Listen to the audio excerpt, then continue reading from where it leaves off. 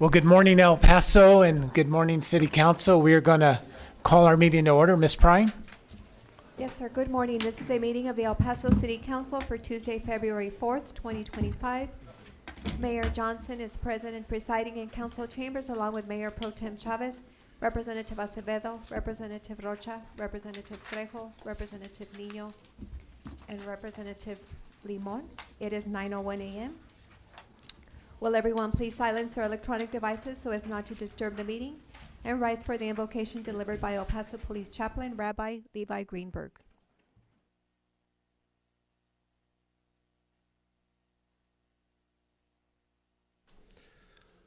I will begin this prayer with an act of charity.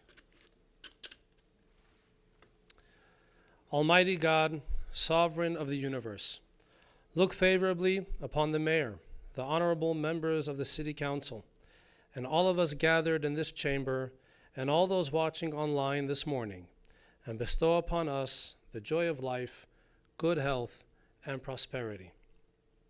This week, we celebrate the 75th anniversary of the leadership of a global spiritual leader of our times, the Lubavitcher Rebbe, Rabbi Schneerson. In 1950, in the shadows of the devastation of the Holocaust, the Rebbe galvanized a shattered nation to rebuild and guided millions of others toward a better life, with a tremendous focus on the value of the individual.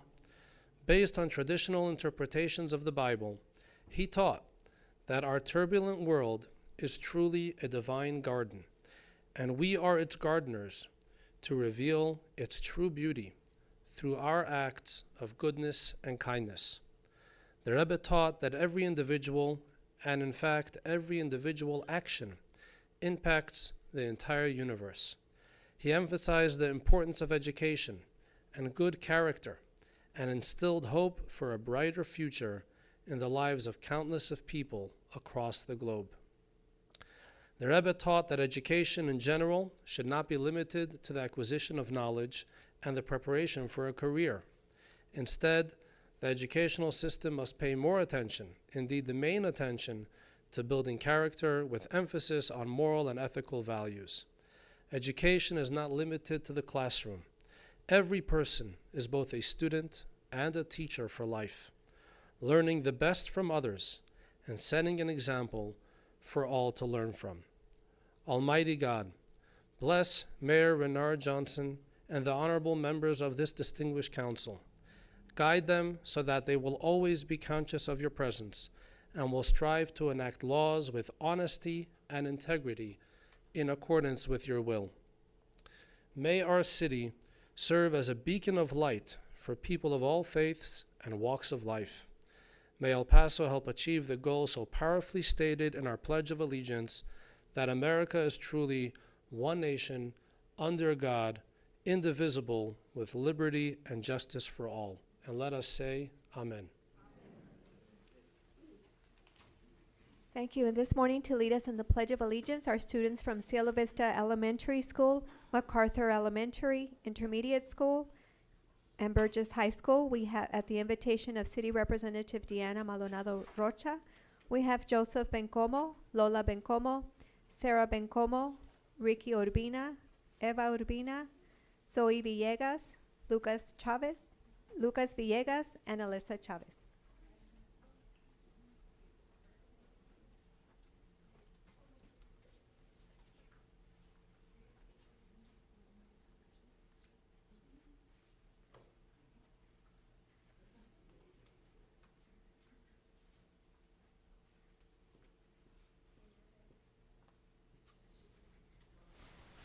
Pledge allegiance to the flag of the United States of America and to the republic for which it stands, one nation, under God, indivisible, with liberty and justice for all.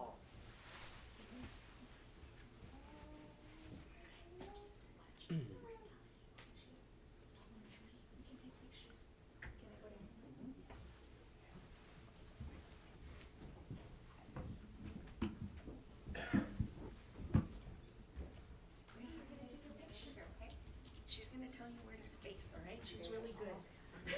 Oh my goodness. Sure, of course, let me help you. Yes, absolutely. Sarah Bencomo. And then we have Lola. Yes, Joseph. Ricky. Yes, Zoe. Here you are, Zoe. Lucas. Oh, Kai and Stella are here. We have Eva Urbina. Oh, there she is. And I'll get one for you, okay? Then I can give that one, please. Oh, that.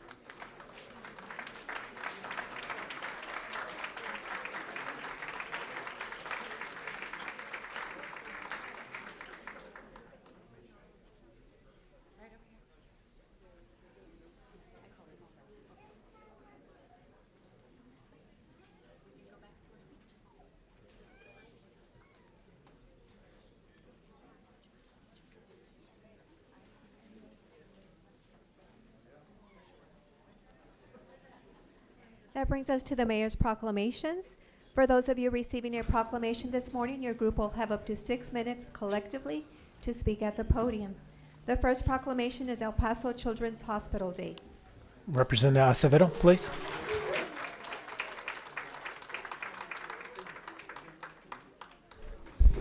Thank you, Mayor. Oh.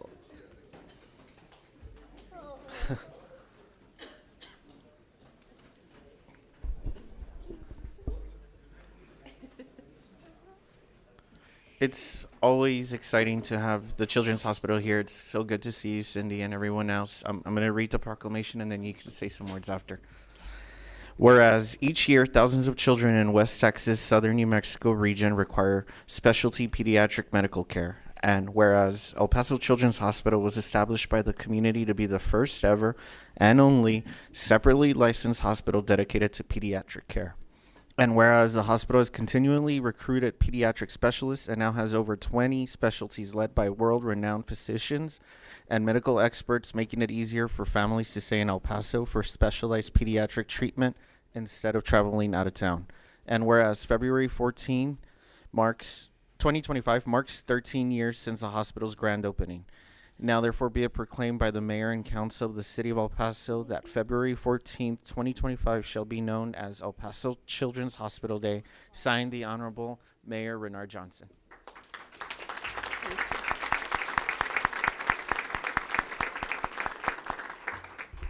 Thank you, Mayor Johnson. Thank you to all the newly elected city council representatives and of course those who've been in their positions for longer than that. We appreciate your all support. I am joined here today with some of our wonderful children. First of all, this is Christopher. Can you say hello, Christopher? That's a young hello to you all. And I also have next to me Max, this good-looking young man right here. These are two of our patients at El Paso Children's Hospital. The level of care that we've been providing for the last 13 years has really transformed the community. You know, I've been in healthcare for over 30 years, and I didn't quite understand when I went into working at El Paso Children's Hospital what the difference was between a true children's specialty hospital and a hospital that has a children's wing. This is life-changing for our community. I'm a mom. This is where my kids grew up.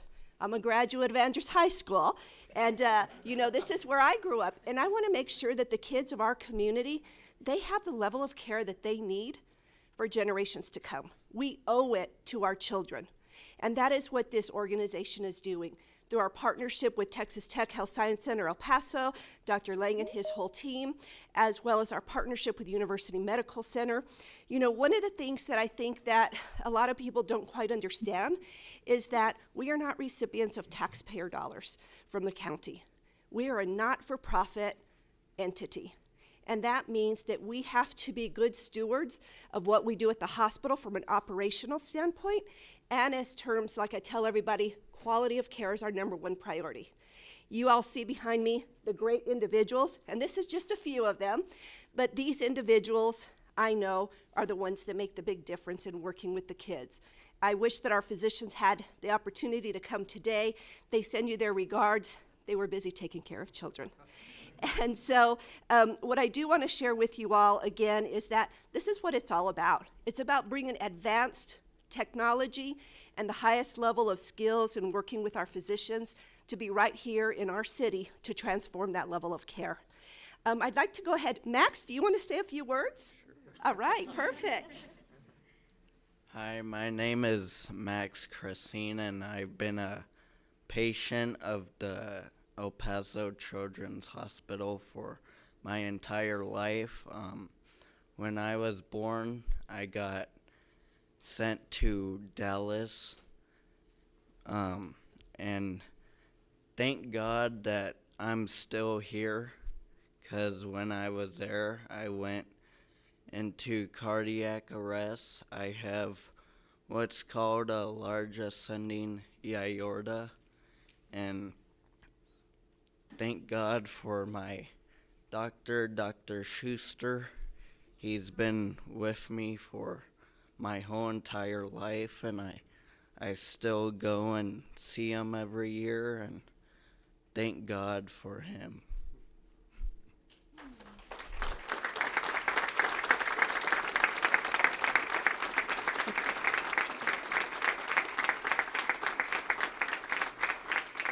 Max actually did not know I was going to ask him if he wanted to speak. So he did that all of his own accord. So you can tell what a great young man he's turning into be, and he's going to be our future leader, right, within our community. And then this is little Christopher, Christopher's parents, as well as Max's parents. Can you all come up real quick? Thank you all. What is life-changing is for the parents, too. When you think about a child who is extremely ill and they have to leave the community like Max had to all those years ago, that's what our hospital does. It keeps our children right here at home. We owe it to them.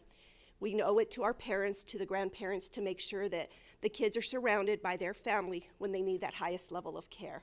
So this is little Christopher. You got to wave hello. He's not going to, but Christopher had a brachial plexus injury. It limited his range of motion for his arm.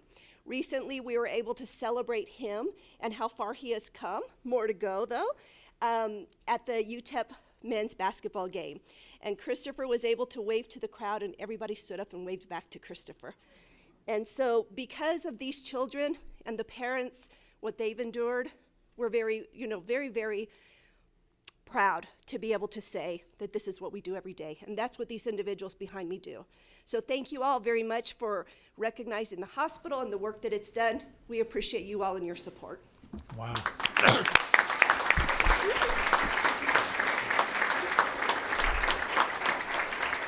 Well, we want to, on behalf of the city, we want to say thank you for everything that you guys are doing. And we know that there's just a few of you in the room today, and there could be many, many more. But Christopher and Max, incredible stories, and those are stories we will never forget. And thank the Children's Hospital for what you're doing for all the children, not only the children in our community, but other communities that are flying here for treatment. And we're so glad to have you in our community, and thank you. Thank you all. Thanks.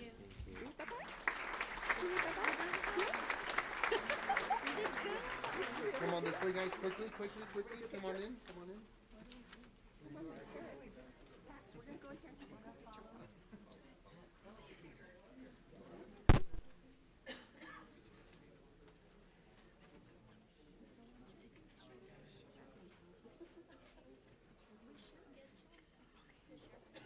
Do you want me to take it for you? I'd be happy to. Yeah, go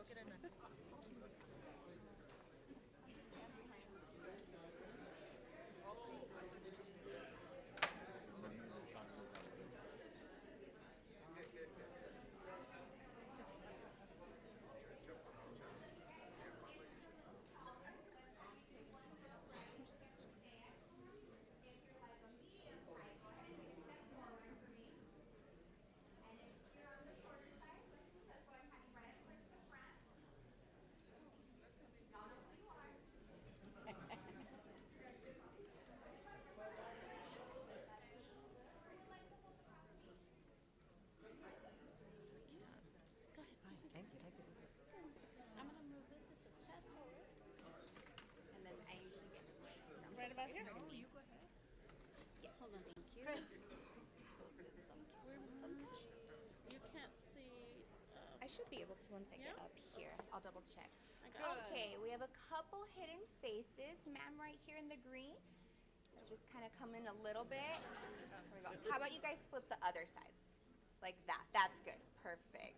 We'll all kind of tilt in that way. Okay, let me make sure we see everyone's smiling faces. All right, this side over here. Ma'am, right here in the front, can I get you to move over to this side for me, please? And then ma'am in the gray, can you take a tiny step forward for me, please? And then sir, at the end, can you take a little step out? Beautiful. Awesome. All right, now everybody just go and come in. Awesome. There we go. The gentleman in the right. middle behind Jerry, you can't see him. Let's see. The gray suit. Sir in There. the bluish gray. Yes, you. Awesome. Can I get you to take one little step this way for me? Perfect. All right, and then officer right there, can I get you to come this way a little bit for me? Perfect. All right, sorry guys, big groups. We gotta make sure we see them all. All right, I think we're good. Are we ready? Big smiles. 1, 2, 3. Would anybody like me to take one from? Please. We have 87 more. Ready? 1, 2, 3. 1, 2, 3. Absolutely. Thank you. Absolutely. Right. Oh, we're zoomed in. Almost took a selfie. All right, there we go. Anybody else? Thank you all. Thank you, Tammy. Yeah, I'm loosening the screws so I fall. It doesn't come off.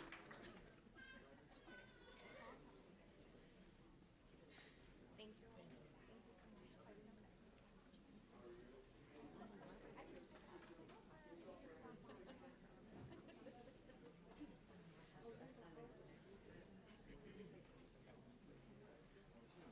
Before we go? Okay, perfect.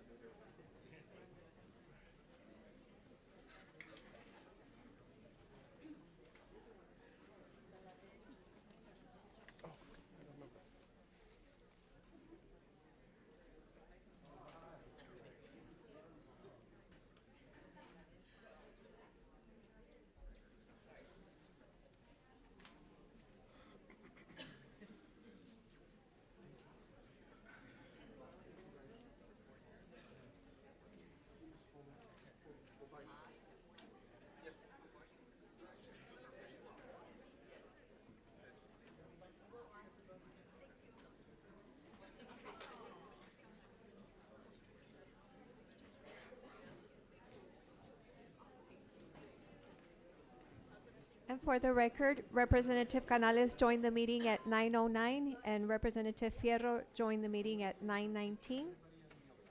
The next proclamation is Martha Rios Day and the Lunchbox Day. Representative Limon?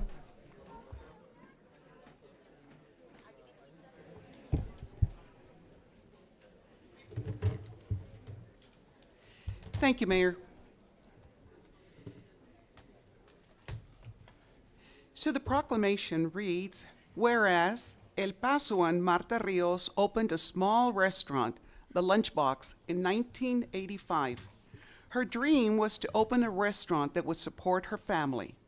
And whereas Marta Rios took immense pride in serving her clients in the 60-seat restaurant, due to the limited capacity, you often found couples sharing a table for 4 just to get service. Every seat was taken. And whereas her top 2 specialties were delicious gorditas and caldo de res, She later developed a more extensive menu that included daily lunch specials. And whereas after a few very successful years, she moved to the current location at 667 North Carolina Drive, and with the help of her children, it became a very popular restaurant. And whereas now, 40 years after opening the Lunchbox, Marta Rios is retired and very proud of the success her children have been able to build. They opened a second site, Martita's Lunchbox, located at 3623 Buckner, and added a drive-through window during the pandemic. And whereas the Lunchbox is a true family business run by Maria Olivas, Martin Rios, and Luis Rios, that not only serves true Mexican food, but they also are a very charitable family.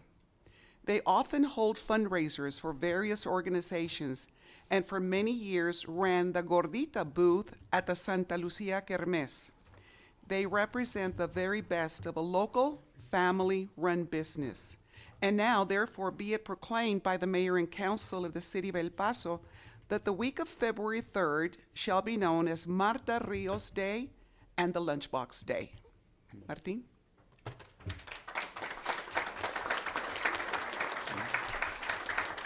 Well, good morning to everyone. Good morning to all our citizens, Mr. Mayor, city representatives. Ms. Limon, thank you so much for those kind words. And again, thank you for this recognition. Special thanks again goes to our parents, our mother who is in her mid-80s now and didn't feel up to walking into the cold this morning, but she sends her thank yous as well. We certainly want to thank our father who's seeing us from above. We lost him in 2015, but it has been a special 40 years. It hasn't been without its obstacles. Certainly, I think we all found out during the pandemic, but family unity, wonderful customers, wonderful leaders is something that got us through it. We continue to look forward towards the future and grow with this beautiful city that we love. It's been an honor being in partners in education with schools, especially those in our area, Isleta, Bel Air, Riverside, and over at Martita's with Eastwood and Burgess. We look forward to those, to maybe another 40 years. We pray more beyond our lifetime. And I just want to say thank you to my family.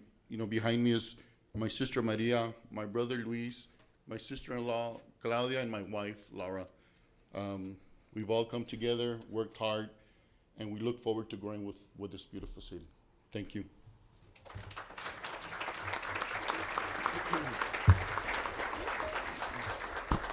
Congratulations on 40 years, and we're looking forward to another 40 and all the great meals that you've provided this wonderful community. So thank you guys very much. Thank you, Mr. Mayor. Thank you.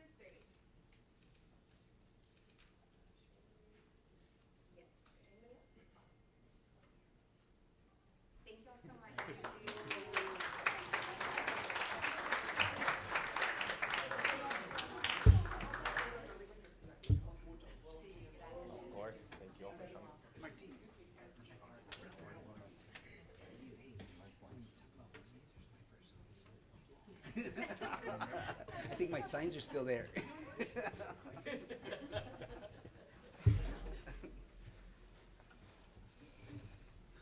And the next proclamation is Black History Month.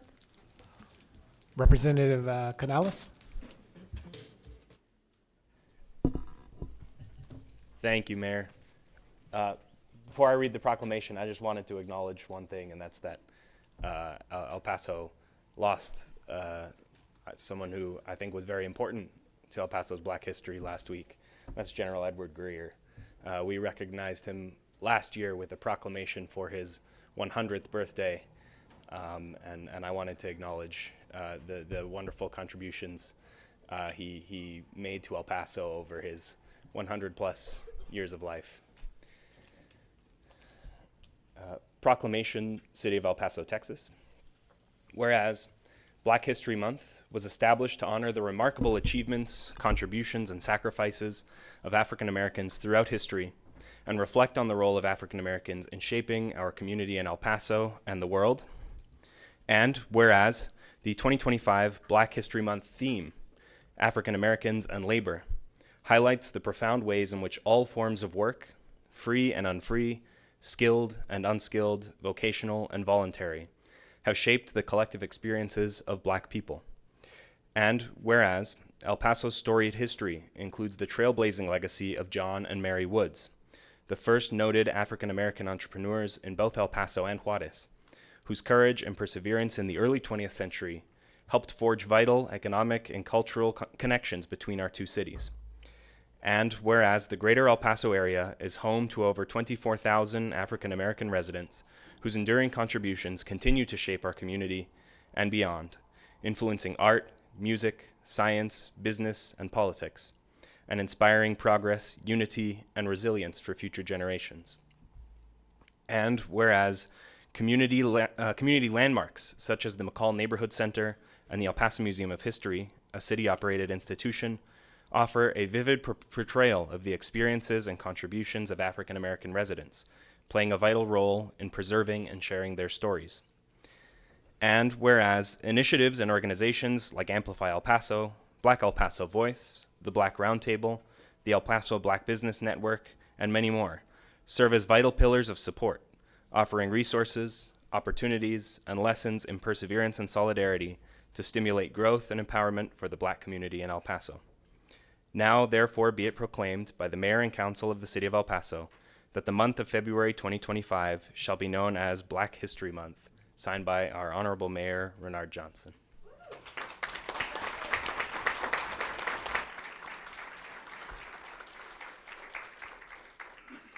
Good morning. First, let me introduce myself. I am Dr. Jacqueline Biddle-Richard, and I'm here on behalf of Monica Tucker and the Black El Paso Voice. So I'd like to say thank you to the city council members, to Mayor Johnson, and a special thank you to Representative Chris Canales for really always supporting us and working with us to be able to present this today. As we navigate the current climate in our nation, it is imperative that we emphasize the importance of observing Black History Month and educating our community about its significance. Black History Month is American history, and it's disconcerting to see attempts to downplay or dismiss its relevance. However, it is up to us to take a proactive stance in promoting awareness and understanding of Black culture and the contributions of Black Americans. In El Paso, we are fortunate to have organizations and events that champion this cause.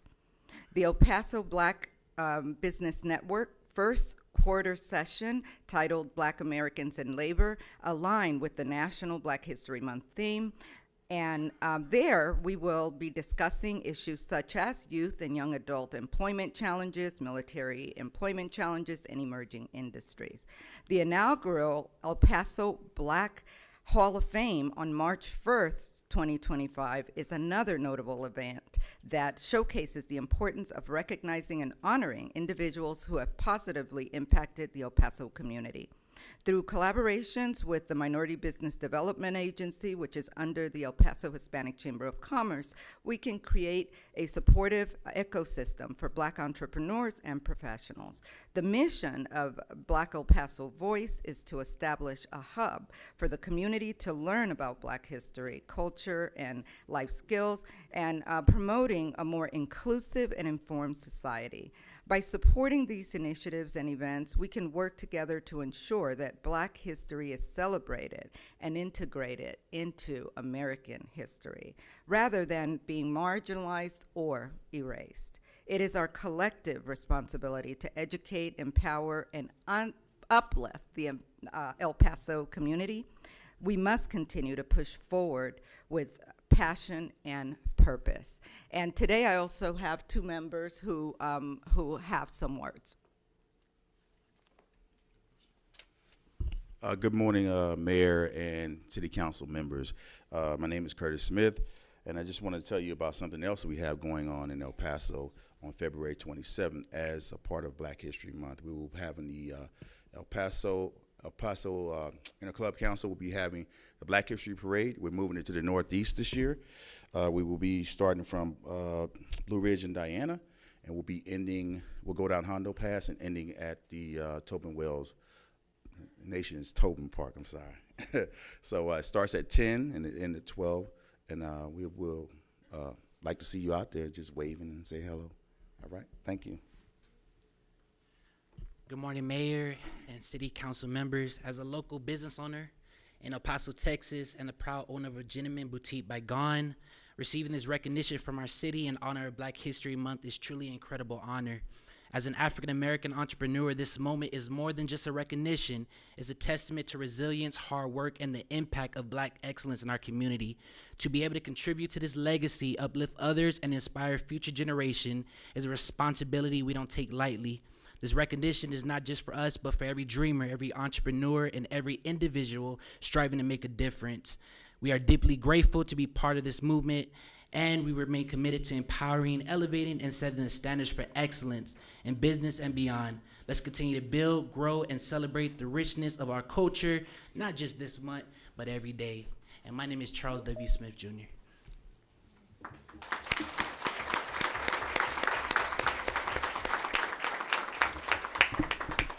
Well, thank you guys, and we are looking forward to celebrating Black History Month, and I will see you at a number of events throughout the city this month. So thank you guys, and thank you for everything you're doing. Thank you.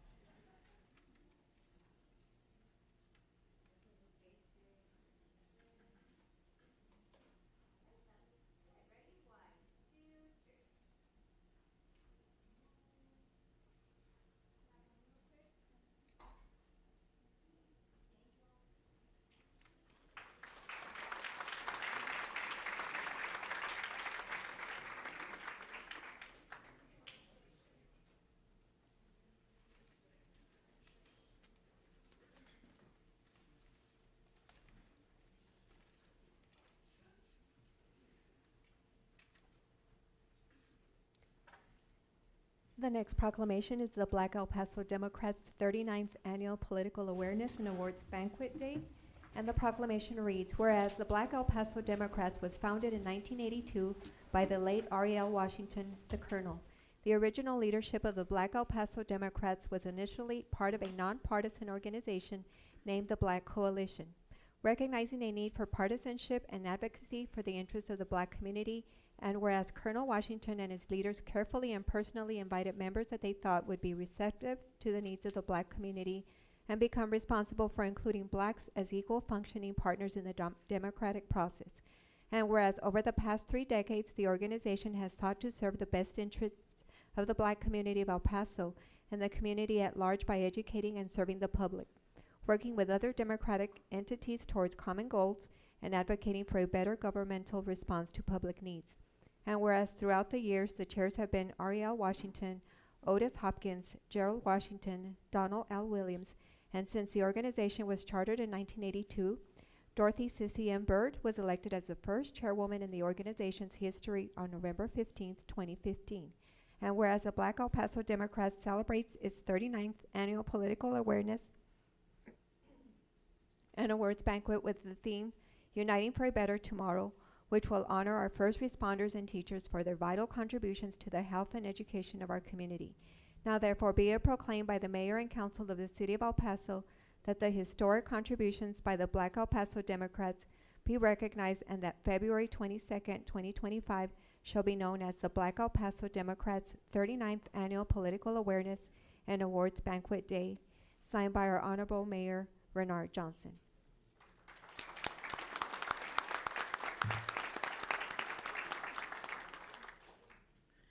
Well, good morning. My name is Dorothy Sissy Bird, and I am the chair for the Black El Paso Democrats. And it's truly an honor to be here this morning with the mayor and members of City Council, and then some of my members are here with us. As you know, this is our 39th Annual Political Awareness and Awards Banquet. It is during this month because at the same time we celebrate Black History Month. This gala is to recognize notable community leaders and activists to honor them during our banquet with awards. Last year I started, we thought of a new thing to start, to honor parts of our community. Last year we honored the military, and we gave 2 monetary donations to 2 small food banks. This year we're going to honor teachers and first responders. And this year, we're doing it a little bit different also. We are giving a monetary donation to a teacher because, let's face it, so many teachers, they are truly underpaid and they use their own funds for their classrooms. So any teacher that will attend our event that is a full-time teacher will get a surprise. And for first responders, they have a scholarship fund. We will be making a small donation to their scholarship fund. And also this year, our speakers are Congresswoman Veronica Escobar, which is the 16th District, Congressional District. Senator Cesar Blanco is our other speaker, which he represents Senatorial District 29. We are truly pleased with those 2 as our speakers for this year. And just to give you an idea of what a kind of awards that we do present, I will give you the names of it. We have a Community Service Award, Fighting a Good Fight, for Betty Halliburton. Community Service Award, A Place of Peace and Worship, Destiny Church. Civic and Political Rights Award, Keeping a Dream Alive, the Martin Luther King Jr. Committee. Veterans and Military Affairs Award, A Soldier's Place of Knowledge, which is presented to veterans at breakfast. The Rising Star Award. This award is always special because I like to acknowledge the youth in our community. And it depends on what age they are. Since this lady is in the younger category, she will be receiving the Rising Star Youth in Action Award and Tubby Leg. And if she was a little bit older, we give out the Guiding Light Award because they're, a little bit older in the community. The Chairwoman's Heritage Legacy Award, the NAACP Unit 6175, El Paso, Texas, which is the oldest NAACP chapter here in Texas. Military Service Award to the Veteran of the Year 2025, Dubois Wakefield. Chairwoman's Golden Star Award, Gold Star Gamers is going to Monica Acosta because this was our second year that the Gold Star children were able to participate in the Gold Star event, which included attending the football game for the Sun Bowl Association for 2024, and also, like I said, it started in 2023. First Responders Trailblazer Award goes to Divinus Tiny Parker. Political Service Award, Always a Teacher, goes to Ruth Williams. Civic and Political Rights Award, Fighting for a Better Tomorrow, goes to Michael Apodaca, the chair for the El Paso County Democratic Party. And now I would just like for the ones who are with me to introduce themselves. And as you know, we are here because of the Black El Paso Democrats, but the membership is not restricted to only Black Democrats. Others may also join. Thank you. Good morning. I'm Bonnie Baker. I just retired from YASD School District after 39 years. My name is Barbara Wilson. I'm a proud retiree from the federal government. I worked at William Beaumont for 27 years, and I'm happy to say that I'm retired. I am affiliated with the Central Labor Union. I'm on the executive board with that. I am also part of the AFGE Federal, that's the American Federation for Government Employees, and then I am on the Black El Paso Democrats as an officer. Good morning, Mayor. Good morning, City Council. I'm Ramona Moore. I'm part of the American Legion of Post 832. I'm sitting the executive body as the first vice chair. I'm glad to be here and thank you for this honor today. And I'm a veteran also, and I serve in my committee, and I'm still serving with the reserve. My unit is 832. Thank you. And I don't want to say too much more about me, but I'm truly an advocate in the community. All of y'all know who I am, so I just want to say it's a pleasure being here this morning with you, and thank you so much. And I hope to see y'all at our banquet. Thank you. Thank you guys so much for what you're doing in the banquet, honoring teachers and our first responders. What a better way to celebrate them, and congratulations to you guys. Thank you. Thank you.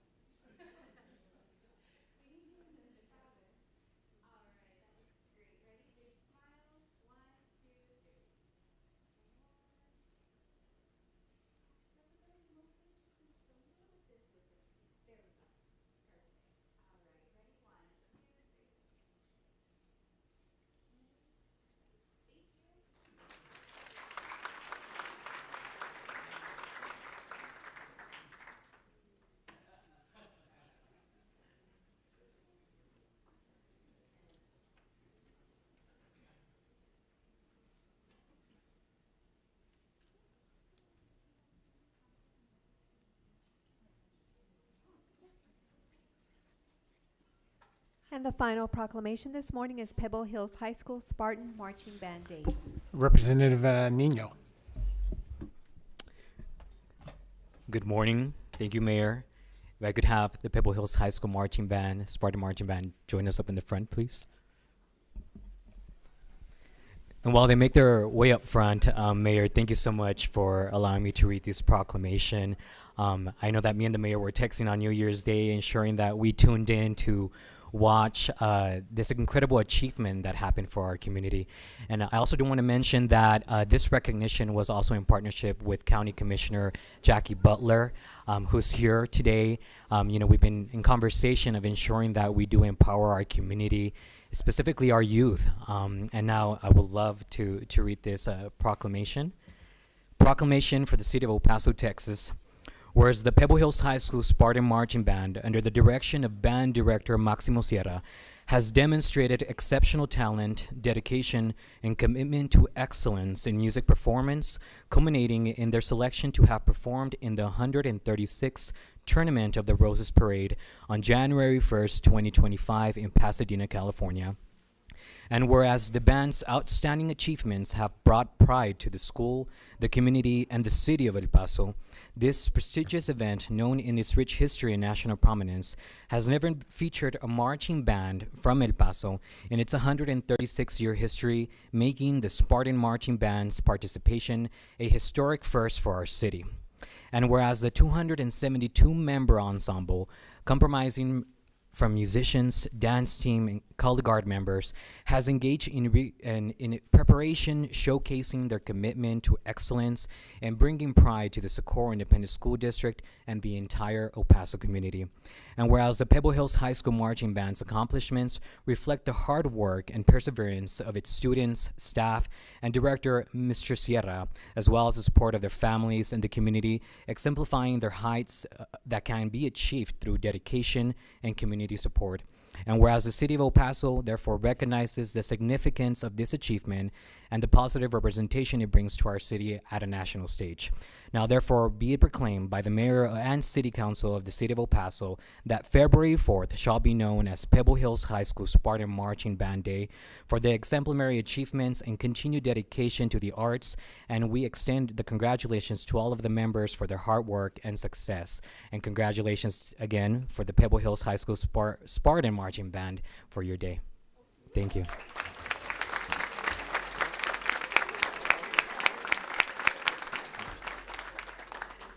And Mr. Sierra, I will ask also, I know Commissioner Butler did want to share a couple of comments.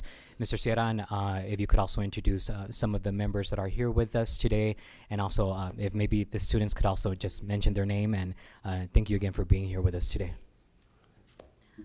Good morning, Good Mayor, morning, Commissioner. Council. Jackie Butler, County Commissioner, Precinct 1. We had the immense honor of recognizing Pebble Hills Spartan Marching Band yesterday at Commissioner's Court. And I want to thank Representative Nino for including us and ensuring that both at the county and the city level we're able to recognize the great accomplishments of this group of students. As a former band kid myself, I can attest to the grit and resilience that these kids have. Those early morning band practices and evening practices as well. I think nothing prepares you more for life than being in marching band. So congratulations to you all. On behalf of the entire county, we're extremely proud of your accomplishments, and we can't wait to see what you do next. So thank you.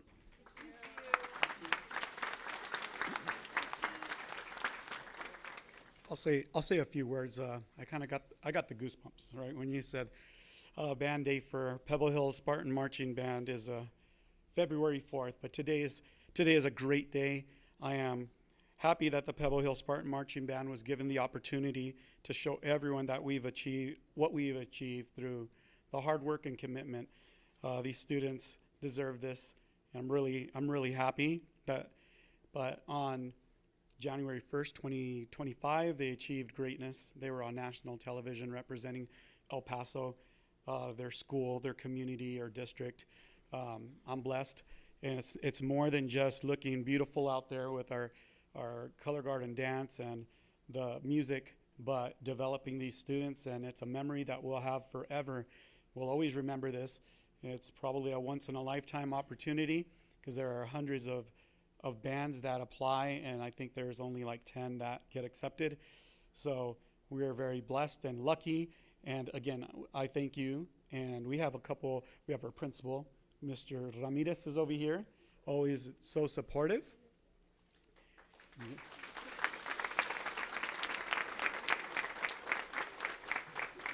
And our admin and fine arts for SISD, we have Miss Candace Prince over here, always capturing the great moments. We have one of our board members, our Band Booster board members, Cameron Sierra, and she also is my wife, so. And then we have Dr. Crabtree, Dr. Cecil Crabtree. And Mr. David Miranda, and he's here too with us. So I'll keep it short, and I mentioned yesterday, I'm just the conductor of a process. And that process is to develop our students and give them opportunities and to make sure that they're ready for the next step, which is whatever they decide to do, college or whatever. But I'm really happy and blessed, and I'm glad that we're able to be here today. Thank you very much. And Mayor, I forgot to mention, on Thursday, the 6th at 6 p.m., we will be doing a community celebration at Pebble Hills High School, along with Commissioner Butler, also the Congresswoman, and we've also invited State Senator Blanco. We're just inviting the entire community to come together and celebrate this accomplishment. And specifically, I'm very proudful for you guys, and thank you for being also part of District 5. Thank you. Yeah, and we have so much to be proud of. I mean, we were beaming with immense pride when we watched you on national TV. And to know after 136 years, that is huge, you guys, what you've accomplished. So you have so much to be proud of. You put El Paso on the map. Those early days paid off. And the energy that you gave us coming into the building this morning was incredible. Commissioner Butler, thank you for what you guys have done at the county to recognize them. We're going to celebrate you guys not only today, but for the rest of the year. And we're going to look forward to seeing you again next year. Okay? So whether we're going to the Rose Bowl, wherever you're going, we're going to be celebrating you. But congratulations to the entire team. Congratulations. Right here?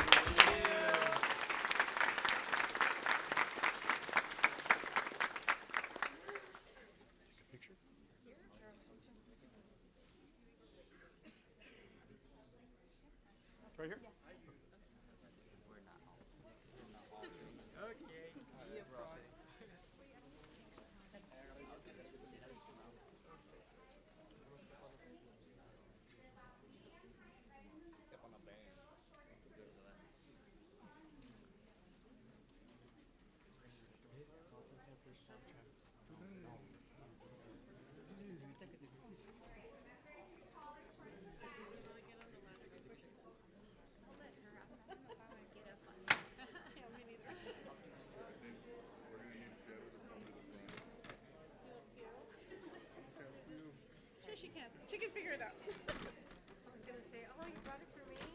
Yes, of course. Always. It's always a little wobbly. Really? Yeah, it's a little scary. Yeah, just right in the middle, whoever you'd like to. All right. Okay, so if you can't see me, I can't see you. Looking at you right there. Yeah, there we go. Feels good. There we go. Perfect. All right, ma'am, right here, I have your face hidden a little bit. That's good. Sir, can I get you to come out a little bit? There we go. All right, you guys are all looking good. Sir, in the front, can I get you to take a little baby step? Perfect. Ma'am, right here, can I get you to come? There we go. Okay, right here in the front, can I get you to scoot just a little? Beautiful.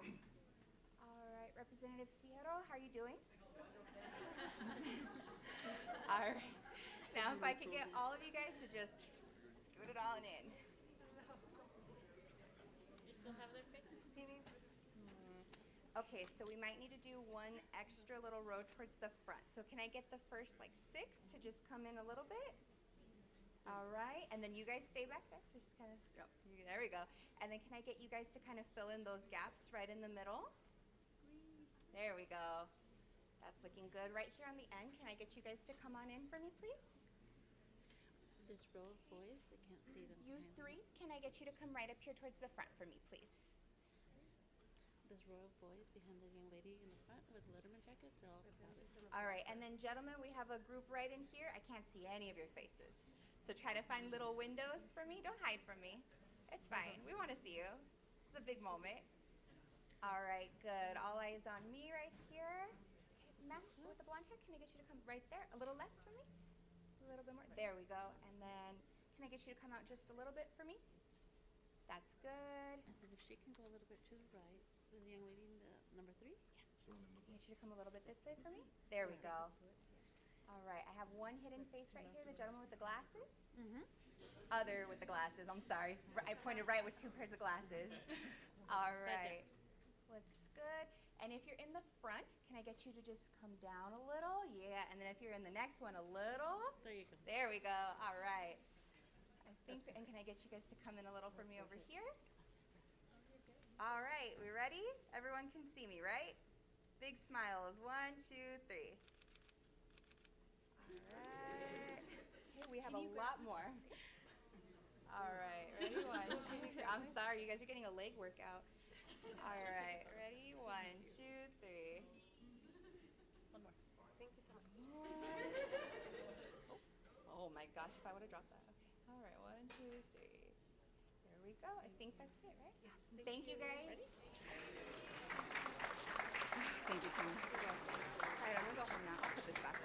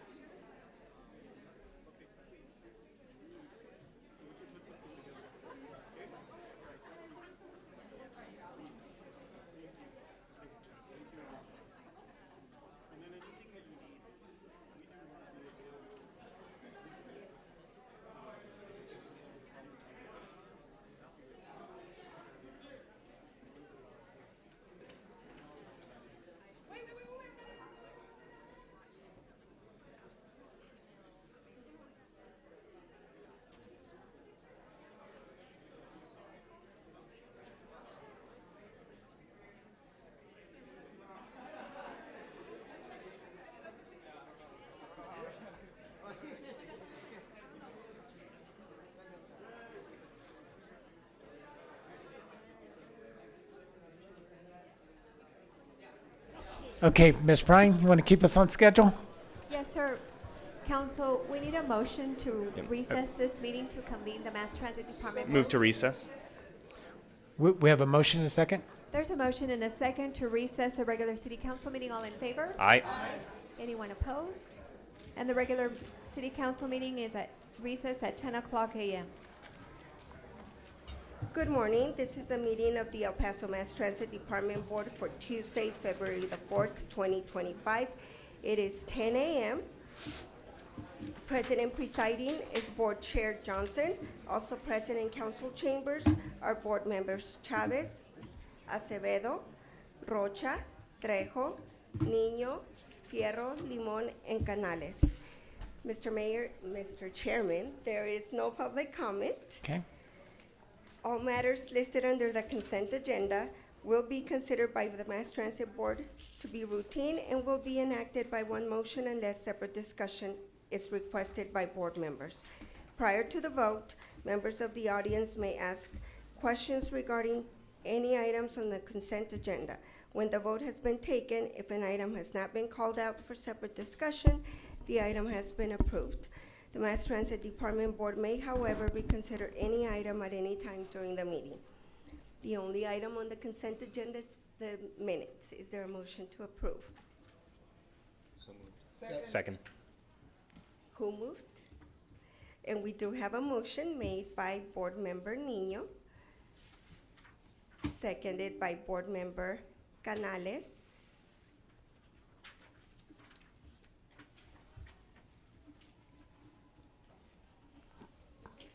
Call for the vote. The voting session is open.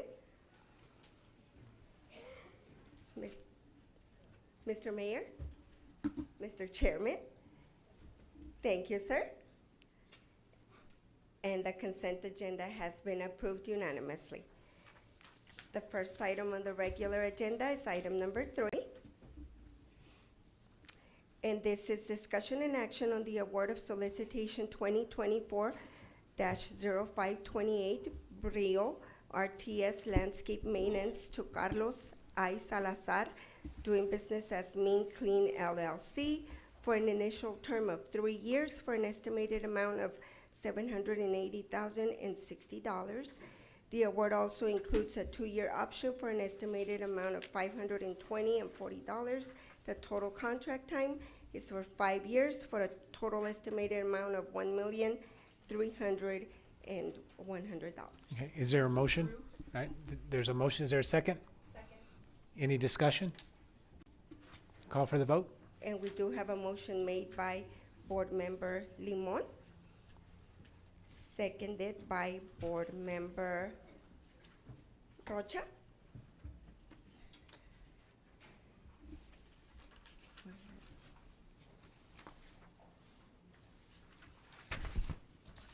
Voting session is open.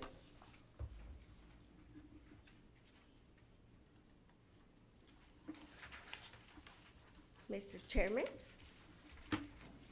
Thank you, sir. And the item has been approved unanimously.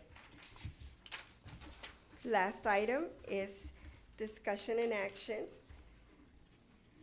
that the Sun Metro Agency Safety Plan is approved and adopted. Is there a motion? Move to approve. Second. There's a motion and a second. Any discussion? Hearing none, call for the vote. And we do have a motion made by Board Member Limon, seconded by Board Member Fierro. And this is to approve item number 4.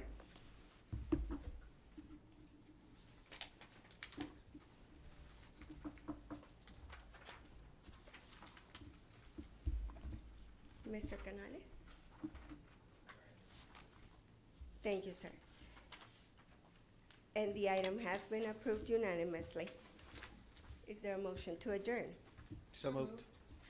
All Aye. those in favor? Aye. Anyone opposed? And the Mass Transit Department Board meeting for February the 4th, 2025 is adjourned at 10:04 a.m. Thank you. Is there a motion to reconvene? Second. There's a motion and a second to reconvene the regular city council meeting. All in favor? Aye. Anyone opposed? And the regular city council meeting is back in session at 10:05 a.m.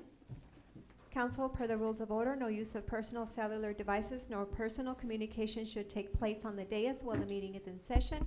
Once you obtain the floor from the mayor, you will have up to 10 minutes for debate and may speak twice per item. Please speak into the microphone and refrain from any side conversations at the dais while the meeting is in session. For those of you joining virtually, please make sure your microphones are muted to reduce any background noise. That brings us to the consent agenda. All matters listed under the consent agenda will be considered by City Council to be routine and will be enacted by one motion unless separate discussion is requested by council members. Prior to the vote, members of the audience may ask questions regarding items on the consent agenda. When the vote has been taken, if an item has not been called up for separate discussion, the item has been approved. Council may, however, reconsider any item at any time during the meeting. Mayor Pro Tem? Thank you, Ms. Prine. I make a motion to approve the consent agenda with the following revisions. Page 9, item 19, postpone 3 weeks per Mayor Johnson. Page 9, item 20, move to the forefront of the agenda per Representative Fierro. Page 10, item number 22, move to the forefront of the agenda per Representative Fierro. All right, there's a motion. Is there a second? Second. Any discussion? Mayor, we do have some members of the audience that signed up to speak on some items on the consent agenda. Okay. We have on item number 6, Ms. Patricia Osman.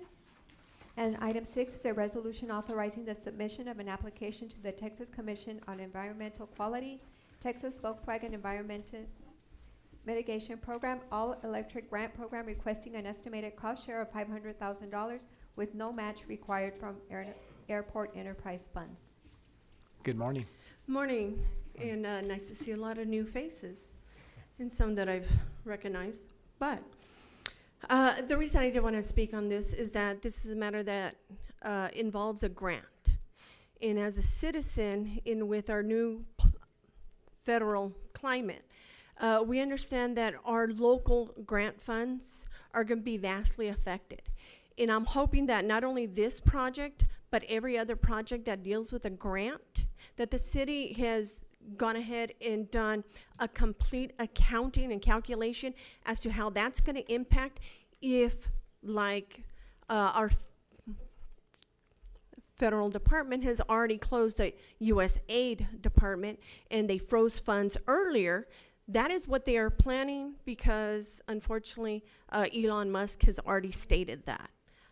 He stated that with Vivek and one of the GOP senators. So, as a citizen, I would like to request from every one of the council members, if everybody can request that calculation as to everything with a grant, when all of those grants are lost, which we should be calculating that they very well could be in a democratic city, especially with how our state legislation has also gone, so that the citizens know what the impact of the loss of those grants are going to be to our taxes, because it is no longer going to be a matter of being able to be dependent on other people's money, and it's going to be, quite frankly, on the backs of every taxpayer and resident in this town. Thank you. And Ms. Thank Turner you. signed up to speak on item 7, and item 7 is a resolution that the mayor signed an interlocal cooperation agreement between the City of El Paso and Texas Tech University Health Sciences Center to provide online medical direction to the emergency medical services system for a term of 3 years with a 2-year option to extend. Good morning, Ms. Turner. Good morning, Mayor, Council. The only reason I'm up here on this item is simply because several days ago, I got a letter telling me that Texas Tech had been hacked in September of 2024, and my medical records were now in the hands of a hacker. That was like the 5th time this year that a community provider had been hacked and my records were in someone else's hands. So my concern here is this: the security of the transmission of any information concerning anybody. How secure is it going to be? Is it going to be protected? I've already learned that Texas Tech can't protect medical information. And since you're going to enter into a contract, I would hopefully think that you would make sure that any information that you share with Texas Tech will be secured. Thank you. And Ms. Turner also signed up to speak on item 8. And this is a resolution authorizing the city manager or designee to sign an agreement for professional services with Countryman and Company PLLC for a project known as Architect and Engineering Services for Fire Station 7 renovation project for an amount not to exceed $219,479.90. I selected this because the contract is $219,000, and it's boilerplate language when we say city manager can approve changes up to $50,000. This is basically nearly 25% of the contract. There's 2 of them on here today with that. So I'm asking, is that something we should look at when a contract is this low and maybe reduce it to maybe 10% of the contract instead of something be like almost a quarter of the contract? Just an observation. Thank you. Thank you, Ms. Turner. Finally, Ms. Turner signed up to speak on item 9, and this is a resolution to sign an interlocal agreement with the town of Horizon City, Texas for the provision of public health and environmental services by the city of El Paso to the town of Horizon City. My question here is simple. How can anybody in this nation deal with public health when the CDC has been basically shut down? Did you know there's an outbreak of TB in Kansas? If it wasn't for somebody making a Facebook reel, I would not know that they had a serious issue with TB in Kansas. There is no medical information coming out. Food recalls, we don't know. So how are we going to provide that kind of information to our citizens in that situation? So I'm going to ask the mayor and council to see what you can do to make it safe for us. Let us know if there are any recalls. Find out what you have to do, because our federal government has just decided to say, forget it, we don't care if you die. Thank you. Thank you, Ms. Turner. Mayor, that concludes public comment on the consent items. Okay, we have a motion and a second. Any further discussion? Call for the vote. Yes, sir. The motion was made by Mayor Pro Tem Chavez, seconded by Representative Fierro to approve the consent agenda as revised. On that motion, call for the vote. End the voting session, and that motion passes unanimously. We now turn to page 9 to item 20 that was moved to the forefront of the regular agenda. And this item is a presentation and discussion by Emergence Health Network of their 2024 annual report on activities, collaborations, and partnerships with local entities. And this item was submitted by Representative Fierro. Representative Fierro. Thank you, Mr. Mayor. It's a privilege to put this on the agenda. I want to thank Ms. Daugherty and her team for all they do for our community. It's you make it a healthy, safer place for us, and I know that you do it out of the love, but thank you for everything you do for our community. Thank you, Mr. Mayor. Hi, good morning. Christy Daugherty, CEO with the Emergence Health Network. And we do have a PowerPoint. I'm not sure. I don't see a clicker up here. So will you change IT, if you'll please bring up the PowerPoint. Oh, It's there now, ma'am. the arrow. Right here? Okay. That's new. Awesome. All right. Thank you. All right, guys, sorry, I'm a little technology challenged. I should have brought my chief information officer with me. But anyway, thank you guys for having me this morning. What we try to do every year is put out an annual report to give the community a snapshot of what our last fiscal year looked like. And so this is fiscal year 24, which ran from September 1st, 2023 to August 31st, 2024. What we'll do is we do a complete digital report. You won't receive a printed report, but there is a nice link that we send out that you can get on and peruse the report because it is interactive. There's a lot of information, so I'm just going to give you some high-level information today. So the first thing we want to talk about is our community impact, and that's really the focus of this report this year, is what have we done for El Paso. And so you'll see here some of the highlights, and this is just a sliver of what we've done, but I wanted to just share with you some highlights of some really important programs. The first program I want to share with you is our IDD Rehabilitation Center. This is an amazing center out on Loma Land, And what it does is it provides a day activity for individuals, adults, with developmental disabilities. They come in, they do socialization. We have laundry facilities, we have a kitchen. And so what we focus on, instead of their disability, we focus on their abilities. How can we strengthen what they can do to take care of themselves? And so if you see, there's a little success story there talking about a young lady who was struggling a little bit graduating from school. Once she got involved into the program, she became more confident, and her independent skills increased. And so really looking at that as just, it's an amazing center. It's one of my favorite places. They have the best parties. I always go out for their parties, and they just have, it's so heartwarming to see what they're able to do every single day. And it also is a little respite for their families, because individuals with developmental disabilities typically live with their families. And so what we're able to do is bring them in, they have friends, we have dances, and they're able to do things with peers and give their family a little respite. Next up is our school-based services. We're very proud of this initiative.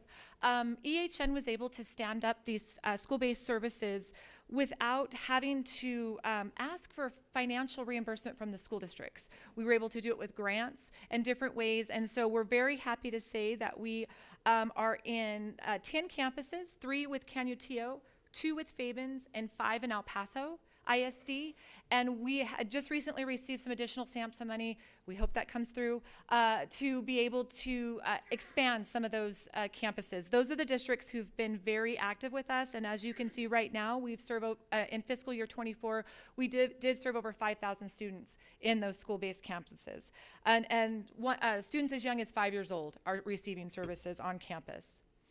Next up is another really exciting adventure. We have mental health first aid. We have been able to train over 2,000 people in fiscal year 25 in mental health first aid. And I'm going, just because we have some new faces, I wanted to let the mayor and council know. One thing we did a couple of years ago is we were actually able to train all the Sun Metro bus drivers in mental health first aid. And that's something the city needs to be proud of. Not every city is doing that.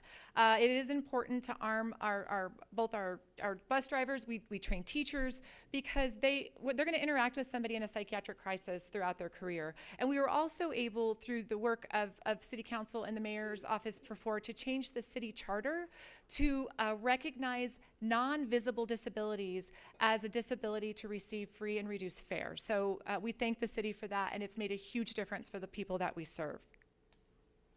Next up is our crisis intervention team, and again, thank you to the city for being the pioneer in El Paso for bringing CIT into El Paso. We currently have CIT with El Paso Police Department, the Sheriff's Department, the City of Socorro Police Department, and then we've also expanded, and I'll talk a little bit about this in a minute, to school-based CIT, and I think we are one of the only cities in Texas that has that. Again, we've done that through some grant funding, some funding through the state legislator, Senate Bill 292, and so we're very excited to continue that initiative. I can tell you that we're coming up on an anniversary. I remember we started CIT with the city on Valentine's Day in 2019. So we're coming up on our anniversary with the city PD, and we've grown. We now have 20 teams on the streets, and there's still more of a need. I can tell you 20 teams is great, but as we more people learn about that service, where we actually have an EHN clinician riding in the police car with a specially trained police officer. And it's had a huge impact. I've actually seen body cam footage from some of those calls that could have resulted in use of force. It could have resulted in an arrest, but it actually resulted in getting that individual the care they needed. And the partnership that we have with our law enforcement partners is priceless. Next up is another wonderful partnership that we have with the city. If you don't know, EHN is the answer of 988. We also answer our local crisis line. But what is really wonderful about our partnership with the city is we are embedded in the 911 center. And so 988 is answered at 911.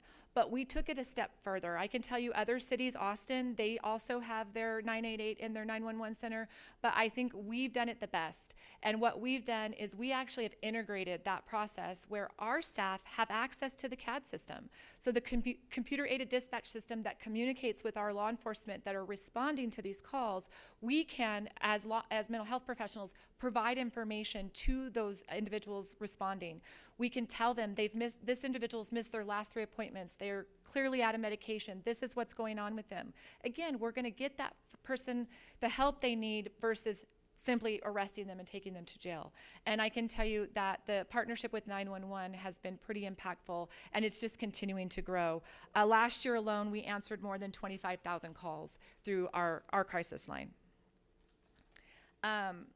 Next, just some more highlights is we are embracing AI as your local mental health authority and developmental disability authority. Some people are afraid of it, but we are embracing it. Our staff is very grateful. We do have an AI system that we have embedded in our electronic health record that is actually helping our clinicians write their case notes. It's not doing it for them, and they do have to read it and approve it, but if you know anything about healthcare, the code is the key. And so we have to drive those notes to make sure that it's supporting the right billing code. And so this AI system helps us with that. Again, the clinician does have to read it and approve it, but we definitely we're reducing staff documentation time by 30%. And so what that does is put that staff back in front of a client, and it helps with burnout. So we need to keep our staff happy. Next up, we're very excited about opening our Restorative Justice Center. It is a center for individuals that may have a mental illness involved with any form of criminal justice system, probation, parole. They could just have some charges against them. It's a beautiful center, and we're very proud of that, and it's continuing to grow. And then we also recently partnered with the county, and we're also receiving funding from HHSC to add a diversion center to our extended observation unit at 1600 Montana. What that's going to do is actually add a component. The observation center unit we sleep people there. They can stay there for up to 48 hours, receive medicine, see a doctor, get linked to services. With the diversion piece that we're adding to it through their partnership with the county and HHS, they may be there 2 or 3 hours. So instead of, if somebody does get arrested, an officer can bring them to the diversion center. We can maybe get them a meal. They can get a shower, figure out what's really going on, get their medications filled, and move them out into the community. Really trying to preserve our resources, especially our emergency rooms. If you know, a lot of times individuals with mental illness end up in an emergency room. That's not where they need to be. So we're adding another component to our crisis system.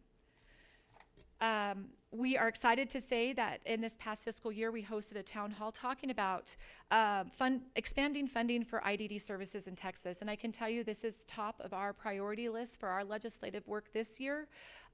If you know any IDD, we have an amazing position we call attendant care. Those are the individuals that go into the homes.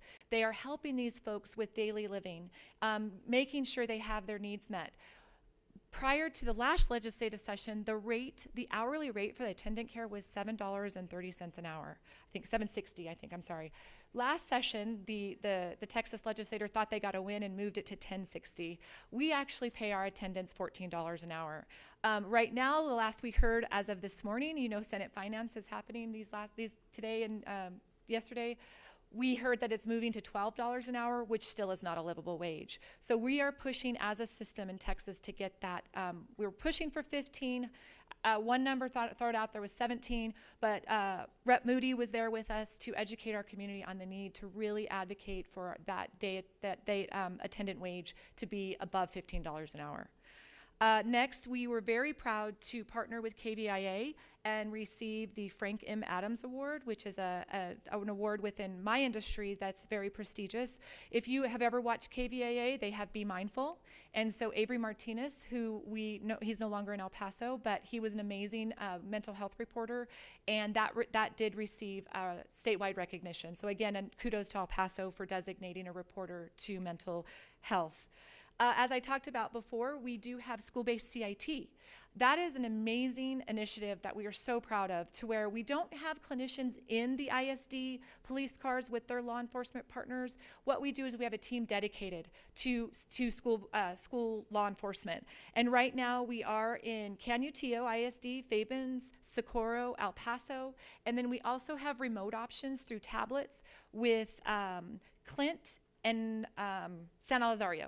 So we are excited to say that we have touched most of the school districts. When they have a psychiatric crisis, they can call us and have the experts there immediately. And something else will be literally rolling out in the next couple of weeks, is we have purchased 2 mobile clinics. They're just vans. They look like normal Ford vans.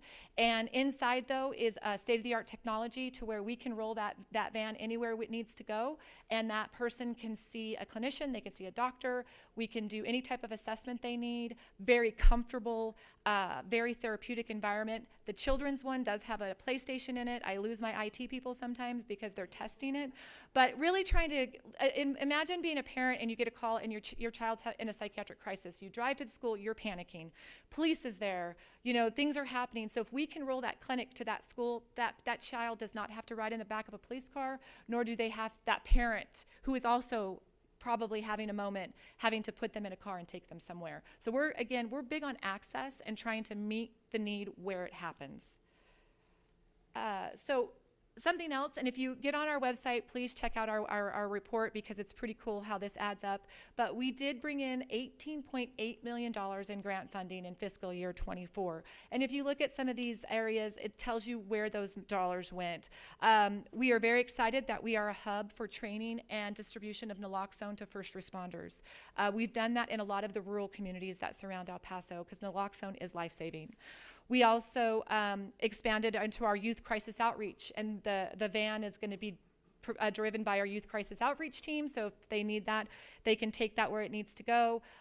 School-based crisis intervention teams, as well as really looking at expanding access and services for our youth. We really need to target our youth and make sure that they are getting the services they need. So again, an additional $18 million into our communities, we're very proud of. Next, we always like to add in our annual report our revenues over our expenses, and as we're proud to say that we our revenues do exceed our expenses, and we served over 36,000 people last year in our fiscal year, and we also over 12,000 people in our county jail. So we are the contracted mental health provider under UMC for the downtown and the annex for mental health services. We also try to break up our services by demographic. Our annual report is used a lot by students. We can tell you that a lot of our hits are from students doing research, and so we'd like to try to provide that forward-facing information for them. So as you see, we have it broken down by gender, ethnicity, age for our behavioral health unit, our division, which served over 8,000 individuals. Our IDD, same breakdown with over 1,500 individuals. Collaborative care, it's a very unique division of EHN where we actually provide primary care, mental health services, substance use, all under one roof. Sounds easy, it's really a little complicated, especially when you're talking about electronic health record systems. They're not always talking to each other or as easy to use, but we're very excited that we served over 4,000 people in that unit. And the other part of that division is the reason El Paso, your mental health authority in El Paso does not have a wait list for services. So what we did is we created this unit for folks that may not have the need for the intense state-funded services, but they need something. And so we were able to create this whole division that provides that care, and we do not have a wait list for services, and we don't intend to start one. And then our crisis and emergency services, which most are familiar with, served over 6,000 people. And then our diversion. And so what we have under our diversion division is anybody that we have diverted from an inappropriate level of care, whether it's a jail, emergency room. And we even consider diversion from a psychiatric bed a success, because we've kept that person in the community and we've kept them stable.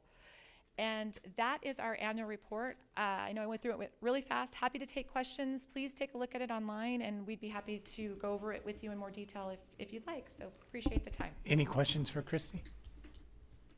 All right. Thank you, Christy. Thank you so much. Thank you for your support. Thank you. We now turn to page 10, and this item was also moved to the forefront, and this is item 22. And it's a presentation, discussion, and action regarding party halls or entertainment venues and residential swimming pools within the city of El Paso. Yep. This item, yes.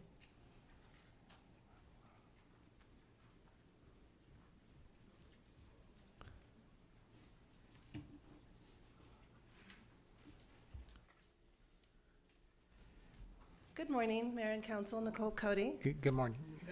Nicole, before you begin, we got a couple, Representative Fierro. Thank you, Mr. Mayor. Thank you, Ms. Cody. And before the presentation, first and foremost, I know that you and the city manager have done a lot of work on this. But I need to put a little history to this. This is an issue that touches all of our districts in some shape, manner, or form. And, you know, before I go any further, I need to share with everyone that I'm very pro-business. I believe in entrepreneurship, and this is not anything to do with anti-business or anti-entrepreneurship. But these entertainment venues that advertise backyard events, such as weddings that hold up to 200 people, and et cetera. There's swimming pool parties that are being used in these homes in our neighborhoods. So these events have unintended consequences, such as parking blocking driveways, trash. Allegedly, there's underage drinking.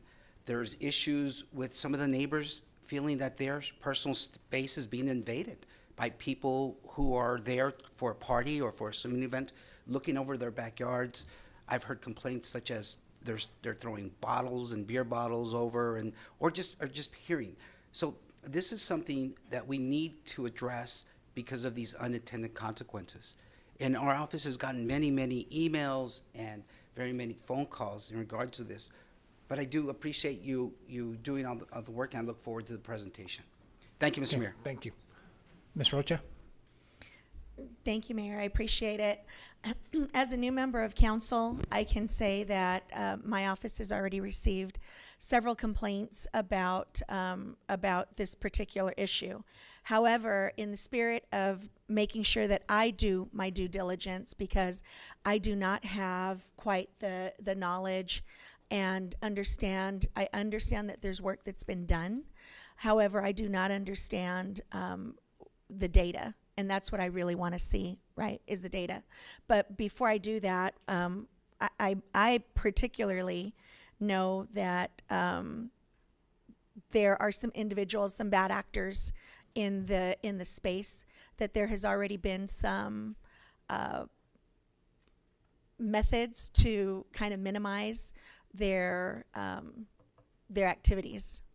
And so for me, what I do, and I'm going to say this now, I move to separate the agenda item regarding party halls or entertainment venues and residential swimming pools into separate items. And the reason I say that is because I know that there are already some, I need to look at things individually, and that's just for my own personal method. And I also move to delay any action on them until further meeting so that I can do my due diligence and that I'm able to review the data and also provide the public in my district and in other districts more time to provide me information on what they're voting on and what they're going through. I don't have the data available to be able to say I have constituents that feel this way or that way. And so that I feel like I need the time to review it thoroughly, with including the community's feedback and also understanding the work that your offices have already done. So that's my statement. Okay, so we have actually a motion to separate the halls from the swimming pools, right? Mr. Mayor, I believe this is a presentation. Am I correct? So there's no action item? Correct. Okay. So Thank you, sorry. we were asked to look at this item as representatives. It looks like there's Fierro action. said last year. So this was really to bring forward and help you understand the clarification that was needed within the code. And really our focus here is on education. So had this been a recommendation for an ordinance, a major ordinance change, then we would have gone a different process in terms of doing information for the public. When we had this meeting initially, we were talking about adding additional information. When the staff went out and did their homework, we realized that the only thing we need is to clarify for people, and we would like to do an education campaign. And so today, we're not asking for, we always put action just in case you're directing us to do something in terms of the outreach or other things, but this is really to give you clarification so you understand what those next steps are. So if you're saying, you know, we would like additional data, we don't necessarily have, you know, number of call data or even identifying some of these pieces, which Ms. Cody and the team will go through. So it really is information. And so that was the purpose of bringing this forward in this way, and this is the reason why we wanted to make sure we had clarification for the public so that people can have some feedback on this. Okay, so this is just a presentation? Correct. All right, so Ms. Rocha, would you like to? You rescind your second? Would you like? Okay. All right, thank you. Good morning. Good morning. Nicole Cody, Deputy City Manager. And so you'll see entertainment venues and swimming pool rental update. So today we're going to talk is an informational and educational presentation. And what we're really going to focus on, and you'll see behind me is both Kevin Smith and Tony De La Cruz from our Planning and Inspections Department. And they're going to be able to provide you exactly what we have in the code and the current ordinances that we have in place. And so it'll be for both the use of residential properties for planning party halls or entertainment venues, and looking at residential swimming pools. And then also we'll talk about, and we have Steve Alvarado here from our code enforcement, and we'll talk about a strategy that we're proposing for enforcement, as well as educational and outreach for the public. I'll turn it over to Tony. Good morning, Mr. Mayor, City Council members. Good morning. Tony De La Cruz, Planning and Inspections Department. So I'm going to go over our current regulations as they pertain to party halls, entertainment venues, something that we classify under dance halls. Next slide, please. Overall, this is the current definition that we have in our city code. A dance hall is basically a place which principal use is for furnishing facilities for dancing. Right now, those specific uses are allowed in the C5 and C4 districts, and under C2 and C3, they're allowed under a special permit, which would require approval by City Council. They are not permitted currently in any of the residential zones. So as previously mentioned, we already have a definition. They're not part of the permissible use tables for residential. So what we're trying to do in this presentation is also provide verbiage to those definitions that really clarifies that component of the code. Next slide, please. Overall, what we're recommending is simply adding small sentence at the end of our current definition that clearly identifies to the property owners throughout the city that the use of residential properties for dance halls or entertainment venues are prohibited. They're already there. The verbiage is currently in the code. We're just providing additional clarification for that. With that, I'll pass it over to Kevin. He's going to cover the swimming pool components. Thank you. Another slide? Oh, let's see. Next slide. Oh, the enforcement strategies. I apologize for that. So overall, as part of the enforcement strategies that we're looking at is we're going to be searching for all the venues that are currently not permitted within a residential zone. First thing that we're going to do, of course, is going to be sending them mail outs, informing them of the current regulations that are in place. And if we move forward with adding that second sentence, then of course we'll provide that information as well. Along with that, with the collaboration with PD code enforcement, we'd have to do sweeps on the weekends, which is primarily when the complaints are coming through. Because part of the requirement is that we have to actually catch him in the act of renting out these venues. We cannot simply go off of posting. That doesn't provide enough information to our courts to say that at the specific event, at that specific time, that location was being rented. It has to be something that we have solid proof so we can move forward with municipal. Tony, can you give me an example of what that solid proof looks like? That's the hard part, sir, because at that point, it would be really going out to the establishment and having either a rental agreement that that place is being leased for that specific individual at that specific date. Us just saying we found a listing that you're renting it, but not having that proof will not stand up in court. Okay. We have some comments here, some questions. Representative Trejo? Have you all looked into how other cities are handling these venues or properties? The majority of the cities that we've looked at throughout the state prohibit these in residential areas. Okay, thank you. Representative Nino? Good morning.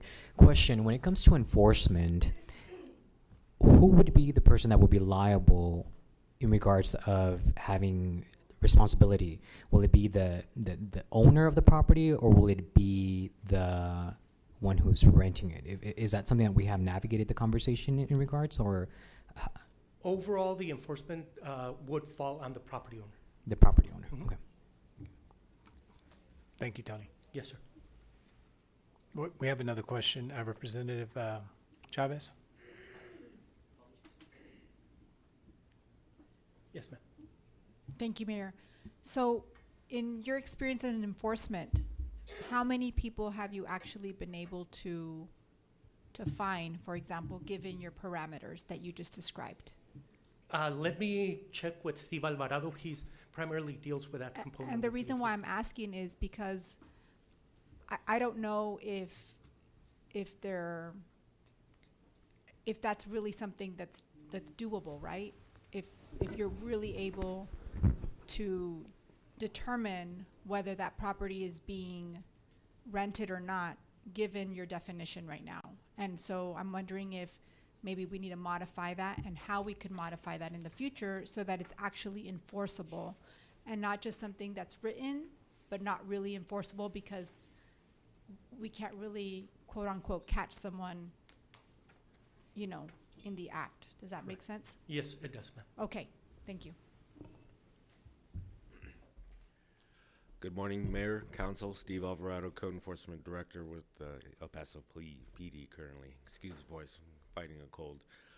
To answer your question, right now we have not enforced this as of yet.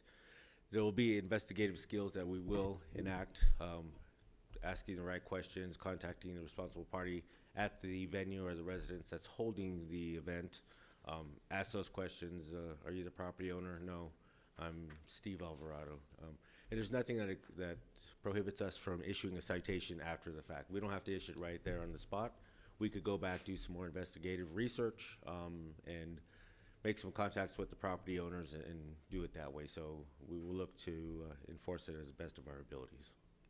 Mayor, if I may, further in the conversation, we're going to be talking about how we do an outreach campaign for the community. And so part of the work was to go and really understand what was happening in the community, and part of what we think is happening is that people don't know the rules. And so really utilizing some effort to make sure that if people are attempting to rent or people are utilizing their facilities in this way, that we're really pushing out that information.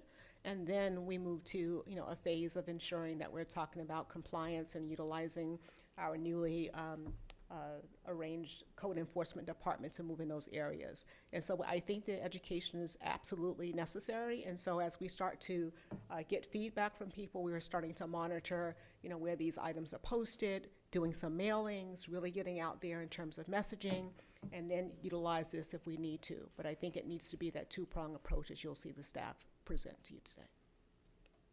And just to add one further thing, there's nothing that excludes us from issuing citations for noise violations, sound violations, anything over 70.0. We could issue the property owner a violation for that, as well as the C-weight levels. So just wanted to add that. Thank you, Steve. Thank you, sir. Good morning, Mayor and City Council. Kevin Smith with Planning Inspections. So I will cover the swimming pool portion of the presentation. Currently in our zoning ordinance, we have two definitions for swimming pool. What is called non-commercial, typically we generally consider that residential, and then commercial pools. Generally the definitions are the same for both of the two.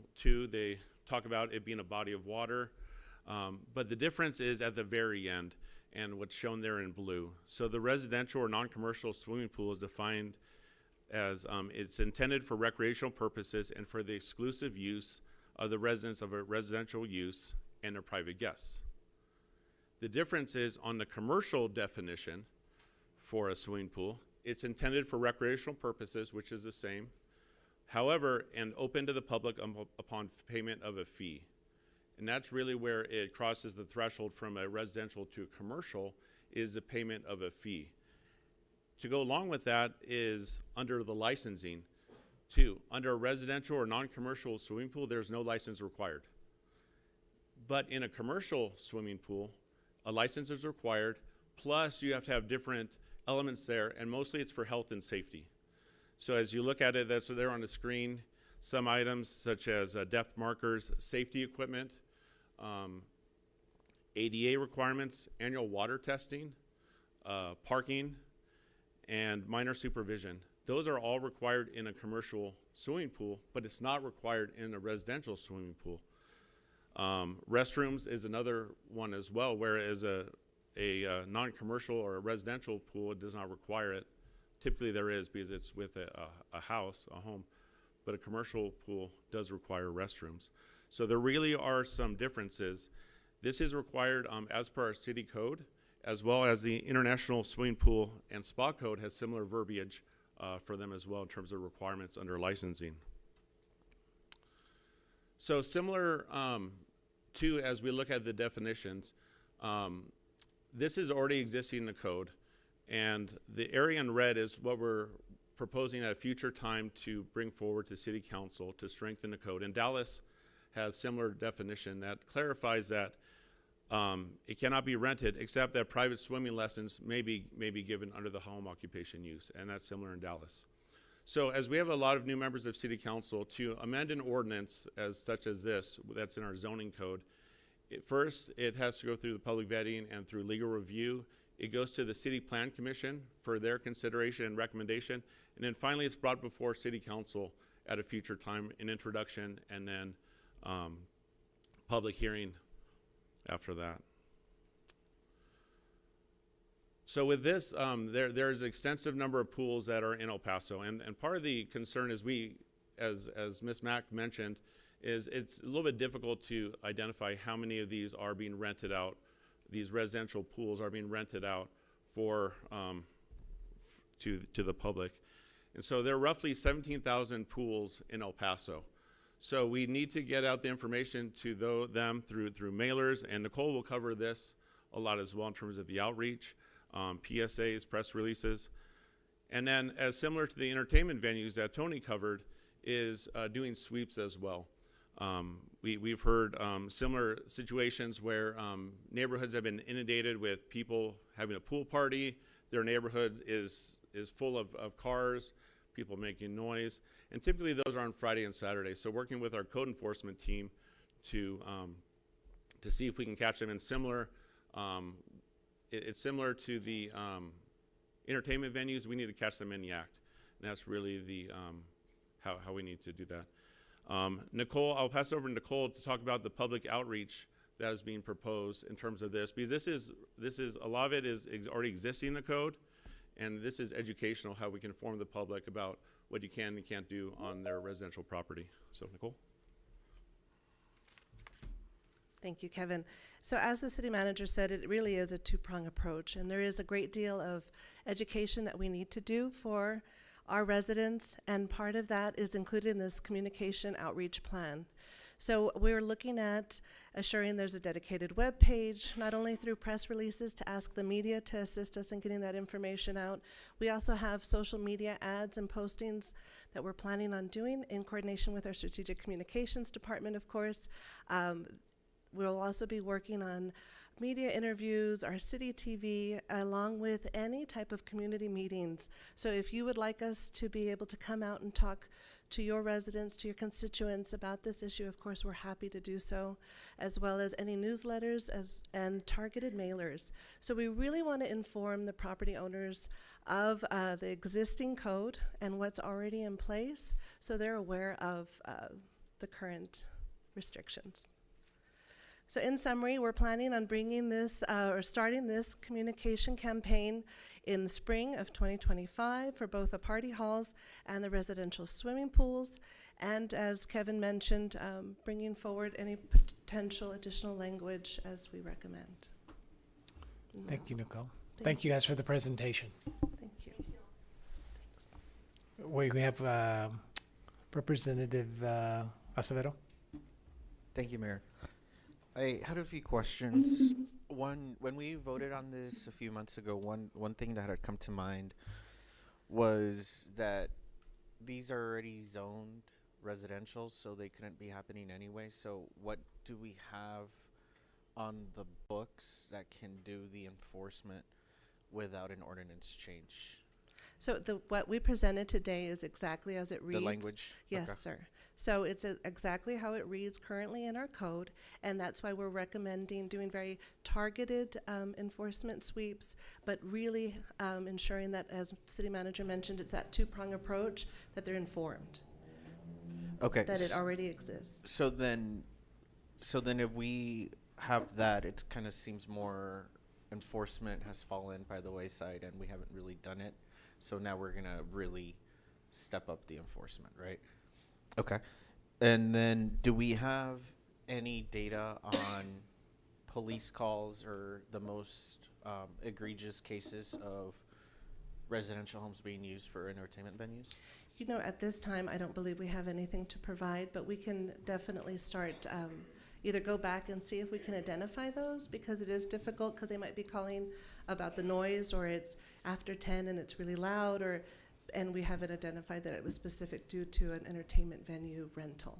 But we can start tracking that and be able to provide that to council in the future. I think that would be really helpful, just because I know when we voted on this a few months ago, there was that Casa extravaganza that was a major one, so we know the address there, right? So really, I think what would be helpful for me on this is to kind of zoom in to the ones that have the major complaints, the ones that have the most calls, right? When we're thinking about other issues for code enforcement, I've started encouraging my constituents to start calling, because then we go look and say, okay, there was 20 calls in this last period of a week.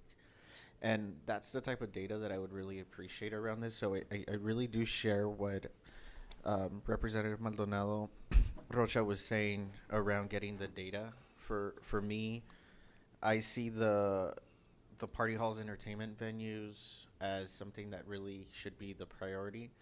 And in terms of pools, I'm not really seeing that a lot in my district. So I want to get more data to have a better informed decision around that.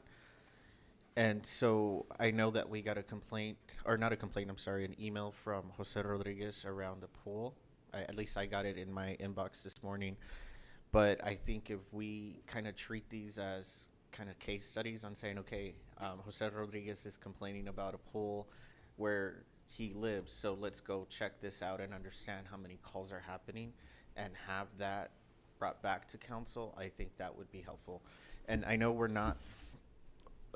posted for action, so action can be taken on this, right? So I'm kind of seeing your summary on slide 12 that you're already going to do some notifications and you're doing a whole communication outreach, and that I understand, but I still kind of think that we need a little bit more information before we move forward with it.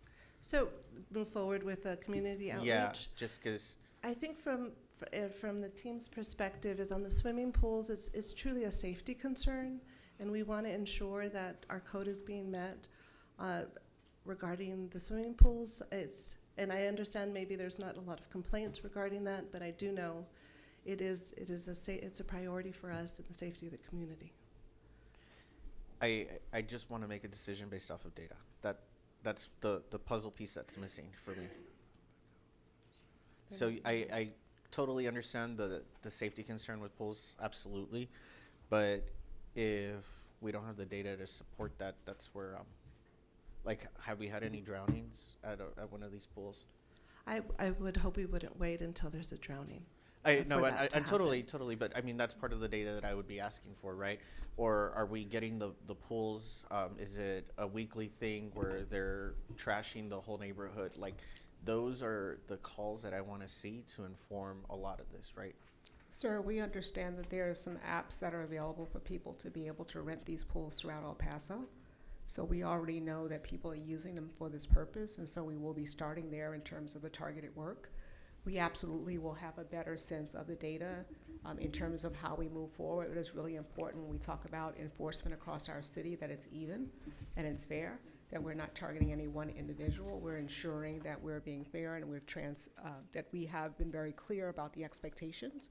And so it is important for us to make sure that information is out there in terms of clarification. Even if we did not make the change in the ordinance, understand that this is something that we need to be able to push out.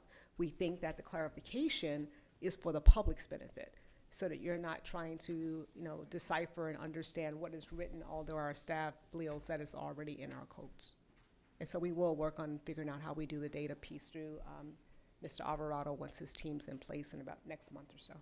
And I understand the whole thing about going everywhere and not targeting just one individual, but I think that we also have something to look at, right, where we have constituent complaints already, and that's a good place to start, because those are the people that are coming to us and saying, this is a huge issue, how can we tackle this? And I would treat this as like any CR that we submit, we send it out, right? Whether it's noise stings or duplex stings or code enforcement, I think we have a lot there to kind of start there and see how we can tackle it from there. Absolutely. We'll all work together. All right. Thank you. Representative Canales. Thank you, Mayor. Yes, thank you to the staff. I know you've been working very hard on this. We provided you direction in September of last year to draft ordinance changes specifically aimed at prohibiting the use of private residences as party venues and separately to look at the swimming pool rental issue. So I feel that what you've brought us, I understand there are concerns, but what you've brought us is exactly what we asked you for back in September. So thank you for that work. I'm looking at Swimply right now. Swimply is I think the leading, I don't know. I don't want to wade into that. It is a large platform for private rentals of swimming pools. I see 75, I just counted them, current listings for El Paso. I think it was 82 when we had the conversation last year.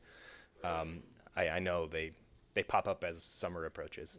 So there are venues all across the city that are being used this way. We have a listing of them here. I think it's a good place to start. Again, this is something that has been in our zoning code for a very long time. I think these were my comments back in September that we need a more refined plan for the way that we conduct enforcement, and I appreciate now that that Mr. Alvarado and the Code Enforcement Department is incorporating that into what we're looking to do. But we did again specifically direct the drafting of the ordinance changes, and so I look forward to when you bring that back to us. I know the timeline said spring 2025, so I anticipate we'll see those soon. Again, I have no problem with a request for more data. Of course, we want to make decisions based on data. But especially for my new colleagues on the council, know that especially as summer rolls around, you will begin to receive many complaints about violations of this portion of the zoning code. Folks who are being very disrespectful to their neighbors, a lot of disputes between neighbors regarding swimming pool rentals and pool parties and house parties in rental venues. And this didn't come out of nowhere. So this is very much an action that we directed last year, driven by complaints. And I think I don't know what caused it, but a strong escalation of those complaints, in particular last summer. And so, this is an action that we took for that reason, in order to address the community concern that we were hearing from a lot of our constituents. So thank you for the work, and I look forward to you bringing us the amendments to vote on in the next few months. Thanks. Thank you, Mayor. Representative Chavez. Thank you, Mayor. So just to give you a little more context, I just want to echo Representative Fierro's sentiments about being pro-business. I also am pro-business, but I also echo sentiments from Representative Acevedo and Rocha in terms of data. I did have the opportunity to meet Francis, one of my constituents in District 1, probably in August, early August, She complained about a house next to her that continuously had these types of events. She did try to reach out to the city several times, and nothing was done. By the time I reached Frances again, probably in November, she had decided to leave El Paso for the same reason, because she could no longer tolerate, the disturbances that were occurring in her neighborhood. So I just want to emphasize that I know that we can talk about, ordinances and trying to enforce them, but we need to make sure that we have the tools necessary for that enforcement. And I know that sound was mentioned, and I understand that that's another way to do it, but I just want to talk about, like speeding, right? We all know that people know speeding is illegal and they shouldn't do it, and yet we know people speed. But it would be counterproductive for a police officer to say, I don't have the tools to catch someone speeding, but if they're not wearing their seatbelt, I will stop them for that. So if we're trying to enforce a specific thing, let's make sure that we have the tools and resources so that we can follow through with that. So that I don't have to encounter more constituents like Frances. I know I have some constituents here today to speak about this, and I know that it is a big issue for District 1, and so I would love to collaborate with you, all of you, more to make sure that we're doing the best thing that we can for our community. I do think it's a quality of life issue, and we need to address it. So thank you so much. Yes, ma'am, thank you. Representative Rocha? Thank you. So the only question I have is, we talk about the ordinance or the zoning already being in effect. And I too went on Swimply yesterday just to make sure that I kind of understood what the city's facing and what code enforcement faces as well. So I know that pools will be open, if they're not already open, like March 1st, April 1st is what I saw. But here's my concern with catching them in the act. The owner typically is not on premise. So, Swimply does a job, my understanding is they do a job of making an arrangement with the renter. And it could be a family party or a birthday party or a photo shoot or any of those events. And there's an end time. So my question is that, you have code enforcement go out and you get these bad actors, and I keep referring to that, so sorry about that. But those repeat offenders, right, that have these parties with over 100 people in these locations, what steps are there? Punitive damages that code enforcement gives it? Do you ticket them? Like, clearly, I see that there's concern for it. So now we have to see, okay, you're going to go and do this outreach, and on the other end, who is ticketed? If the owner's not on premise, what are the steps? So those are questions that I have to be able to say, okay, maybe the owner's unaware that, that these renters took it to an extent. And I'm speaking for the ones that are generally just trying to make extra income. I'm not speaking about the ones that are the repeat offenders, and I know we saw Mr. Rodriguez that also sent, I believe, us all an email in regards to his situation. But also I'm trying to make sure that who's targeted here when you go and you catch these people in the act. Yes, Steve Alvarado again, Representative. Great question. So let me give you a foundation of our core process. Sure.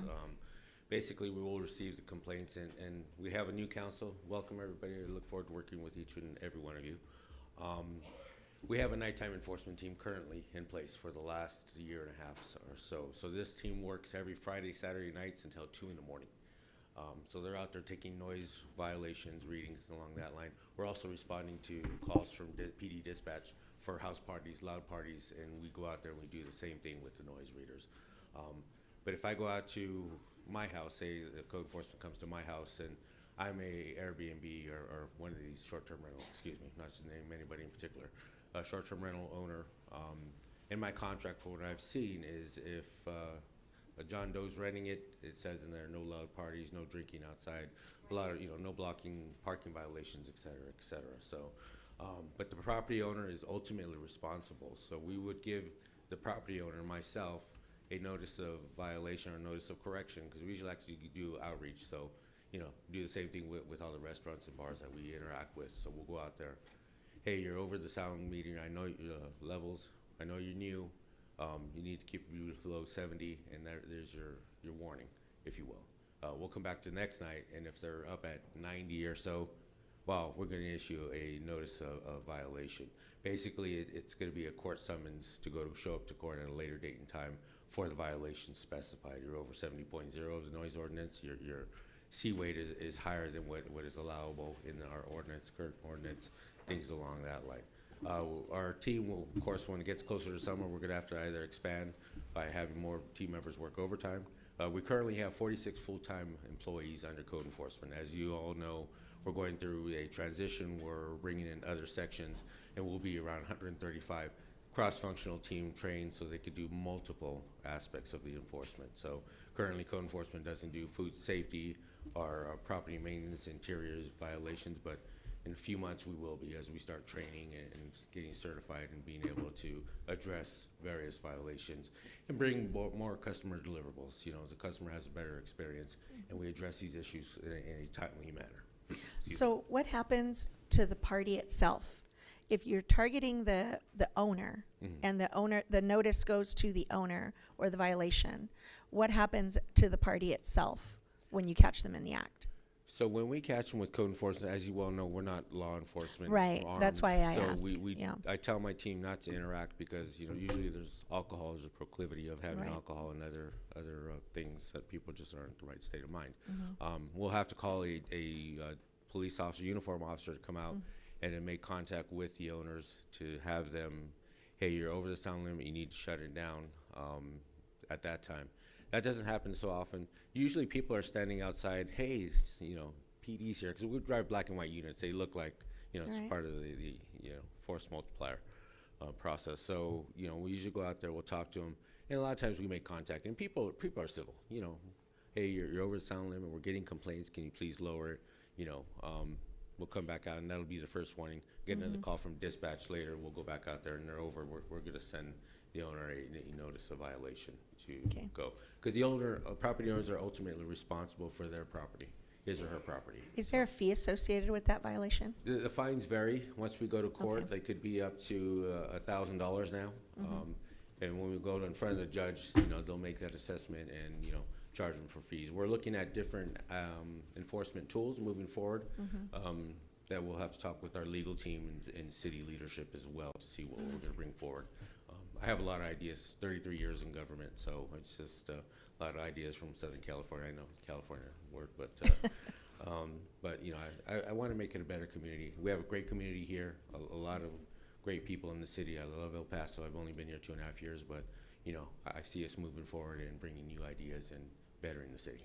Thanks, Steve. I appreciate it. Thank you. Representative Trejo. Thank you for that. Thank you, Mayor, for that great information. I too am pro business and entrepreneurship, but I really see this as a safety. It's a safety issue not only for those that are renting the venue, but also the community as they're be drinking and things of that nature.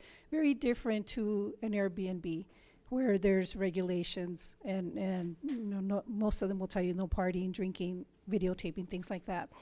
And so looking at the seriousness of this, as well as not having lifeguards, right? And first aid kits, things like that. How can you look at this more as a safety issue and to be able to provide more efficient or effective enforcement beyond the citation? What happens if the individual does not pay the citation? What happens with that citation? Is there a warrant, or what happens with that? Sure, I'll answer that question first, Representative. So if they do not show up to court, or if they're guilty and they don't pay the fines, then a warrant will be issued for the property owner. Since they are private pools, currently code enforcement inspects all public pools, hotels, city parks, things along that line. They're prohibited in residential, so they're private pools. We don't conduct the inspection, so we don't look for safety issues. We don't require a phone to be there, lifeguard or any life-saving devices, floats, things along that line. So since they are private pools, we're not doing that aspect of it right now. But those are great questions, and I'm all for it. Public safety is our #1 priority for every resident here in El Paso. So what would be the steps? You mentioned, you have to catch them in the act, and then there's a warning, possibly, the progression of that. Sure, I can walk you Right. through that. So we would do the research, like I mentioned earlier. We don't have to issue the notice of violation on the spot. Many of our NOVs, notices of violations, NOVs, are issued after the fact, and that goes to the restaurant. So we could come back, do our research, check the county assessors, parcel numbers, see who the property owners, or if it's an LLC company, send a notice to them, him or her, or the corporation, letting them know that, hey, you had violations on this date and time. This is what we found. List of the violations, whether it be noise or any other particular violations that we did find. The gates aren't closing, latching. It's pool safety. If there's a pool in the backyard, we want to keep people from, event from happening, if that makes sense. We'll work with them, and hopefully they get in contact with our ultimate goal is compliance here. Right. Is to bring them into compliance. We don't want to cite you, fine you, or do anything as that, but if it comes to that, we will go through that process. If we give you a notice of summons to show up to court, we'll work with our city attorney's office by all means and show up to court, go through the whole, present the evidence that we have at hand, pictures, documentation that these are the violations, and then ultimately the judge will make that ruling. Okay, thank you. Representative Fierro. Mr. Mayor, before I go for my second time to speak or ask questions, I'd request that we hear public comment, please. Ms. Prime? Yes, sir, we do have 13 people that signed up to speak on this item. Each person will have 3 minutes to address council. We'll begin with Stephen Greenberg, followed by Debbie Torres, Sylvia Carrion, Patricia Osman, Heidi Seons, Marcela Carrillo, Jose Cisneros, Teresa Chavira. Good morning, Mr. Greenberg. You will have 3 minutes, and you can monitor your time on the screens throughout council. It will appear green. Once you have 30 seconds left, it'll turn to yellow. Once you have 5 seconds left, it'll turn to red. At that time, please provide your closing comment. Thank you. Thank you for the opportunity to speak about this most important issue. You have a written copy of my comment and a map of the Swimply properties from past summer. So let me just summarize the salient points. El Paso, we have a problem, a big problem. Over 10,000 complaints last summer, many of them involving swimming pools. Disruption to residential neighborhoods, impacting property values, and potentially insurance costs. The city was asked to revise the ordinance to ensure these problems don't happen again, thanks to everyone involved in this effort. Unfortunately, the proposed revision falls far short of what's required. The revision is too narrowly focused on swimming pool parties. It should be broadened to include other outdoor events for profit, like weddings, raves, etc. The swimming lessons exemption should be deleted. It's a gaping loophole to screaming to be exploited to justify more outdoor pool parties for profit. Even more serious, as is mentioned here, is the absence of a mechanism for effective enforcement. No penalties like fines are mentioned. This ain't going to work. Too many of the code violators ignored code enforcement's requests to stop. An enforcement strategy needs to be developed that stops the illegal use of outdoor residential property. Language like caught in the act hobbles such efforts and should be omitted from the revision. Come up with an imaginative but legally sound strategy for dealing with this serious issue. Why is this so important given all the other challenges you're confronted with right now? Besides property values declining in affected neighborhoods, there's a matter of reputation. If it becomes widely known that El Paso doesn't enforce its residential zoning code, might companies considering our city for expansion might decide otherwise when learning of this deficiency? Aren't we all interested in attracting more companies to set up here to broaden the tax base? Thank you very much for considering my perspective, one that I know is shared by many others. Thank you for your time. The next speaker is Debbie Torres, followed by Sylvia Carrion and Patricia Osman. Good morning. Good morning, Mayor and Council. My name is Debbie Torres. I live in District 7 in the Mission Valley and serve as president of the Pueblo Viejo Neighborhood Association.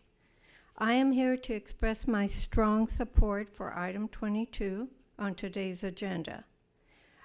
Residents, including my husband and I in our neighborhood, have experienced several serious difficulties with a homeowner on our street who holds regular public entertainment events, and this does include, he has a swimming pool on his property, so he's doing both.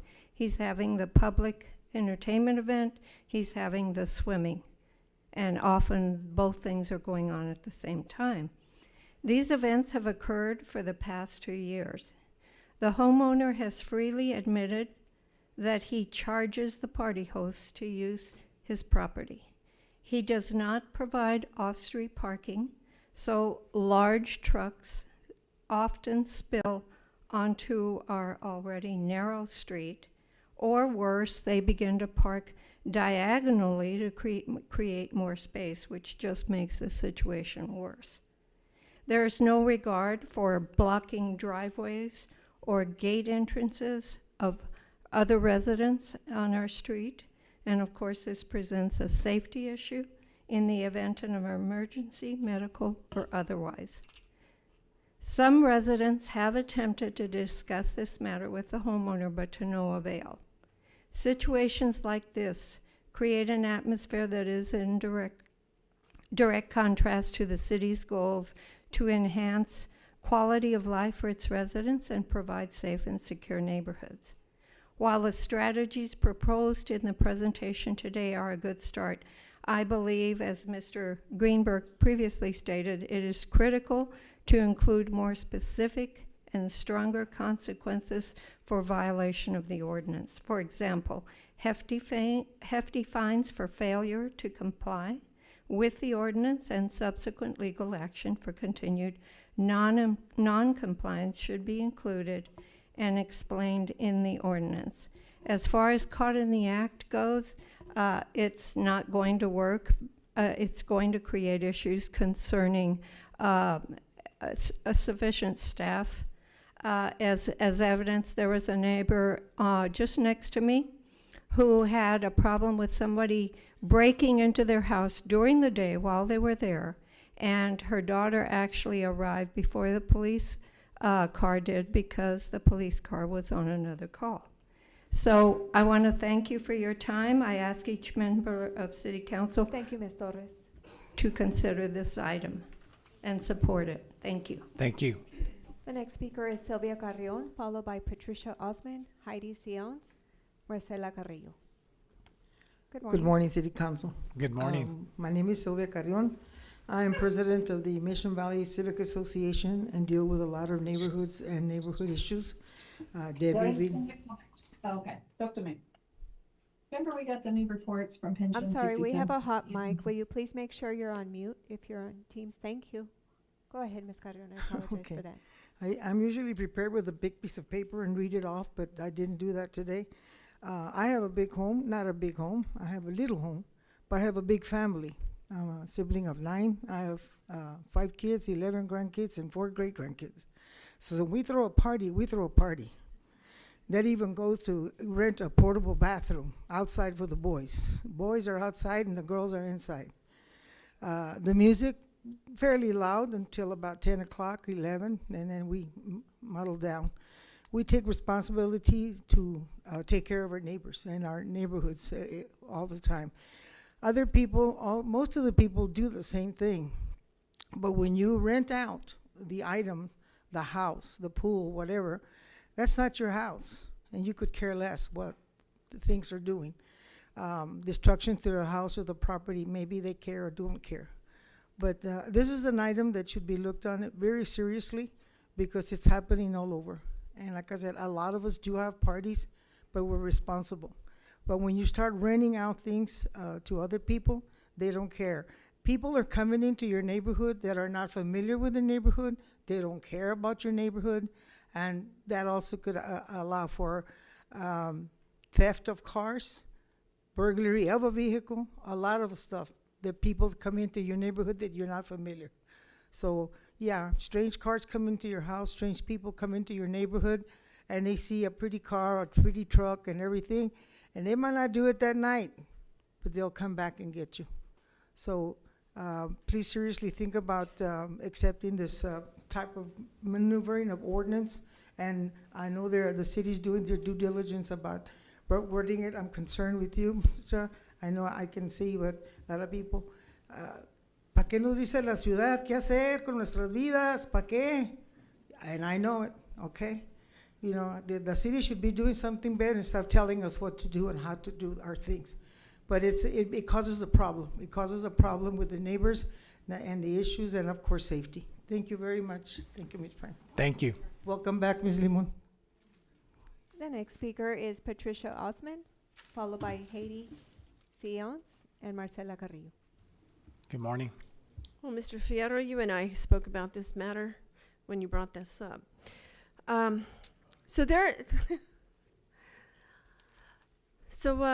There's a few things in regards to this one. I don't think entertainment, as was discussed prior when I was here, was ever really solidified as to what is entertainment. Okay, what is the size? Second, I understand the rules in regards to residential. I think that should be clear for a lot of people. But I'm really curious, as I brought up with Mr. Fierro, and I probably should have brought it up with Mr. Canales and Acevedo Mayon. Because is this going to be enforced equally? In what I mean is economically equally. Okay, because I do know of several residences that are owned by some very wealthy individuals in our city that are used for venues. They host the meetings for the board of directors of El Paso Electric. They host GOP fundraisers, both state legislative and for the governor. They host quite a bit. There's also, and that's in a gated community. There's been, which I've spoken to this body before, not all of you, but some of you. There was a BDSM group that is also in town that was working out of the Willows, another gated community, and they were renting out that house for various entertainment purposes. They also had a pool. But are we going to be able to enforce this with people who may donate to you, as well as anybody else that is just trying to make a little extra? And yes, you are correct, Ms. Chavez. This is a quality of life issue, because if the city hadn't stripped away so many pools at a reasonable price for low-income individuals, and you can't, these camps, they're not affordable. $10 per person to get in. A regular family, it's cheaper for them to rent somebody's home than to go to like a Camp Cohen. It is a quality of life issue, but I also want to make sure that it's an equality issue, that we are also targeting, whether it's One Silent Crest, homes over there by the El Paso Country Club. And I can sit out there, and I know people who live out there, and I'll make those calls to those homes as well, if need be, so that everything is just as equal. Thank you. Thank you. The next speaker is Heidi Sions, followed by Marcela Carrillo, Jose Cisneros, Teresa Chavira, Denise Arellano, Jesus Arellano, Mario Mendoza, Isabel Chacon, and Lisa Turner. Good morning. Good morning. Good morning.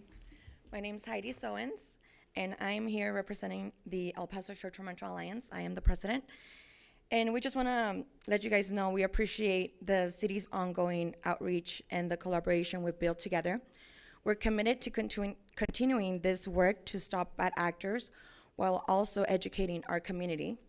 Our alliance remains dedicated to supporting responsible hosts and ensuring that short-term rentals operate in a way that benefits both residents and our local economy. We look forward to strengthening our partnership with the city to create a fair and sustainable short-term rental environment for everyone.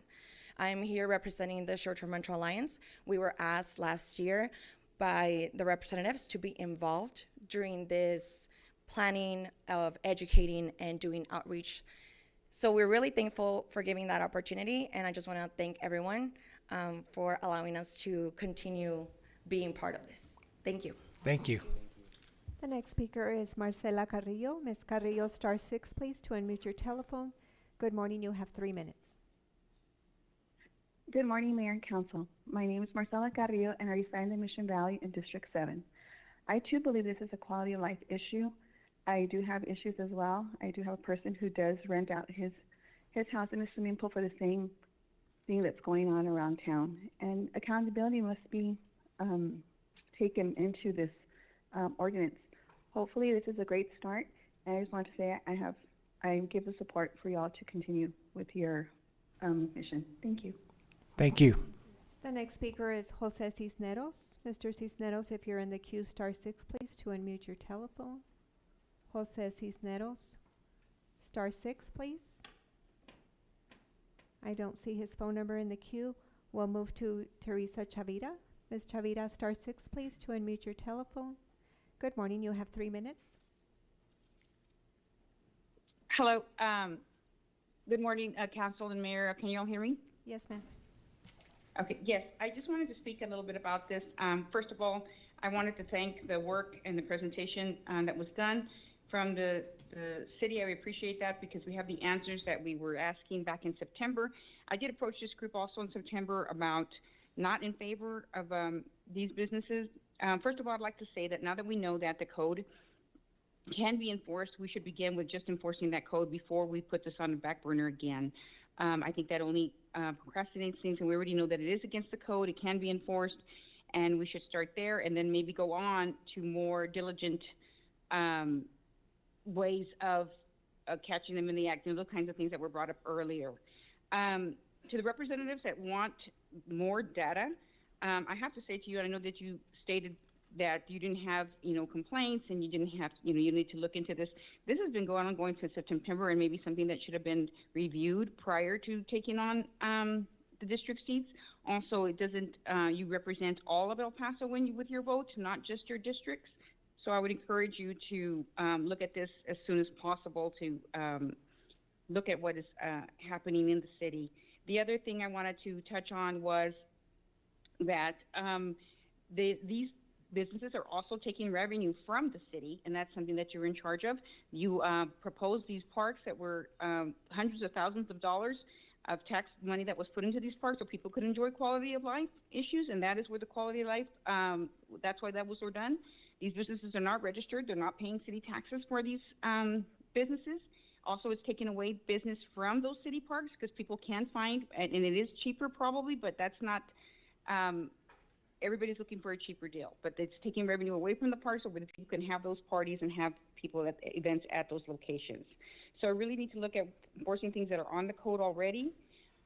We cannot wait any longer. Just so you know, the parties that I'm talking about, it's not about sound, it's not about parking. It's that it's a violation. It's in a residence. And so let's look at that to start with, and let's move on that, please. We want to look at the fact that the one that I am speaking of is an inside residence. They have already started parties. So it's an inside pool, so it goes on not only on Fridays and Saturdays. During the summer, it's every day, sometimes 4 times a week, like I stated before. It's indoors, so it doesn't matter the weather. So it can happen all the time. I'm not trying to curb anybody's extra income, but there are rules to making extra income, and everybody this is a matter of following legislation, following ordinances, and following the rules. We have to stop this looking at, well, what of this person and that person? Let's make the rules. The rules are enforced. Let's follow the rules, and I'm hoping that you all will move on this as soon as possible. Thank you. Thank you. The next speaker is Denise Arellano, followed by Jesus Arellano. Good morning. You have 3 minutes. Good morning, City Council. My name is Denise Arellano. Good morning. And thank you for having me this morning. A lot of new faces. I wasn't able to be here last time, but I was able to phone in. By surprise, you heard my neighbor. She's my right neighbor, and I am the person that probably strike this pool ban to start. All intent was meant to be safe. I did reach out to my city representative, Art Fierro, to have a meeting and to show him what safety, cleanliness, first aid kits, fire extinguishers, buoys, sharp hooks, that I had in my home. I wanted to show the other side of the coin, not just in revenue, but what I took in as responsibility to rent out to people. I did something to my pool, which was make it shallow. It was 8 feet, and I cut it down, creating a safer space. And so the family environment that I create in my home, it is a bigger home. My neighbor stated it in the previous meeting, but something that I was not able to do was when I spoke to Representative Fierro, was he told me not to take offense. Something that you lack to and you're missing is that my neighbor, she is in the criminal justice background as her title previously before, and her spouse is chief of police of EPISD. And so I feel targeted. It's not just to show the effect of what you know, but who you know. Who you know and who you call to make things happen, to close us down. I don't not only show, I not only give this space to people to come to my home, and yes, it is indoors, so it is controlled. I control the temperature, I have humidifiers, I have exhaust systems, I have put AC and refrigeration. It is a private space for you and your family. Now I have a big space, a driveway where you could park, and yes, sometimes it spills over to the street, and my husband, which he'll talk next, we're there. We are there in the party. We're hosting, we're taking care. I take pride of what I'm doing. I have responsibility. These are children, and they're not alone and unattended. Their parents are there. They are responsible people that have children. I have 2 of my own. I have created a space for them, and I know, and I have stopped doing parties as of October. I respect that. I respect that you guys are trying to take a decision, and I don't want to make it worse. And so I've backed down, and I hope that you guys can take into consideration. I wish you guys could come out to my home. I wish that these representatives here creating this presentation could take a look. I have facts, and I have Thank you, Ms. things to Arellano. show you. Thank you. The next speaker Thank is you. Jesus Arellano, followed by Mario Mendoza, Isabel Chacon, and Lisa Turner. Good morning. Good morning, Council. My name is Jesus Arellano. Good morning. The city is proposing to ban pool rentals. Tell me, how is the city going to differentiate when I have a private party? Is city enforcement going to harass me, my family, my guests, every time we get together like they did last year? Responding to fake complaints like the smell of weed coming from our house, our guests' vehicles blocking driveways, and loud noises, music after 10 p.m. We know the rules and we enforce them at every gathering we had, unlike other neighbors. Crying wolf to our city enforcement is a waste of everyone's taxes and resources. As a small home-based business, we worked with other small businesses. From our pool rental, we were able to provide work for businesses like tables and chair rentals, balloon decorations, snack bars, jumping balloon rentals, DJs, food catering, pool cleaners, lifeguards, trash removal businesses, and many others. By banning pool rentals, you are making all these businesses lose part of their income, not just from rental, but from my rental, but from hundreds of pool rentals throughout the city. We have a big family and lots of close friends. We are also involved with our church and our church events. Now, are you going to send city enforcement when we have small cell groups at our house, when we have discipleship classes, when we have men's classes, when we have women's classes, or when our youth group wants to have gathering at our house? What about when our church wants to have baptisms or at our house? Is it illegal for my parents' church or my wife's parents' church to want to have any of these events at our house? We had quite a few church events at our house last year, and it was wonderful, even with all the harassments and all. All of our events were family-oriented. We are the host. My wife attends the family, and I make sure no one parked illegally. We have safety devices in our house and in the pool room, as well as video surveillance all around the house for everyone's protection, including our neighbors. All gatherings were over by 9 p.m. the latest. Then the pickup and the cleaning and everyone leaving will take another hour or so. No glass bottles of any kind were ever allowed in our property, and the amount of people was always limited. The only thing we didn't like was our neighbors taking pictures and recordings of our guests and their vehicles. Every party had little kids, and most of the time they would leave in their bathing suits. I don't think it's appropriate for grown adults to be taking pictures of them or recording them. We are just looking to provide a fun time for families and their kids that want to do something different. We enjoy sharing our space, and we enjoy seeing everyone happy. Well, almost everyone. Even though we didn't get any support from our representatives, District 6, we invite city council members and the city staff to our home to see for yourselves what we offer to our community. Thank you. Thank you. The next speaker is Mario Mendoza. Mario Mendoza. Isabel Chacon.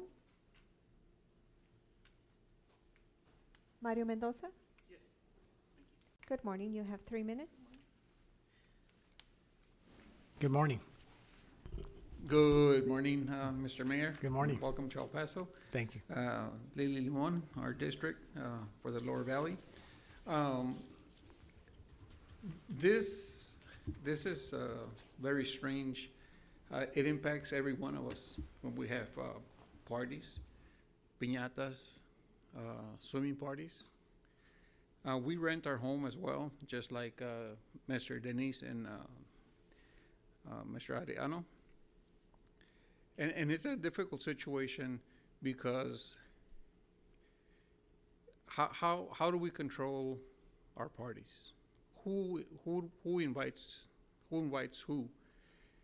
And the most difficult part of it started last year with Mr. and Mrs. Ariano's neighbors. We have never had any issues, or these types of issues have never come up until they started renting their indoor swimming pool. We have our controlled environment just like they do. We have invested thousands of dollars to make our backyard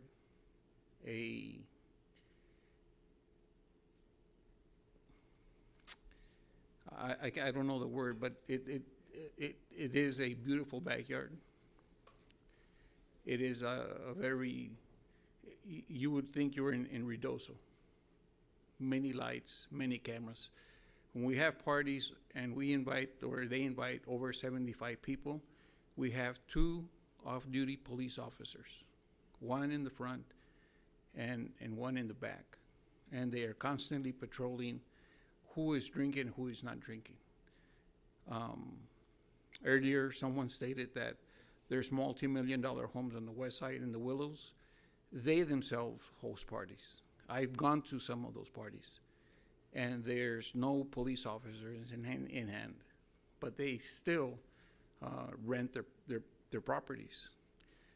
To make money, maybe, I don't know. We rent our house not to become millionaires or pay the electric bill, etc.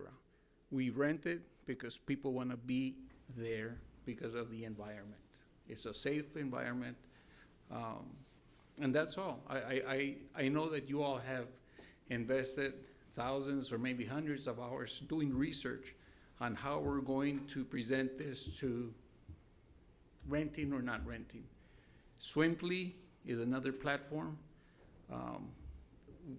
They have invested thousands of dollars as well. So please consider your decision on how we're going to Thank you, Mr. Mendoza. fix this. Thank you. Thank you, Mr. Mayor. The next speaker is Isabel Chacon. She will be followed by Lisa Turner. Good morning. Good morning. It might be afternoon already. Good morning. Thank you for being here, Mr. Johnson. This feels a little different. I'm on the opposite side this time. But thank you so much, Mr. Art Fierro, for bringing this up. And thank you for all you elected officials being here and dealing with this. Our concern is a few things. We already have a team, from what I'm hearing, of 46 employees, and they're already doing calls. So where's the log of how many they've actually gone to? That's a concern of mine since we continue to talk about this. Who are we actually talking about? How many tickets were written, things of those natures. I think by now we should have a little bit more data on what we're actually or who we're actually talking about.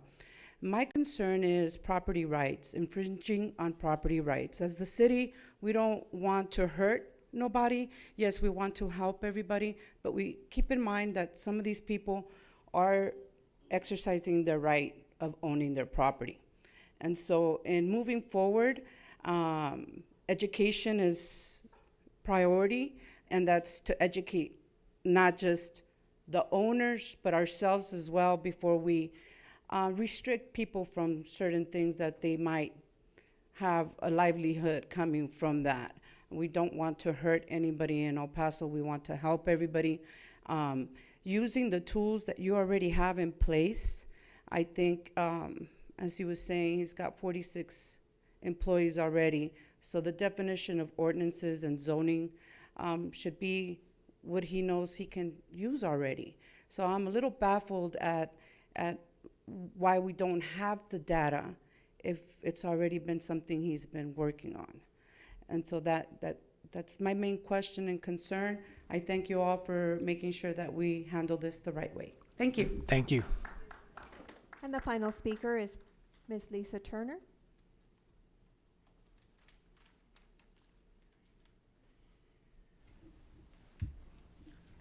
Good afternoon or morning. We're still morning. Good morning, Mayor and Council. Good morning. Let's be honest here. We're talking about these things happening in residential areas.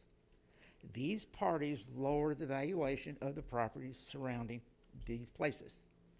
Now, they're in violation of El Paso Code. They're in violation of Chapter 265 of the Texas Administrative Code. They're not meeting that. And the one thing you all should have picked up on is the ones who came up here and said, well, we have parties. What they did not tell you is they have a certified lifeguard on duty. Now, you're renting out your property, your pools, then you better have a certified lifeguard on duty. That is a safety issue. You have rules for public swimming pools. They're not following them. They're not following the rules, the walkways, the distances.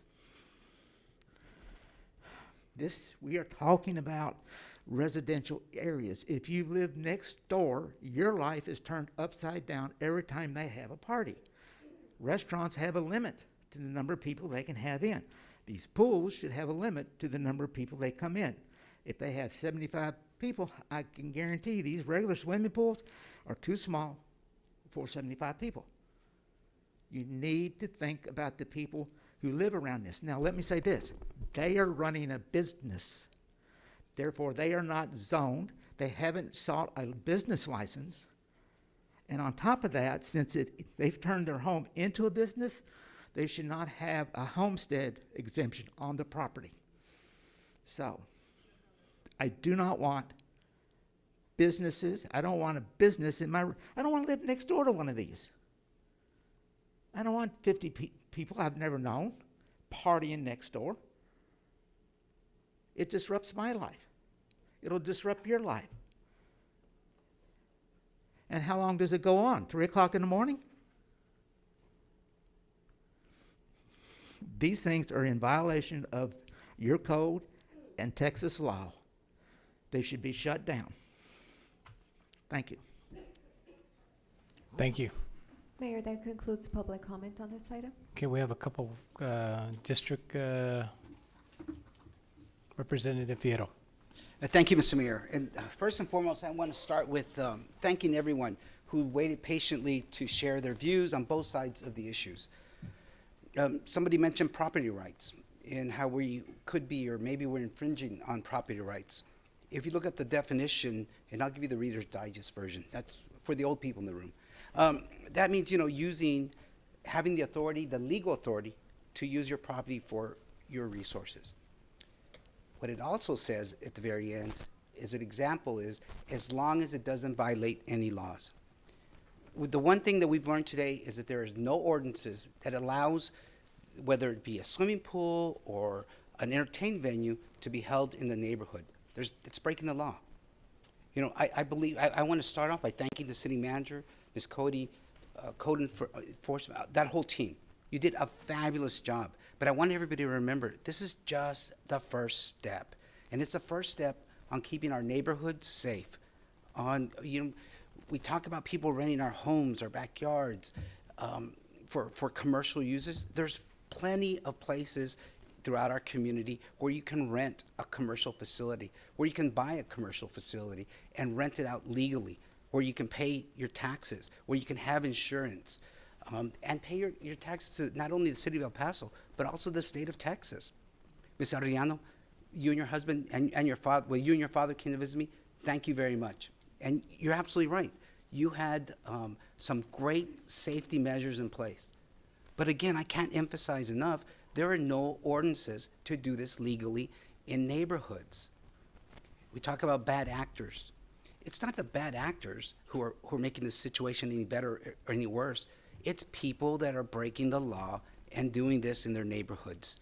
You know, we as a council owe it to the citizens of our community, of our districts, to have them have the quality of life that we all share in our neighborhoods, to be safe, and for them to follow the city ordinances. Again, to the city manager and the team, I understand this is the first step. This is a living document. And I think that we need to combine everybody's input today, everybody's thoughts, and move forward with something that's going to make our community safer and move forward. Thank you, Mr. Mayor. Thank you. Representative Lemon. Thank you, Mayor. It's very true. I see this as the very, very first step. What I really appreciated was hearing the other side. People who already have a pool, Mr. and Mrs. Arellano, Mr. Mendoza, because it does show that there is another side, and we need to take that into consideration. I would ask that perhaps as you do your reviews, that you invite some people like them to be part of the team that does the review. Safety is everybody's responsibility, and the thought of a child drowning or an adult drowning at one of these events is unforgivable, and we simply could not deal with something like that. But I think you've got a clear directive, I believe, on what to do, what you all are going to do next, and so my only thing is just bring on the other side so that we can have a full explanation of it all. Thank you. Representative Acevedo. Sorry, I didn't realize I was next. So I guess for Ms. Neiman, I wanted to give you an opportunity to explain what this caught in the act provision means, because I feel that there were a few questions on that. Why are we waiting to catch people in the act? So legally, we have to be able to have something in writing that explains to our code enforcement officers what the violation is. So currently, we don't have something codified that our code enforcement officers can say the following things have to happen for you to walk in and say you're in violation of this ordinance. We have nothing that says these are the things that need to happen for you to be in violation of law. What we know is that we don't permit people to conduct businesses in residential zones. So these homes, while they're being used as a residence and people live there on a day-to-day basis with their family, we don't allow people then use the home as an official business to then rent out their pool. The pool is no longer a pool for my house, it's now being rented. So there are no provisions in place to prohibit that except for the zoning code, which says you can't use your home for commercial purposes. That's what we're talking about. So our people wouldn't be able to walk in, and it's like many of these people are saying here today, right? How do you know that I'm renting it? I could just be inviting people over. There's nothing that says you have to have the following proof that you're renting. So it's a difficult conversation to have to explain and then codify for our code enforcement folks to be able to do what we believe the council may be interested in regulating. Okay, thank you.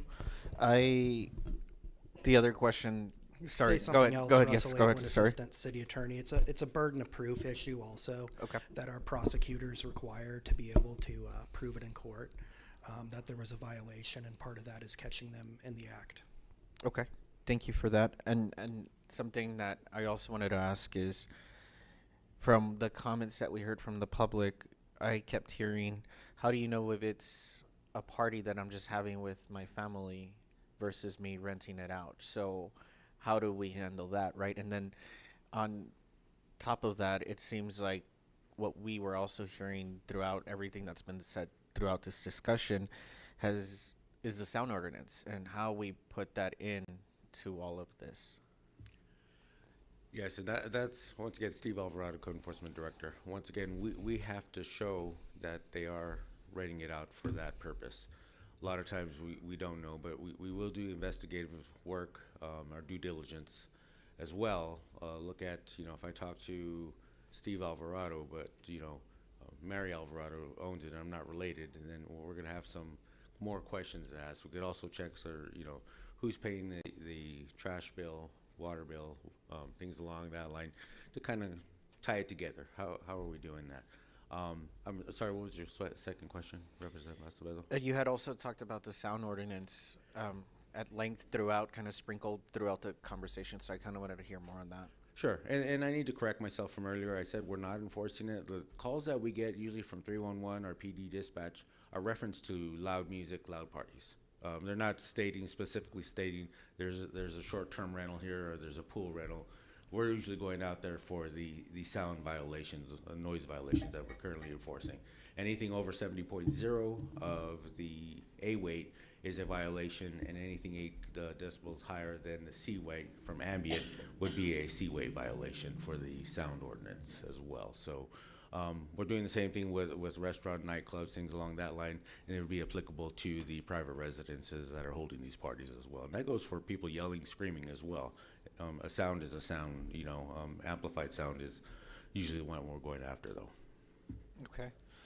And then I was comparing notes from September, and I see that the direction to the city manager and the city attorney was to draft an ordinance that prohibits the use of residential properties as entertainment venues and return within 120 days. The proposed ordinance should address issues related to neighborhood disruption, zoning compliance, and public safety. And what we are getting here today, I think, is two different things that are similar, right? The entertainment venues and then the pools. So my question is, do you consider those two things to be the same thing, and that's why you did it that way? I think they are similar in aspect, and we would approach them in the same manner. We're not going to be able to differentiate if it's a short-term rental or a swimming pool rental. Swimming pool rentals is something new to me. I didn't realize they existed up until about a year ago since we started working here. But we would go out there and do the same investigative skills and ask the right questions to see what is in fact going on. Our ultimate goal is not to shut people down. We want people to enjoy their residences, but we just want to make sure they're applying to all the rules and regulations and ordinances that are in effect at that time.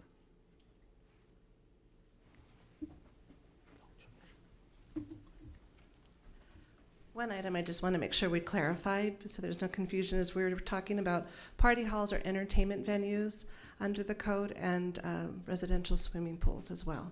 And so that's the enforcement portion that we're looking for those existing codes, not short-term rentals at this point. Correct. And so that's why I was looking at the direction, so that you would consider the rental pools on Swimply an entertainment venue. It's actually very specific, and I can hand it to Kevin. We're talking about a commercial use of a residential pool, and so it's very clearly defined in our code. Yeah, again, there are different definitions in our zoning code that for these different items. One is entertainment venue, currently classified as a dance hall under our current zoning code. And then the pools, you have residential or non-commercial and then commercial pools. And then just to further clarify too, these are existing ordinances in the books already. So they already exist, and they are not allowed in residential districts. I want to make sure council understands those of the public hearing this, is these are currently in effect in our zoning ordinance. So the education and outreach portion is to help the neighborhood, the public know what you can and can't do on the properties for these items. And then when it gets to it, then, as was mentioned by Mr. Alvarado, then the enforcement teams will go enforce as items come before their attention. And so if it's kind of going back a little bit, so if it's a private property and they say, I'm having a family gathering, you might ask for an electric bill to prove that the owner's there with their family? I mean, I know it's kind of like a work in progress, right? But yeah, we wouldn't ask them at that point. If I'm talking to Steve Alvarado and I know John Doe owns the property or Jane Doe owns the property, we would ask some more questions. Are you renting, you leasing? It comes down to having the evidence of proof beyond a doubt to show that they are taking money in to, rent this property and as a venue or a pool venue, if you will. So. Okay, and then I wanted to have an understanding of timeline for next steps. I think somebody mentioned at some point it goes to one of our commissions and then we'll take it into first reading, second reading. What are your thoughts on that? And then is it still going to remain these two separate things, even though the direction from September said entertainment venues, right? And then I feel like everything that was said, it still kind of blurs the line across everything. So I find this to be really difficult to make the public understand and aware of what is happening. Yeah, IT, can you bring up the presentation again, please? So on this slide here, it talks about the next steps that is being proposed is the public outreach that Nicole covered, work with our public information office to strategic communications to get the word out to the public so that they're aware. And there are quite a few different aspects to that talks about the communication outreach plan, and that's here on this slide here. What I was mentioning about the code amendments, specifically for the code amendments, is those have to be work with our legal department to on the language for those, work on the outreach, go to our city plan commission. They are the body that is tasked with making recommendations on code changes for the zoning code to city council. It'll go to them for a recommendation, and then finally it'll go to city council for introduction and then public hearing. So that is all proposed here in the spring. As before the summer really ramps up. I know we're experiencing some hot days right now, but before we really get into when these are going to be used for renting, either on the pool portion or also the party hall entertainment venue. Okay, and then, so spring could be March, yes. April, May, June, right? But I guess what would be helpful is, do you need direction for you to bring us data in the next 30 days, 45 days or something like that? Because I would really like to see the data before we even start getting to talking about zoning definition amendments. We can get whatever data you need, but I want to make sure council understands that these are already prohibited. So you cannot do these already. We can look and see what data can be received, but again, these are not allowed already per our zoning code without any amendments to it. But we can, it depends what information council would like to have for more information. Okay, what do you think, Ms. Mack? Is there further clarification that's needed? No, you feel okay? Yes, I mean, we're going to start our whole process with community outreach as we typically do, and ensure as we're out in the community, we're gathering information, we're making sure that we are providing people, as much information as we have in terms of feedback. This will come as two items as staff has talked about, because it's in two different sections of code and we have to bring it forth in two different items. I think that we'll have opportunity to provide you with the feedback that we gather from the community, which I think is going to be the most powerful piece of what we do next. Okay. And I would appreciate if we could throw in some of the police calls, code enforcement calls, almost like a map, a heat map of where it is, because I also want to understand that. Okay, we'll gather that data. Thank you. Well, thank you guys, and thank the public for coming together and providing input and taking your time. I think, and staff and Ms. Mack, thank you for having your staff bring us to this point. We can only get better as we go forward, and we will. And we've got a lot of input that you heard today, and council has a lot of requests that they would like for you to consider as we move forward. So we look forward to seeing what you bring back to us here in the spring and making a decision on this. But I do want to thank the public for taking the time to come out and provide their input on such an important topic. So thank you guys so much. Okay, Ms. Bryan, you got to catch me up on where we're at now. Mayor, we just need to pause for about 10 seconds, and it'll be noon in time for call to the public. Perfect. There, it is noon. So if we may go to call to the public. Sure. The El Paso City Council is a local government body charged with serving the citizens, and the meetings must be focused on the meeting at charge. The city council meetings are public meetings under the Texas Open Meetings Act.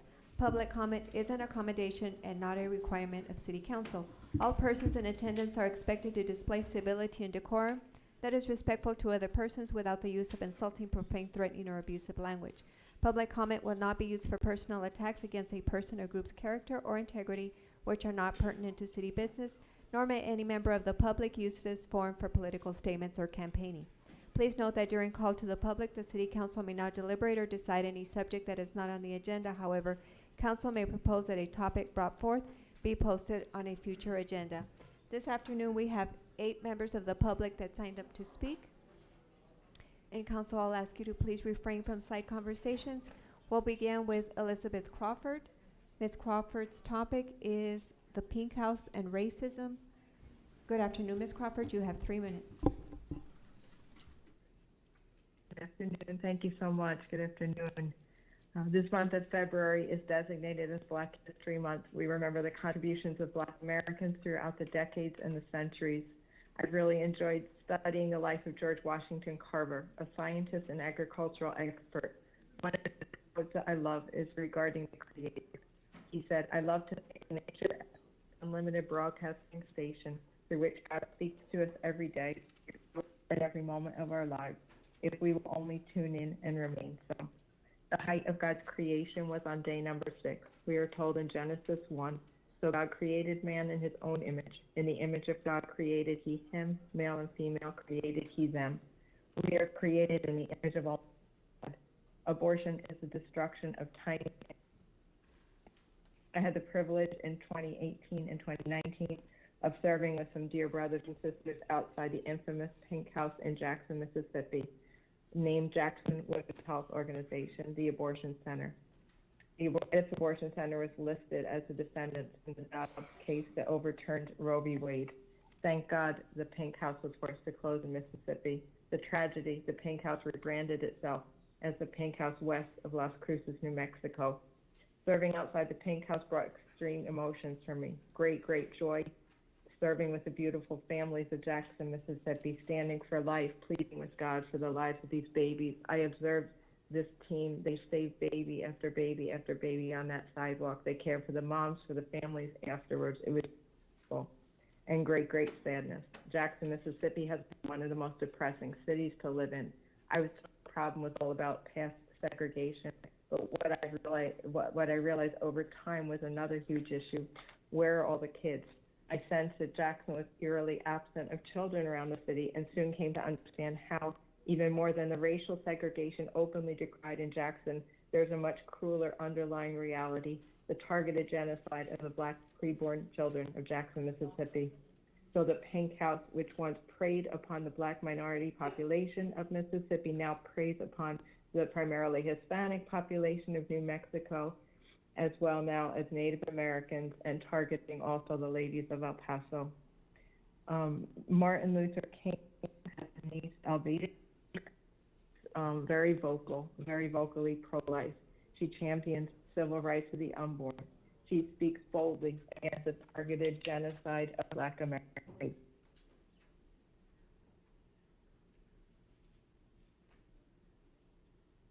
For ethnicity.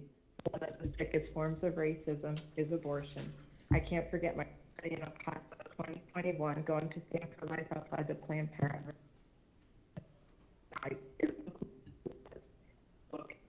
remote part of town, make to repent before a holy Thank you, Ms. God. Crawford. Thank you. The next speaker is Barbara Valencia. Ms. Valencia's topic is animal services. Step up and take responsibility. She will be followed by Ron Como. Good afternoon, ma'am. Good afternoon. My name is Barbara Valencia with Huckleberry Hound Dog Rescue. At the October 24th, 2023 City Council meeting, I exposed the failing foster care system at Animal Services, where dogs and cats were placed in foster homes with little to no follow-up being done. February 2024, approximately 1,000 of those animals in the foster homes were missing or unaccounted for. Many of those animals were showing to be in the foster homes for an extended period of a year or more and had not been spayed or neutered. Intact animals purposely put out and left in our community by our shelter leadership to breed and add yet more animals to our pet overpopulation crisis.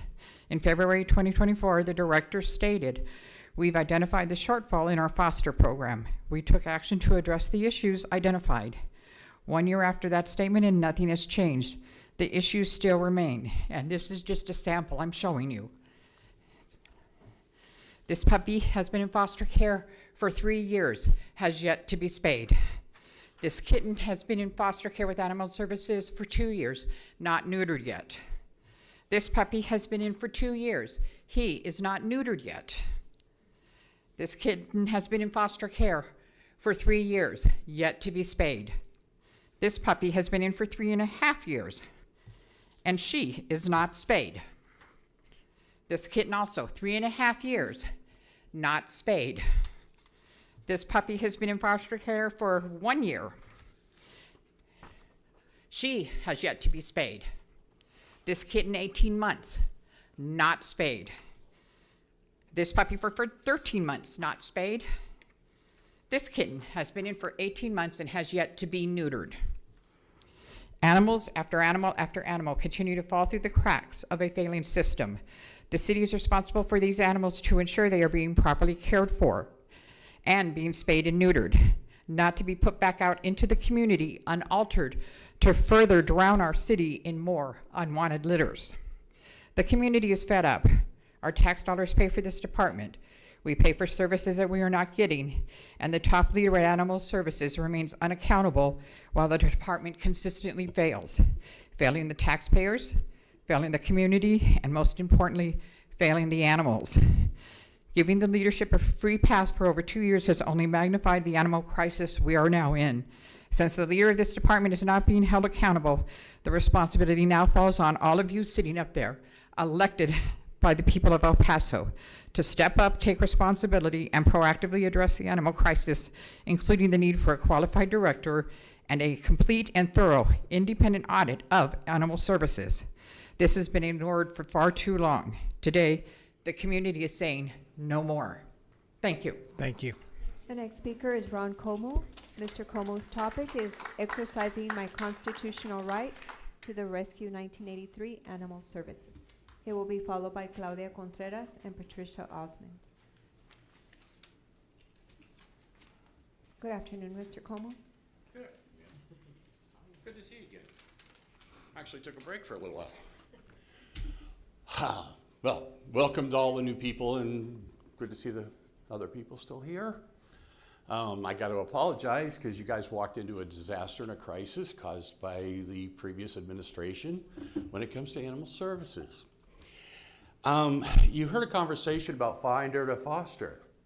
I had run into the gentleman who's top dog, I guess I can't say who he is, in the city manager's office after we found out there was 1,000 strays missing. I asked him what he was going to do about the failed finder to foster program. His comment to me was, "I can't intake all the strays." It's interesting, we used to. But that also kind of goes along with the comment from the present director in his office to me that he's not going to house a bunch of strays. Well, ladies and gentlemen, what's he doing in the seat of Animal Services, the director, if he's not interested in doing his job? Okay? We have another issue. The director was on Channel 7 this weekend, talked about the new school, the new shelter. He said we have 2 buildings. Has anybody seen that place? Misinformation is unbelievably allowed to city council, to employees, to ASAC, to the media, and it's time we get truth, honesty, and transparency in our shelter. Now, if I can do this quickly, hopefully. 826002, stray means roaming with no physical restraint beyond the premises of the animal's owner or keeper. 826033, each stray dog be declared a public nuisance. Each unrestrained or stray dog be detained or impounded by local rabies control authority or that office designee animal control officer. Use of the disruption to the shelter system brought on by COVID as an opportunity to re-envision the way shelters operated. In other words, they snuck best friends in while we were in trouble. The first two, the 82602 and 033, are state laws.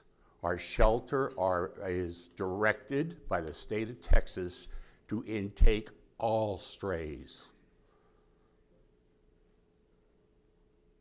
Not just the ones that they want to. Not to leave the ones on the streets that have been hit by cars and hopefully they don't have to pick them up. Not so that shelter rescues like Karen and I have to go and find a deceased dog that the community had been calling on for 3 or 4 days and nobody bothered to pick it up until we got there. I called the director to get it done. This is insane. Thank you, Mr. Como. The shelter needs to be fixed. Thank you, Ron. Thank you. It's a pleasure to see everyone. Thank you. The next speaker is Claudia Contreras.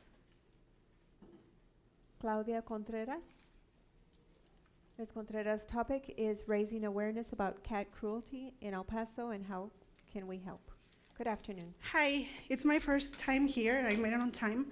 I want to thank everybody, honorable people of El Paso, the major city reps, because I'm sure you all do your best to help our animals.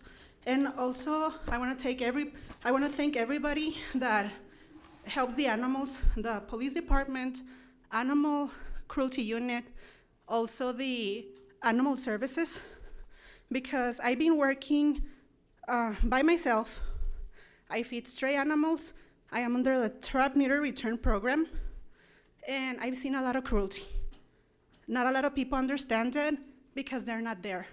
I would feed Lower Valley, Dyer, the most difficult places of El Paso, and I think we need to work as a city together to bring awareness, to tell people not to be afraid, to report cruelty, because we do not want to leave this monster to the next generation, okay? We are here to talk about money, everything, that's fine. But as a city with godly values, we are Christians, Catholics, we cannot be letting this go by. Sanitation is picking up a lot of dead animals. I have the numbers, but things are higher, like the number is higher than this one. Last month, it was 220. The month before was 245, and I believe the numbers are way higher than that because I just moved. Sometimes I don't have the time to move, to call and report dead animals. I spoke to the person that's picking up the animals. They're saying most of the times it's cats. They're seeing a lot of sacrifices, beheaded animals, and I'm here to represent the animals that are dying slowly in our cities. They're being poisoned, they're being beheaded, they're being mutilated. And I think it's enough. And if we have God first, I brought my Bible here to testify that everything I'm saying is true.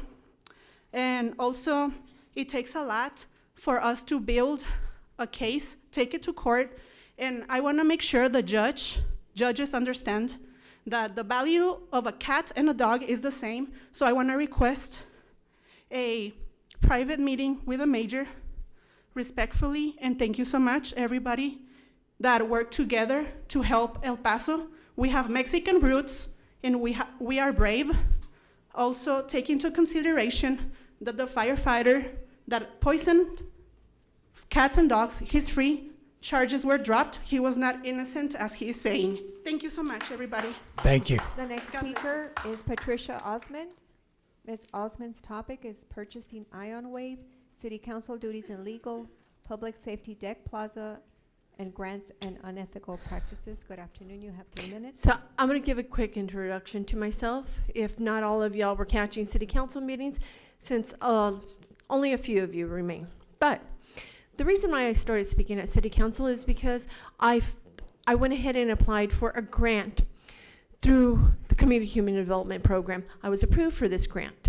But in the course of this, it ended up that I discovered a lot of corrupt and unethical practices. Okay? I reported those. I did HR reports, I did ethics reports, and some of those people are now gone. But that triggered the fact that there's so much more wrong. So although there were issues wrong with community human development, that also led on to purchasing. We still don't have a purchasing director. But either way, so really quick, yesterday y'all were talking, and I wish I had shown up then, about procurement. Yes, Ion Wave, every one of those grants need to be on Ion Wave, okay, because they're not right now. There's a way in which Ion Wave is being used that not everything is listed on there, and procurements are being I'm going to say this right now, we're funneled to employees of their own departments, okay? As far as the deck, can we please call it what it is? It's going to be a tunnel. 22 weeks ago, we had a huge accident over here on the freeway, and if you cover that, it's going to be worse when the accidents are there, all right? Right now, emergency vehicles can actually come from down and handle vehicles that are down there. You're creating a tunnel. You can make it look all pretty on top, but it's a tunnel. It's going to be a traffic hazard, and I haven't seen one person speak to the traffic safety issue that tunnel will create, okay? And as far as El Paso Electric, let's discuss Meta. We all knew that Meta was going to end up causing a huge strain on our grid, yet our past city council decided to vote it through. And yet the citizens of El Paso are now going to have to pay so that Meta, because a data center is not a call center, there's not a lot of jobs, it's no different than a Bitcoin farm. It's just computers that are putting a strain on our local electric grid and making citizens have to suffer and pay. As far as ethics, I think there's something coming up, so I'll go ahead and put that then. Either way, I think you all need to understand the history of what has occurred, what occurred with me, and I will be sending a lot of the emails that I sent out to your previous office holders to you all, so you all understand what occurred. Thank you. Because everybody should know. Thank you. The next speaker is Carlos Sainz. Carlos Sainz. Leandro Cardona. Mr. Cardona's topic is pollution and burning trash in Ciudad Juarez. Good afternoon, sir. You have 3 minutes.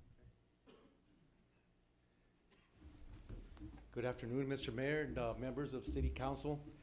My name is Leandro Cardona. I'm an electrical contractor here in El Paso.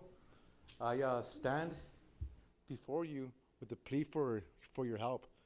My complaint and my plea for help might sound a little trivial when there's bigger issues happening at the moment, but even if you just listen to me and don't respond to my complaint, I at least hope to open your eyes and your lungs to the unfairness being committed across the border. It's so unfair and so unhealthy to wake up in the mornings to the conditions we are being subjected to by living next to Juarez, Mexico. By no means am I referring to the people of Juarez. They too are being subjected to the toxic elements being given off by the trash that is being burned at night in the city dumps. They burn the trash at night so that we don't see the smoke, and then we wake up in the morning to the entire city being engulfed in toxic fumes and smoke from the trash being burned at night.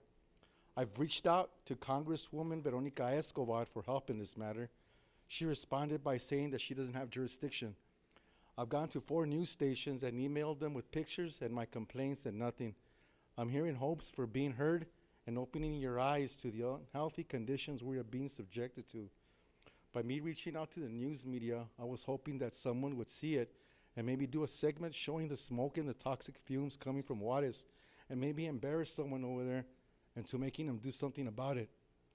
Like I said at the beginning, maybe this isn't something important to y'all, especially when everything that is going on right now with migrants and tariffs. But maybe, Mr. Mayor, if you could call the mayor of Juarez and, you know, reach out to him with this complaint. Some days, I'm hoping, okay, so Juarez with this problem. I'm hoping and opening your eyes to see how bad the situation is. Some days are good, but some days are real bad. And whenever your eyes are burning and itching for no apparent reason, I hope you remember me. And then look out into the city and see how bad the smoke and pollution coming from Mexico is. Thank you for your time and for the opportunity for me to speak. Thank you. That's it. Thank you. And the final speaker is Lisa Turner. Ms. Turner's topic is the use of P-card.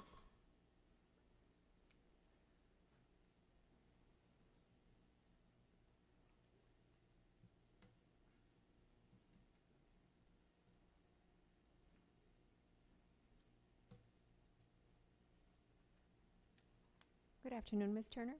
Good afternoon, Mayor, Council. Had me in the morning, you got me in the afternoon. I want to talk about P-cards and where you can use them in this town. You presently are allowed to use them at Walmart or Sam's Club or whatever, or Target. I'm asking you to disallow that.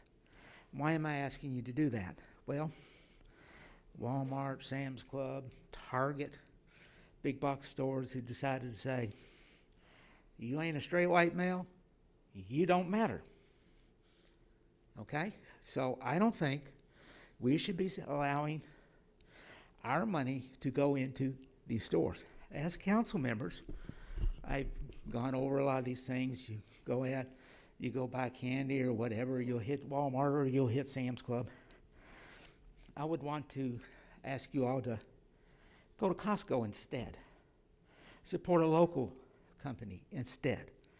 But to support these people who have said they don't want DEI, in other words, they don't want 9 of you, 8 of you out of the 9 that are up there. They don't want you. They don't want my city manager. Simply because you're not a straight white male. So, and that's what it's all about. You sit there and watch. Anybody know what happened to the Hispanic serving institutions? The latest EO that pulled support for basically UTEP in all tribal schools. It's time that my council stand up for its community, which is somewhere between 82 and 85% Mexican Americans. It's time that my council take a stand for all minorities. It's time that my council say, we're going to do something. It may be small, but we're going to do it. We will not spend our tax dollars with companies like Target or Walmart or Sam's Club. We will spend it, though, with Costco because they've stood up against the pressure and they haven't buckled. Those are the people we need to support. And I'm going to go get a Costco membership so I can do my small part. I already do part of my by shopping in New Mexico and not Texas. Lovely top, got it in New Mexico. So I'm going to ask you to do that. Please. Thank you. Thank you, Ms. Turner. Mayor, that concludes the call to the public this afternoon. Thank you. Mayor, I'd like to make a motion to go into executive. Second. We have a motion and a second. I need Is to this know- on a particular item? It's listed on the agenda, Laura. It's I think we need to EX1. introduce an item before we Okay. retire to executive session. So we're going to retire for EX1, is that correct? That's right. Okay, so there's a motion made by Representative Nino, EX1. seconded by, Thank you. I'm not sure who seconded. Was Second. it- Thank you. There's a motion and a second to retire into executive session. All in favor? Aye. Anyone opposed?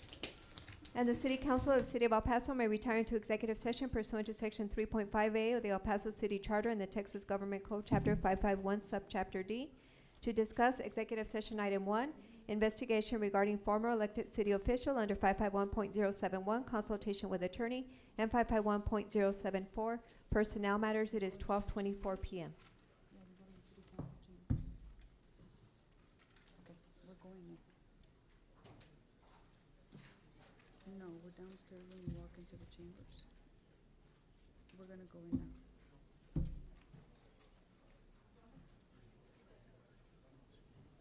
You think you'll be here soon? Okay, thanks. He's on board.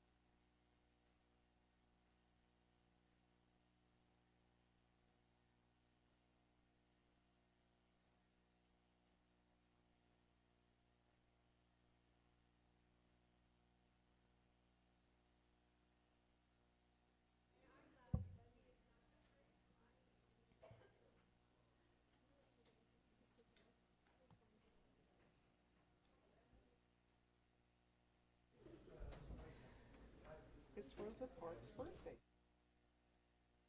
Today. Ms. Prine, I move to come out of executive session. Second. There's a motion and a second to come out of executive session. All in favor? Aye. Anyone opposed?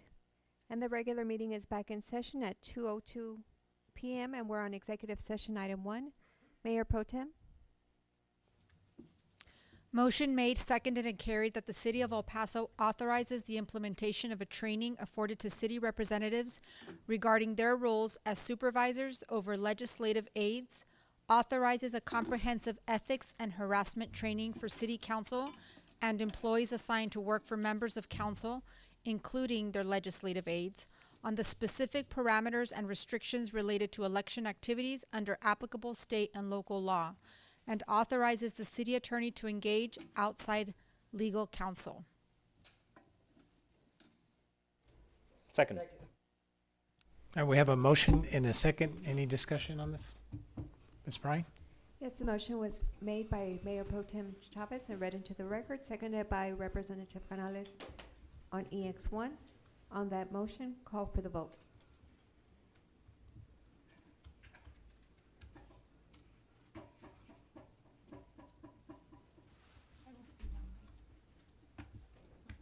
No.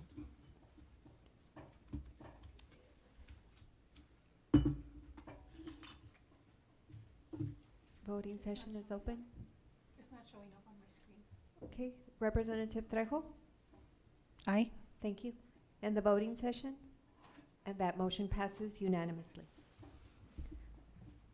Mayor, would you like to return to page 9 where we left off on the agenda? Yes, so we're on item 17. That's correct, sir. Okay. Item 17 is discussion and action to approve a resolution that, 1, repealing the $25,000 discretionary fund expenditure approved on October 24th, 2022 to improve the Westside Community Dog Park and Lower Tom Lee Dog Park, as those projects may be better addressed with other internal city funds, and to now return the funds to the District 1 discretionary account, and 2, to repeal the August 13th, 2024 transfer of $52,165.87 out of the District 1 discretionary account, and to now approve the transfer and return of $52,165.87 to the District 1 discretionary account from the city's general fund. And this item was placed by Mayor Pro Tem Chavez. All right, is there a motion on this one? Motion to approve? Second. All right, discussion, Ms. Chavez? Thank you, Mayor. I know it's been a long day, so I'm going to be brief, but I do want to have a few minutes of your time to discuss these two amounts. The first is when I took office, I was reviewing the financials for District 1 and realized there was an expenditure conducted in September of 2024 for $25,000. When I did question this expenditure, we did a little digging, and it was brought to my attention that it was due to a resolution that was passed in October of 2022. The resolution was done or conducted because of an initiative that was from a previous representative in 2019. Again, the resolution was passed in 2022. The expenditure occurred in September of 2024. That time difference meant that Tom Lee Park was no longer in District 1. And again, when we did some digging along with the city manager and others, it came to my attention that this initiative had already been started and almost completed through other funds from Parks and Recreation. I did have the opportunity to speak with Representative Canales about it. He did confirm with me that the park improvements had been started and almost actually completed, and that the funds had come from a different source. And so with that said, I requested the funds be returned to District 1. That's the first part of item 17. The second is the $52,165.87. Those funds were returned to the city's general fund, and I have walked around several times, met many people, constituents from District 1. I strongly believe that these funds belong to the people of District 1. I know that there are many safety initiatives and other things that need to be done for the district, and I am here to represent my constituents and strongly feel that these funds will be of great use to many different neighborhoods for different reasons that I will convey to you at a later time. So I want to thank the city manager for helping me just in terms of finding all the information regarding these funds. I want to thank Representative Canales for his great work in District 8 and for that work that you're doing in Tom Lee Park. And just I would encourage everyone to stay tuned because we have a lot of things happening in our district. So thank you. Representative Canales. Thank you. I asked to speak only to throw that thanks right back to you. I wanted to thank Representative Chavez, who came to me right away about this. You know, I was around in 2022. I didn't actually remember that resolution being passed. But again, Tom Lee Park, I explained only because I received an inquiry from a constituent about this particular item. It's in District 8 now, and as Representative Chavez said, it has been funded through other means and is nearly complete. These funds aren't necessary, and I think I'm very happy to return them to District 1. So thank you. Seeing no further discussion, Ms. Prime, call for the vote. Mayor, we do have public comment Okay. on this item. We have Ms. Patricia Osmond, Sure. followed by Ms. Lisa Turner. Okay. Good afternoon, ma'am. You have 3 minutes. Good afternoon. Ms. Prime? Okay, thanks. The reason I'm speaking on this matter is I hope all city council members understand that, or at least I believe you should know the history of what has happened within your districts, the areas with constituents and so forth, and how it affects not just those in your own district, but everybody else. Part of your explanation, I still question, because if those funds were released when Tom Lee was in District 1, then they should still remain. But aside from that, we also have the West Side Dog Park, and I know a lot of people. I know I used to go there also. There's a lot of people. Some of these funds are for that as well. So it just makes me wonder why it is that you're fine with pulling that $25,000 back into your discretionary fund, even though the West Side Dog Park is part of that. So that's your own, like I said, discretionary fund, regardless of those other, that other park. It doesn't matter whether Tom Lee is now covered with some funds. What you are asking, though, is that then the West Side Dog Park be covered by the taxpayers when some of this fund could have done that. So you're sticking more on the taxpayer in that regard. In regards to your predecessor throwing that back into the general fund, okay. Even the general fund goes back to help everything in District 1. It helps everybody throughout the city. And I don't expect that any property taxes just in my area just be spent. I don't think any citizen in this town does. But we do all know that your discretionary fund is used so that you could go on vacations, or say conferences, to somewhat better yourself. But either way, it seems rather odd that you're asking for this back to be put in your personal discretionary fund. And yet you're still stripping it from like the West Side Dog Park. And that, you're saying other projects, but that is not Tom Lee Park. I believe that is in your area too, correct? Yes, no, because we've only discussed Tom Lee. Or I'm just supposed to speak and nobody's gonna answer in regards to whether the West Side Dog Park is in District 1.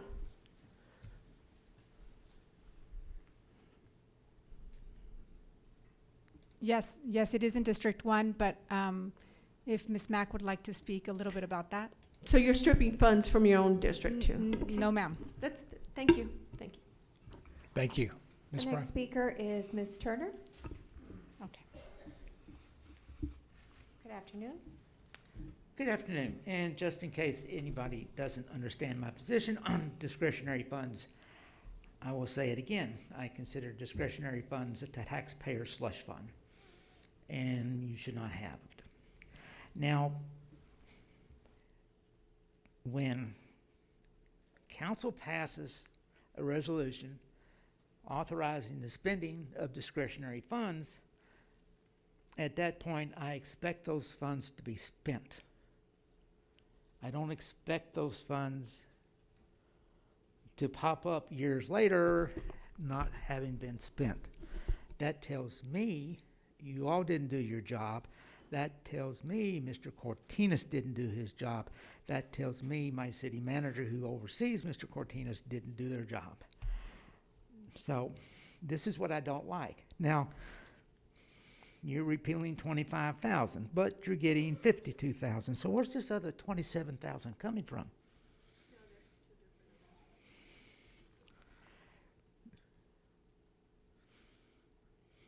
I see you reappealing 25,000 for the West Side Community Dog Park and Lower Tom Lee Dog Park.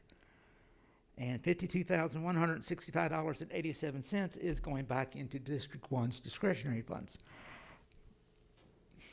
There's $27,000 missing. No, there's two different, those were two separate expenditure items. They're written as one. Understand this, if you write it out in a sentence and you add the Tom Lee, Lower Park, and the West Side as one. I'm Ms. Turner, there's a number 1 and then there's a number 2, and there are two separate items there. You're repealing a transfer. Okay, let me ask you that. What was that $52,000 going to be spent on? Those were discretionary funds that were given to the city's fund. Those were previous discretionary funds from District 1 that were given to the city's fund from a previous representative. Ms. Chavez, Rep. Chavez, what we can do is after this, you can. Yes, Please, I will. I'd like a better understanding for this because as I read it, these things are together. You have two. You know, the totals don't add up. Okay? It doesn't math right. Thank you. Thank you. Representative Canales? If it's welcome, I'm happy to try to offer a brief explanation. The resolution approved on October 24th, 2022, I believe was the former District 1 representative's attempt to obligate his remaining discretionary funds before the lame duck period, and he left office. And he committed these funds to projects that were already fully funded, so those funds weren't necessary. And then the second amount was the one-time former District 1 representative decided he no longer wanted discretionary funds. He obligated them to no specific purpose, just not for the use of his office as District 1 discretionary funds. So that explains the two sources of funds. Any more discussion on this one, Ms. Prime? That concludes public comment, sir. Okay, call for the vote. Yes, sir. The motion was made by Mayor Pro Tem Chavez, seconded by Representative Fierro to approve the action on item 17. On that motion, call for the vote.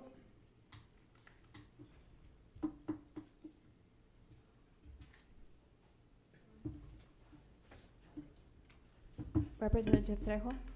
Aye. Thank you. And the voting session? And that motion passes unanimously. That brings us to item number 18.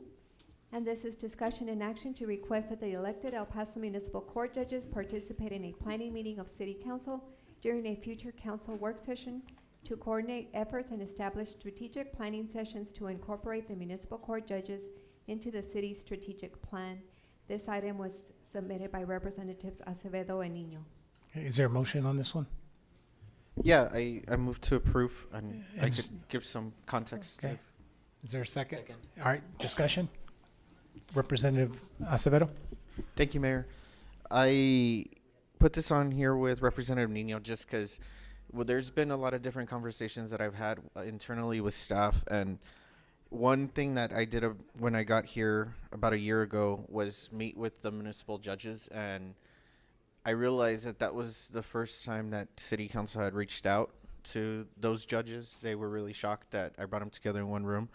And as I've continued to talk to different departments, we're kind of seeing that communication is really key to have an understanding of how we do things on our side of policy. They have the judicial branch, while still respecting individual branches, right, at the city.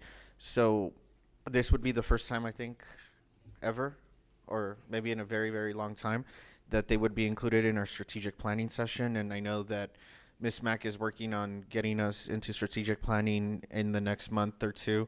So this would invite the municipal court judges to our strategic planning, and then they would be added to our strategic plan for the first time. So I'm really excited about that, and I hope everybody else approves it. And I don't know if you have anything, Rep. Nino. No. Representative Nino. Thank you, Mayor. I want to thank Rep. Acevedo for bringing this forward and asking me to collaborate this with him. And I do know I also had a conversation with Ms. Mack in regards of, engaging the municipal court judges. I think it comes down to the collaborative effort. I understand that they are also elected officials, but in order for, we work hand in hand. They pretty much enforce the policy that the city of El Paso does implement. And a question for Ms. Mack. I know that we touched base a little bit about, we did develop a strategic planning session last year, and we came up with this strategic plan. I know we're going to be meeting soon to go over a strategic budget, right? A session. What could that look like in regards of possibly inviting the judges to be part? Would we be adding more to the strategic plan that we already have, or how can that look? Our strategic budget section was really for you to give us an opportunity to talk strategically from a budget perspective. We were not looking at a change to the strategic plan. As you know, we have several of the advisory committees that have done separate strategic plans. I think we've done one for OSAB and for the animal services. So I think you also have here a work session. So I think we just need to work through what the dialogue and conversation is. They already fall within a strategic plan in some ways, but I saw this as just wanting to get together, just have a conversation, a common conversation about goals. And so we can figure out what that looks like, and we'll make sure we go ahead and send an invitation and then work with staff to formulate what that looks like for us moving forward. Thank you for that. And again, thank you, Dr. Acevedo. I think it's a great opportunity for all of us to collaborate again. And I'm looking forward to hopefully, having the support of our colleagues as well for this item. Thank you. Representative Limon. Thank you, Mayor. As I review the agenda prior to our meeting, I really go through all of it closely, and it's difficult when the backup doesn't have a backup or sufficient information. This was really sketchy, and so I'm wondering, Ms. Mack, if we could, I know we used to have good, solid backup whenever we put an item on the agenda, and it's very helpful for us, and I'm wondering if that's something that could be done for the future. Thank you. Any more discussion on this item? We have public comment, Mayor. Okay. We have Ms. Osmond. We also represent Acevedo. Okay. So my representative, I attended his community meeting, and he had spoken about this. And in part of what in which you had mentioned to the community was because citations. There's a lot that ordinances you put out. There's citations, and then they go to municipal and so forth. In speaking of that, okay, I'm in full agreement. There needs to be far more cooperation. In part of that being because of the level of citation in our city, all right? We've got City of El Paso Code Compliance, EPISD, EPCC, UTEP, MPs, constables, DPS, state troopers, sheriffs, EPPD. Our city is actually on the list of cop cities for the nation. We are highly cited. In fact, you would consider our city taxation by citation.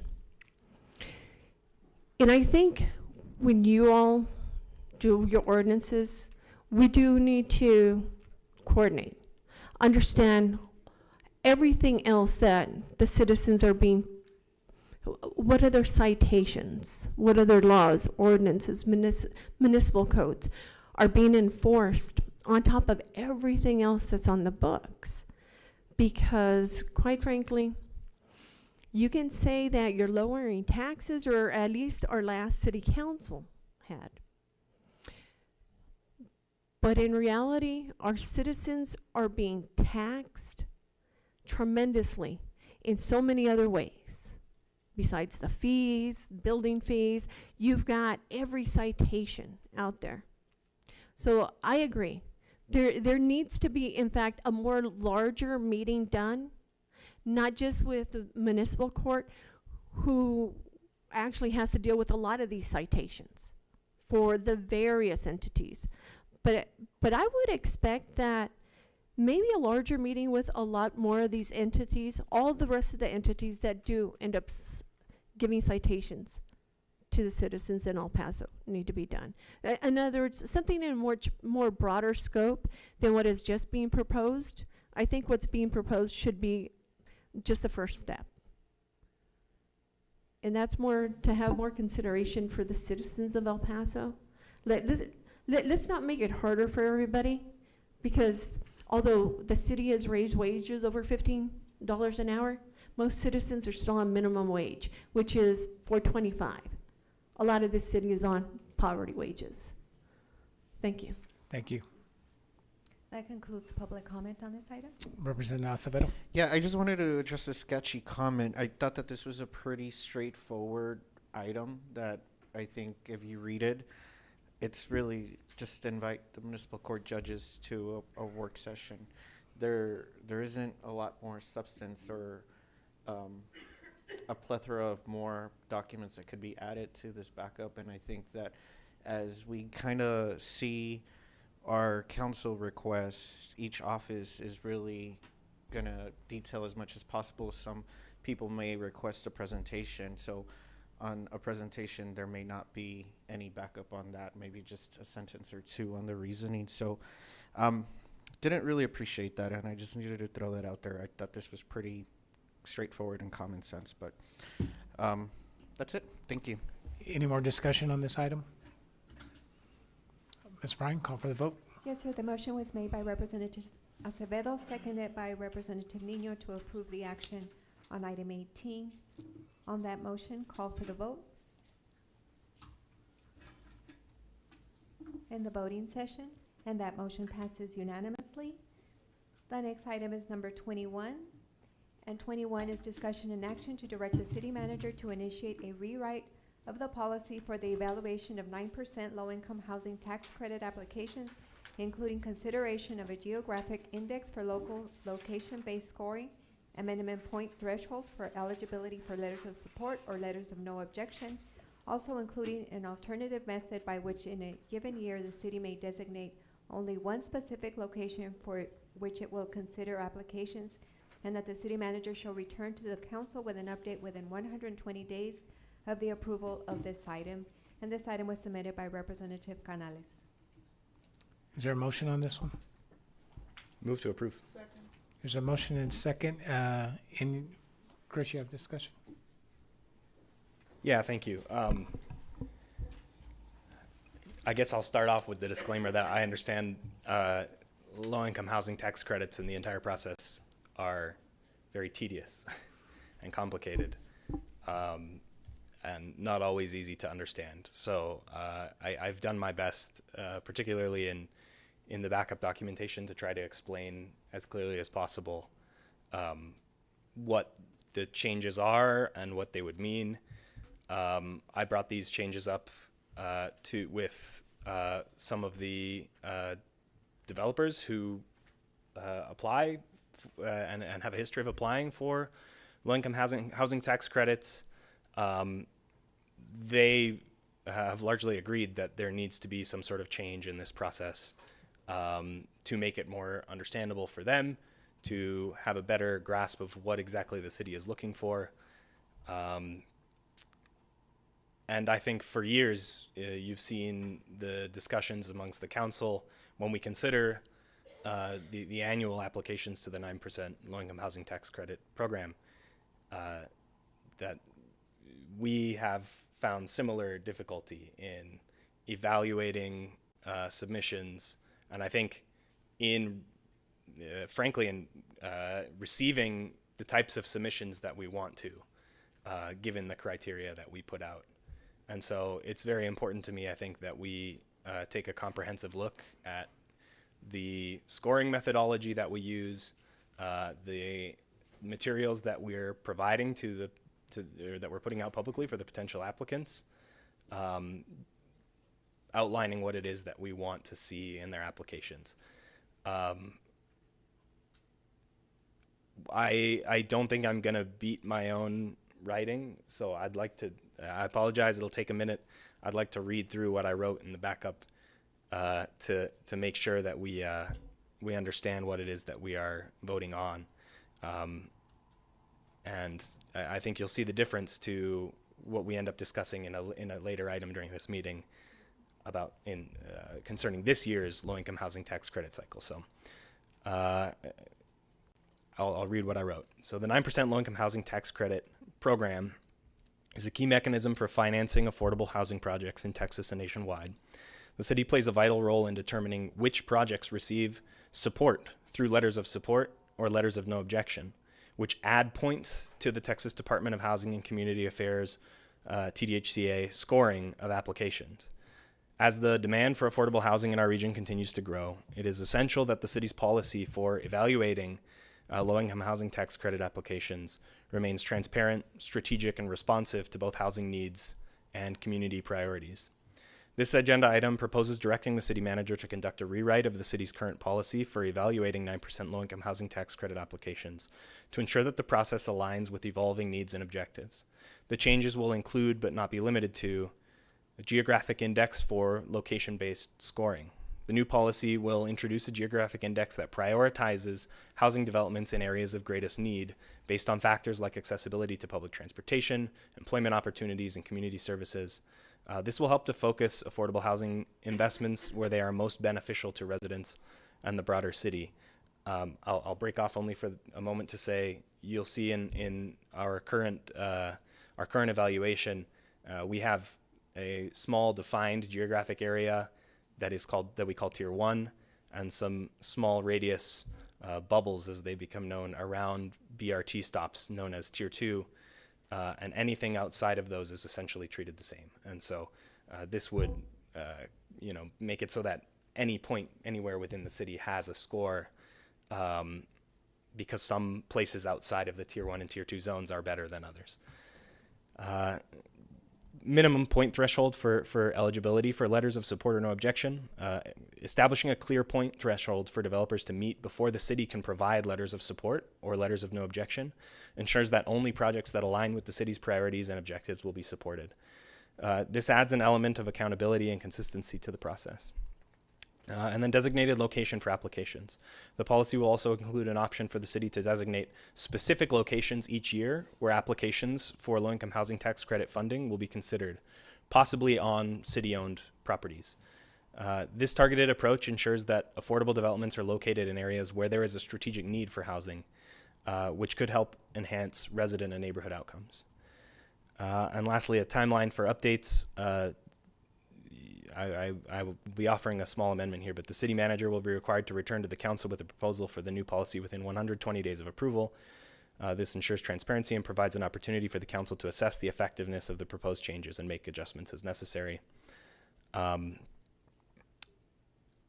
think that this is something that's overdue. Again, we've been having this conversation year after year after the low-income housing tax credit process is over. And we say, man, we really need to do a better job of this next year and come up with a better policy. But the council has never directed staff to do that, aside from just saying it verbally. So I think the time is right to redo this evaluation process. And with that, actually, I'd like to, I'd move to amend the language. And Ms. Bryan, I have it ready to send to you again. Let me do that now before I start reading it.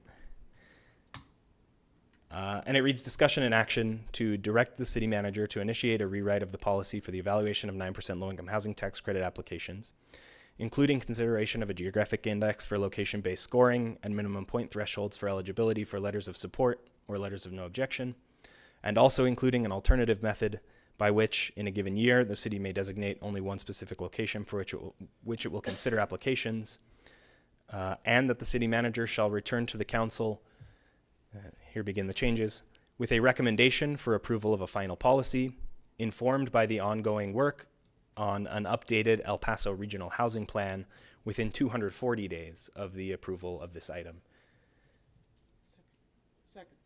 Okay, there's just the final comment, and that staff had asked for a little bit of additional time. Again, we take action on this year's round today. It'll be a year from now that we take action next. So 240, whether it's 120 days or 240 days, that would give plenty of time before the next cycle. And so I wanted to give staff all the time that they'll need to conduct this work, and again, align that with the findings of the El Paso Regional Housing Plan that they're already working on. Okay. So we have a motion to amend. Is there a second? Yeah, okay. Representative Limon, second. Discussion, Representative Rocha. And I just wanted to thank Representative Canales for bringing this. It's much needed, at least in my discussions with the parties involved in the applications that we'll be talking about later. I find that there's a definite need to expand that quote unquote bubble into the areas of most need. So thank you for that. Representative Nino. Thank you, Mayor, and thank you, Rep. Canales, as well, for bringing this item forward. And I wrote a little statement that I just wanted to share, and it gives a little bit of background and kind of also, the growth that we've seen in the entire community as all. I'm always grateful to have conversations centered on affordability, especially when they involve investments that can help El Pasoans address critical gaps in our community. When we talk about affordability, it's important to recognize that it means different things to many different people. What may be affordable for me might not be affordable for my neighbor, for my colleague, or a friend. And to me, affordability goes beyond than just the cost of housing. It also includes public safety, infrastructure, education, accessibility, opportunity, and most importantly, family. The current policies that we currently do have, they are outdated, and that's why I'm extremely thankful that Rep. Canales has brought this forward. Just like Rep. De Maldonado shared about the bubbles, they no longer reflect the realities of our community. Since 2018, when this data was used to shape the policies that we're currently using, El Paso has experienced significant changes. We faced global pandemics, business closures, jobs losses, and personal hardships that have shaped our community's needs. As we develop this new policy, we must meet people where they are. I know that there's measures that we're going to take, and there's also very specific measures, but I would love to continue the conversations because, for example, in District 5, I've seen firsthand the rapid growth that has happened over the last few years. We now have a new Beast Urban Park, we have a regional command center, a new Albertson, a Planet Fitness, and there's many new local businesses, none which has existed in 2018. This growth is a clear example of how quickly communities grow and evolve and why our policies must evolve with them. On a personal note, I have a family member who lives in affordable housing. While 95% of my family lives in District 5, this family member does not have the opportunity to live near us because there's not affordable housing accessible near my family or evenly across the community. I know that we talk about the bubbles, Tier 1, Tier 2, but I'm excited to see what the policy is going to bring because, in District 5, we have, I like to call it two different, Zaragoza Road kind of divides a community that has lived there for 30, 40 years, and where some of these families bought their homes for $40,000, $50,000. And then I have another set of community that has homes for $300,000 to $500,000. And some of this population is also aging, so they need accessibility to these, affordable housing, and also planning what it means to eventually one day provide them, the opportunity to become homeowners. So I'm very thankful again for Rep. Canales for bringing this forward. I know we do have an item coming forward, but I just wanted to share a little bit about my background about District 5 and kind of also, we just got done with the campaign trail, and a lot of people are asking for affordable housing in District 5 because, again, it comes down to meeting people where they are, and they want to be with their families. Thank you. Any more discussion on the amended motion? Ms. Bryan, call for the vote on the amended motion.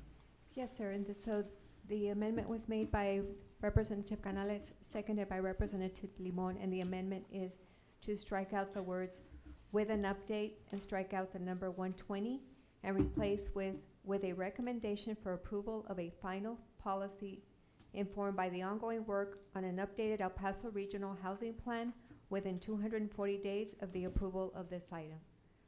On that amendment, call for the vote.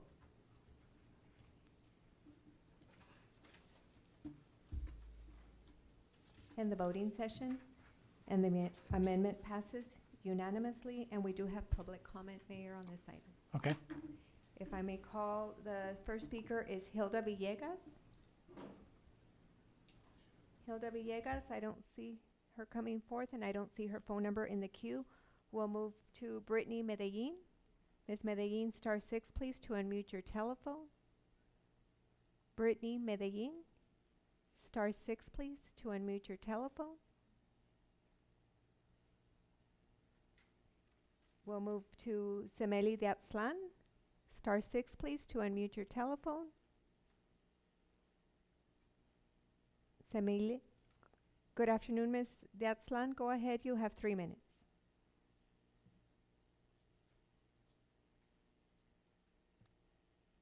Semeli Diatzlan, go ahead, ma'am, you have 3 minutes. We're not able to hear you. Brittany Medellin, you're also unmuted. Go ahead, you have 3 minutes. We're not able to hear you in the meeting, either of you, Brittany Medellin or Semeli Diatzlan. We'll move on to Ms. Patricia Osmond. I'll call you again to see if we can hear you. Good afternoon, Ms. Osmond. You have 3 minutes. Mr. Canales, I have a couple of questions. One, is the 9% an increase, or is it stay the same? 9% is the name of the program. 9% Okay. low-income housing tax Okay. credits. In That's a federal program through Okay. HUD, and the So- states it's passed through the state. So with this particular program, and I agree, we need low-income housing across the city, not just in certain parts of the city. But this is definitely something that's for the property developers, not that the actual citizens, something going to them. In what I'm more curious about, because I know that last year there was somewhat of an uproar on another development that was put through stating that it was low income. But then when you looked into the prices, low income individuals weren't really going to get into that. So in this program, is there a cap as to what is considered low income? Or it's just a percentage of their development has to be low income? No, so I think I'll answer the first part first. So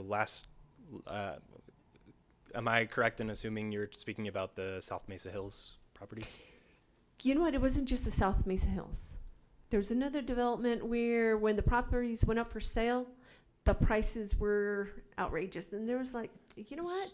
People really on low income wouldn't be able to afford those. So just to be clear, nothing developed with 9% low-income housing tax credits will be units for sale. These are all units for rent, and Okay. all of them do have. There's some nuance with what different types of units have different thresholds for the percentage of the area median income that they have to meet. But you're talking about a range from like 30 to 50% area median income for eligibility to 80% area median income for eligibility to reside in tax credit funded apartments. Okay. And the reason I asked, mainly because when I saw this as far as low income, I don't know how much you get on social media. I know sometimes you're on Nextdoor. But there are various pages that put on there, and people are asking. Like, people are living in their cars. They're single mothers, and there's people asking for diapers and Infamil and clothes. Some lady had to hand wash her clothes, put it out on the line, and somebody stole all her kids' clothes. So there are people who really need much more affordable. Thank you, Mrs. Osmond. Thank you. Next speaker is Ms. Lisa Turner, and then I'll return to Brittany Medellin and Semile Yatzlan. Good afternoon, Ms. Turner. Good afternoon, Mayor, Council. Several things. We in this city have a lack of affordable housing. We know this. Doing one project a year doesn't solve the problem. I implore you to use your 380 agreements to help address this problem. You will probably get more units built in this city to address that problem. Now, there's an interesting problem that deals with a lot of veterans. Because of their disability compensation, they're not eligible for any kind of help. Recently, HUD changed that. HUD will no longer look at a veteran's disability income as, quote, part of the income calculation. I would like to see you do that here. When you go in, you do income calculations for this, that those individuals, you know, whether it's a pension or a disability income, that income will no longer be added into the calculation. So in other words, if they don't have any earned income, their income is zero. Okay. But again, we have a great need for this. And one of the areas where I think that you can help attack this problem is with your 380 agreements. So I would ask that you would ask staff to look at that and ask the builders in this community if it's something feasible and come up with a plan. Thank you. Yep, thank you, Mayor. I just want to clarify, we play a very small role in just the scoring portion for low-income housing tax credits. This is it's a HUD program that we're not making the rules and regulations for. I think that this is a very positive change, but it does only impact our very small portion of the scoring that the city gets to impact. Yes, and 380 agreements for housing is that's wading into something else, but we do have an infill development incentive policy that we are revamping, but also already leveraging to build new units. So that's something that I hope we expand into the future. Ms. Prime. The next speaker is Brittany Medellin. Ms. Medellin, star 6, please, to unmute your telephone. I believe we've worked out the technical issues. Ms. Medellin, good afternoon. You have 3 minutes. Hi, good afternoon. My name is Brittany. I'm with Familias Unidas del Chamizal.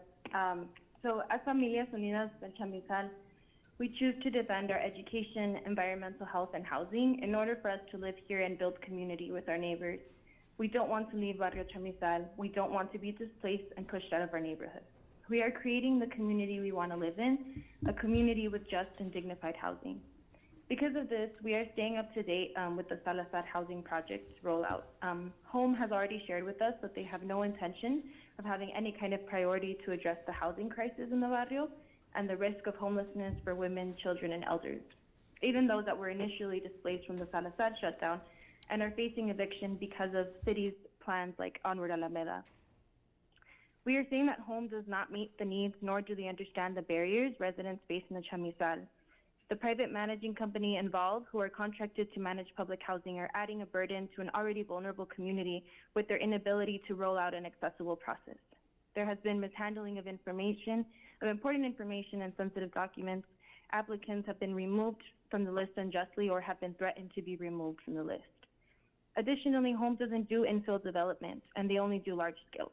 This leaves an enormous housing gap and further displaces our residents. The historical neglect and discrimination in the Chamizal is felt in the way that Home fails to recognize the needs of accessible housing, but also is evident when city plans either completely leave out the Chamizal or fail to address or bring in funding that maintains housing affordable in the Chamizal and renovates the existing housing. Instead, we continue to see the prioritization of private developers that displace families and elders and gentrify our neighborhood. The Onward Alameda plan itself recognizes changes made in the Chamizal without protections will lead to displacement. The city has yet to move forward in protecting residents in Barrio Chamizal, even though the Regional Housing Plan of 2019 recognizes the great need for housing in the Chamizal, and Onward Alameda recognizes the high displacement risk. Without these prioritizations in Salazar from public housing, without protections from the city, there are no protections for the women, children, and elders in the Chamizal. Investment in the Chamizal for just and dignified housing is long overdue, one that considers the income, the vulnerability of our community, and provides long-term, stable housing for the families in the barrio. Once again, we are here asking, where are the anti-displacement strategies that Onward Alameda said they would bring forth? And where is the Chamizal Housing Task Force that will address our community's needs? Thank you. Thank you. The next Thank you. speaker is Semeli de Aztlan. Star 6, please, to unmute your telephone. Good afternoon. You have 3 minutes. Hi, good afternoon. This is Semeli de Aztlan. Can you hear me? Yes, ma'am. Okay. We as Familias Unidas del Chamizal have witnessed Barrio Chamizal residents deal with deplorable living conditions. Elders and children living with leaky roofs, accumulating mold, poor plumbing, gas leaks, no insulation, no heat or air conditioning, neglect and infestations, yet little to no relief. Instead, residents are faced with rent hikes and threats of eviction. The city's regional housing plan identified Chamizal as a priority area, yet we have not yet seen them address these living conditions or provide the resources. I just emailed each of you income maps detailing and explaining the income levels and the housing crisis in Barrio Chamizal. I ask that you open that email now as I reference it. Barrio Chamizal ranks amongst the poorest neighborhoods in the city of El Paso. According to the 2020 census, the 2 zip codes in our neighborhood, 79901 and 05, represent median incomes ranging below $18,000 a year. Barrio Chamizal's demographics include 96.9% Latino, Spanish-speaking 92.8%, low income 81.6%, with the majority living below the poverty line, 58.1%. The households are mostly women and children, with 68.3%. The city has adopted Onward Alameda, which is pushing gentrification. The city itself has stated that the Chamizal is at high risk for displacement, but nothing's been done to protect residents and preserve affordable housing. Without specific affordability requirements, these new policies, the city's most vulnerable would be forced to move.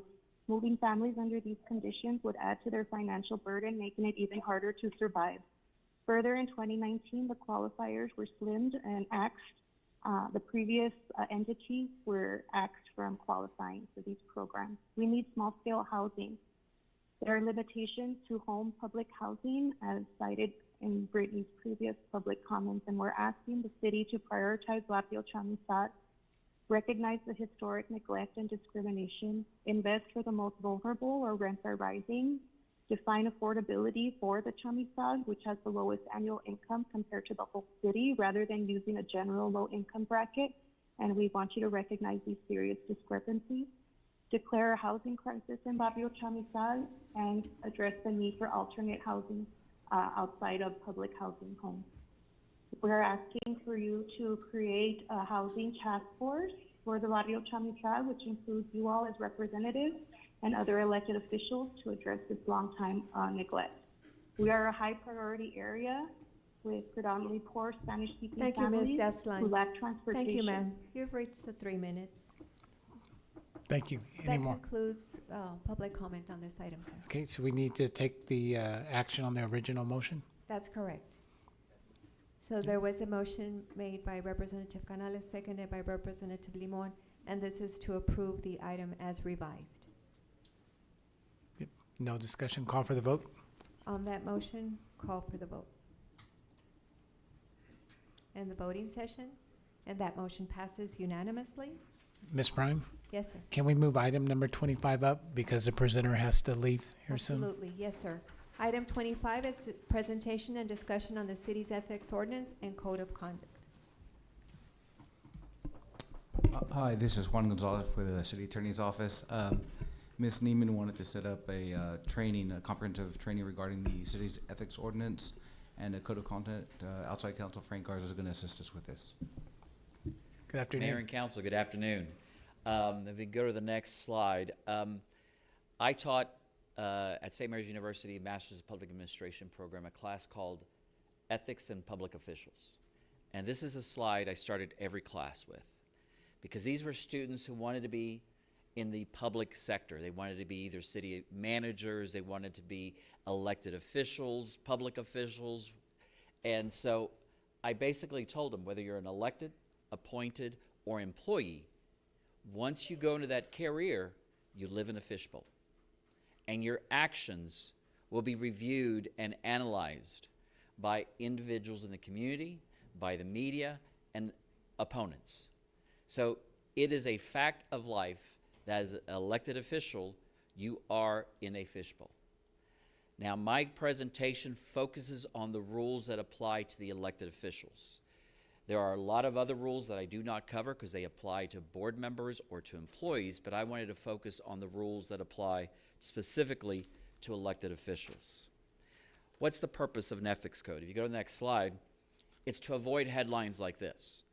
And yes, we know that very few people know what newspapers are anymore, but in the old days, there were newspapers all over the place with newspaper boys and girls selling newspapers, yelling what the headline would be, and these are the types of headlines we're trying to avoid. So what's the purpose of an ethics code? Raise your hand if you know the difference between right and wrong. Everybody's hand should be up, okay? Because whether it was our parents, grandparents, teachers, nuns, ministers, whomever, they were part of our lives teaching us what's right and wrong. That's not the purpose of an ethics code. The purpose of an ethics code is to help address potential conflicts of interest. Because there are sometimes your actions, you may believe it is not a violation of the ethics code, but the perception is not good. So the purpose of an ethics code is really to avoid situations that could be a conflict of interest. It's also for the purpose of accountability and oversight. Also, political reasons. You yourselves, as elected officials, want to avoid situations that would put you in political straits. So the purpose also is to help you as an elected official to accomplish what you're wanting to accomplish as the elected official and not put yourself in that situation. So what's not an ethics code violation? Next slide. These are two individuals who are elected officials in the city of San Antonio. Mario Bravo is the individual on top, and he was the boyfriend of Councilwoman Ana Sandoval. He helped get her elected to council before he was on the council. After she was on the council, he was elected to a different district and also elected on the council. Their relationship broke up while elected officials. It raised serious situations on how they treated each other, but it was not an ethics violation. While ethics complaints were filed, the Ethics Commission made it very clear. Discourteous behavior was not ethics violations. So those are the things that you need to, your code is very clear are what are potential code of ethics violations, and we're going to cover those.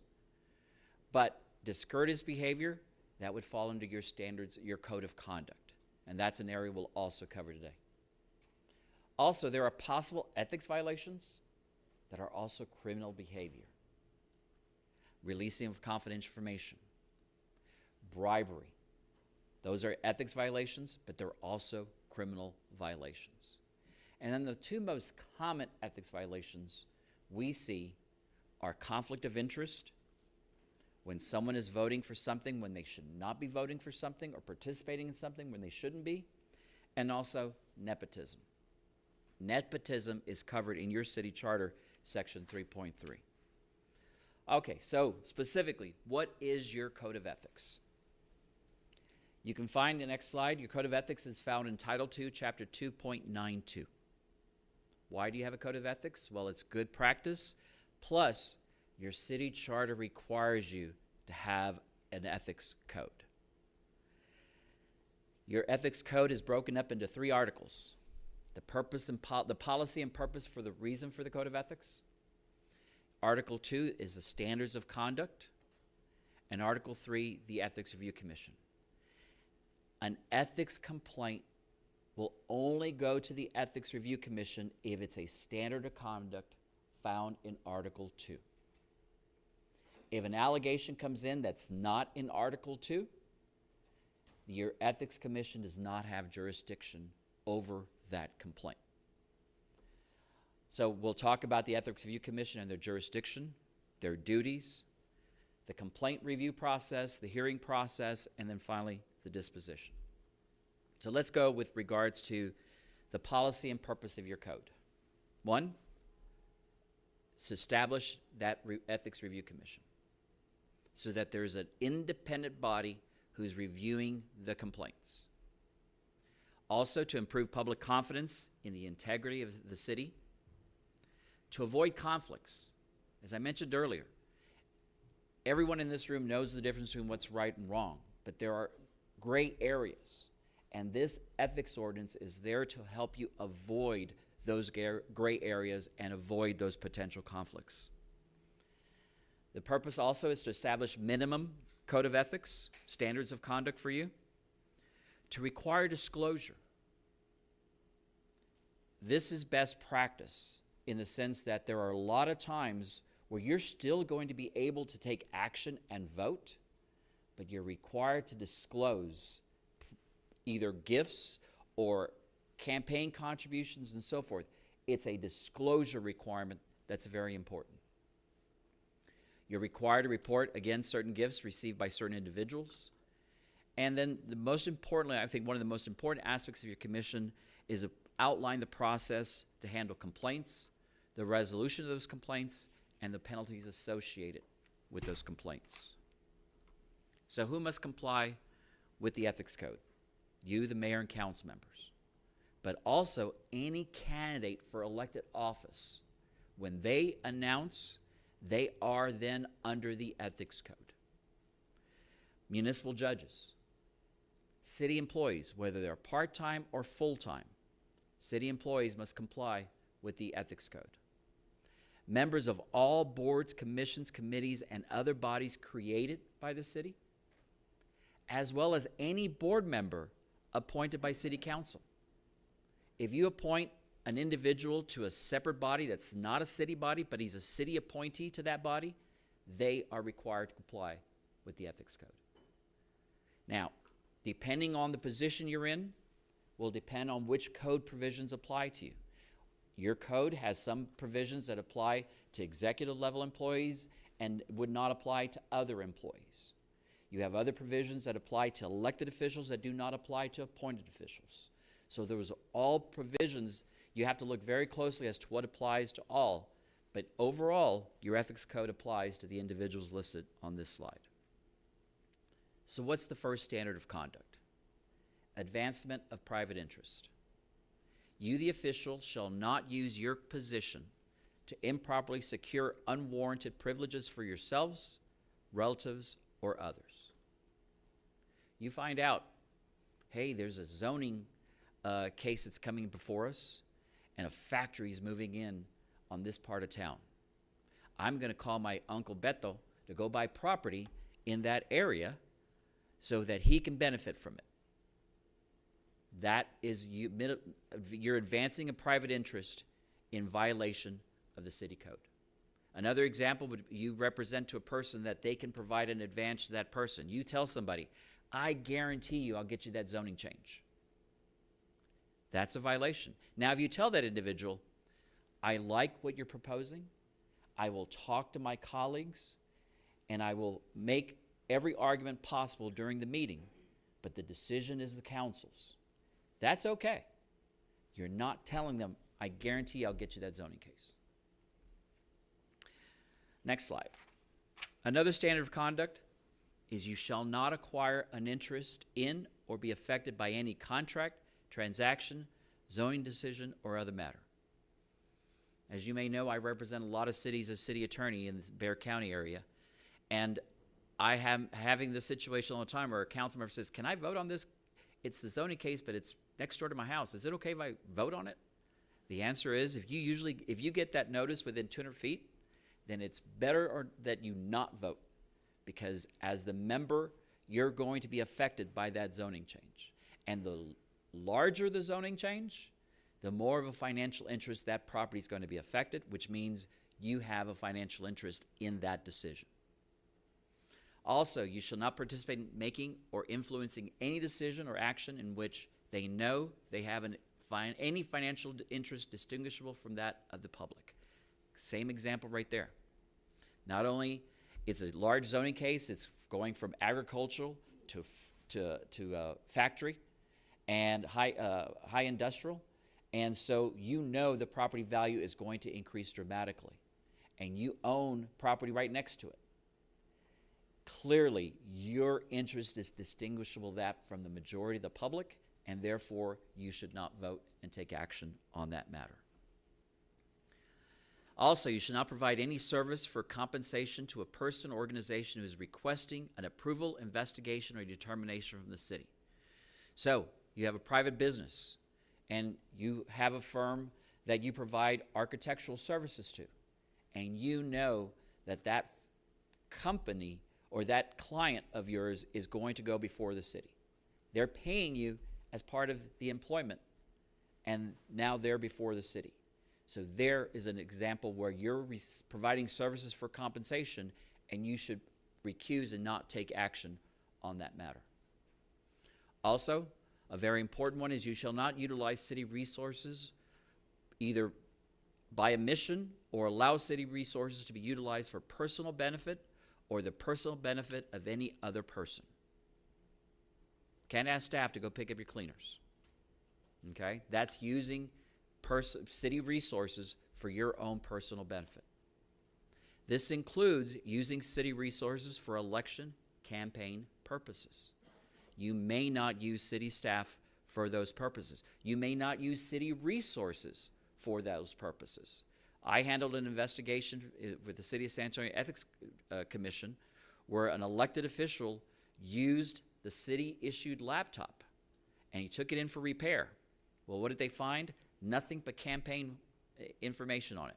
All of his campaign contributions, individuals he was targeting, all campaign related, using the city laptop for those purposes.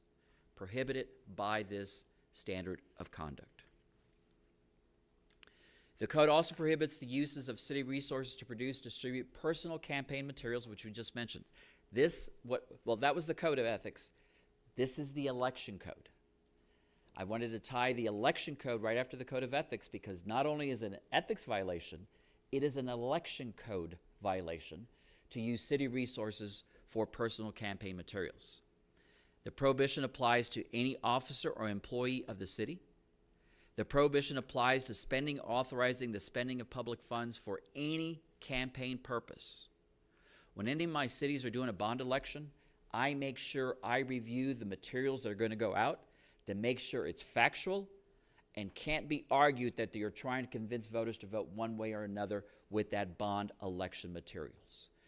If they were deemed to be favoring one side or the other, it would be a violation of this election code provision. Also, the officer or employee would violate the prohibition by using any city equipment for personal political campaign and not permissible to use or authorize the use of any employee, again, for the city for a personal campaign. Under the election code, it is a Class A misdemeanor, the most serious type of misdemeanor out there. So, standards of conduct. Again, this is the most common conflict that I run into, And that's when an official is about to vote on a matter and they come and say, hey, I may have a conflict. Let me tell you what the facts are. And then if it is a conflict, then they have to recuse and not take the action. So you shall not take any business on behalf of the city with any business entity in which they have a financial interest. You shall not personally participate in the decision if the officer is negotiating or has an arrangement concerning a prospective employment. I'm negotiating a contract, or I'm negotiating an employment with IBM, and IBM is showing up to get a zoning change. But at the same time, I'm negotiating employment with IBM. I can't vote on IBM's zoning change because I'm there, and that would be a violation of this provision. Chapter 171, which is the state law that applies to every public official, elected or appointed, it states that you cannot take action if you have a substantial interest. And they define substantial interest. You own 10% share or 10% of fair market value of that company. Funds received exceed 10% of gross income for the year of that family, okay? Person related by first degree by blood or marriage. So your spouse works for that company, and that company is seeking a contract with the city. More than likely, 10% of your gross income, if you include your spouse, has exceeded that. Therefore, you're not going to be able to vote under state law. You're also not going to be able to vote under your local ethics ordinance as well. Does that mean the contract can't move forward? No, that does not mean. If you go to the next slide, it's disclose and recuse. You must abstain from voting and involvement on the matter. The city clerk will have an affidavit for you to file when you have a conflict of interest under Chapter 171 or your ethics code. You are required to refrain from discussions with staff or other officers regarding the matter that you have that financial substantial interest. I recommend that if you filed that affidavit, leave the dais while the matter is being debated. Are you required to legally? No. But the perception is, well, are they trying to influence the person by staring them down or trying to look at them a certain way for them to vote a certain way? It is always best that if you filed that affidavit to recuse yourself, you should not be on the dais. It's best for yourselves to protect you from a potential allegation that you did still try to influence. Also, you shall not accept any other employment or engage in activities incompatible with the discharge of your duties or which might impair your independent judgment in the performance of your duties. This applies a lot more to city employees than it does to officials, but I have seen where officials this become an issue with officials. Also, you shall not recklessly disregard the established practices or policy of the city relating to your duties. Confidential information. You shall not use your position to secure official information about any person or entity for any purpose other than performance of official duties. Someone moves down the street and you're like, Chief, can you do a background check on someone for me? Because I just don't trust that person. No, cannot do that. You're seeking confidential information that's not part of your performance of official duties. You shall also not disclose, other than in the performance of your duties or as may be required by law, any confidential information obtained while in office. As city council members, you're going to receive a lot of confidential information, especially while you're in executive session. That must remain confidential, even when you've left office. The only exceptions, once it becomes public, then that restriction no longer applies, or if you're reporting illegal or unethical conduct. The courts have found that the confidentiality does not apply when you're reporting illegal or unethical conduct. But at all other times, no matter how many years you've been out of office, that information you learned while being confidential must remain confidential. Also, you shall not personally represent or appear in behalf of the private interest of another before the city council or any other city board or department or staff if the represented person's interest is adverse to the city. This includes litigation if being compensated. Now, if you're subpoenaed to testify against the city on a certain case, you're not being compensated. You've been subpoenaed. You have no choice. But if you're showing up and they're paying you to be there and you're testifying against the city, it's prohibited by your ethics code. An officer shall not intentionally or knowingly also assist or induce or attempt to assist or induce any person to violate the ethics code. Gifts. This is another standard of conduct that you must follow as an elected official.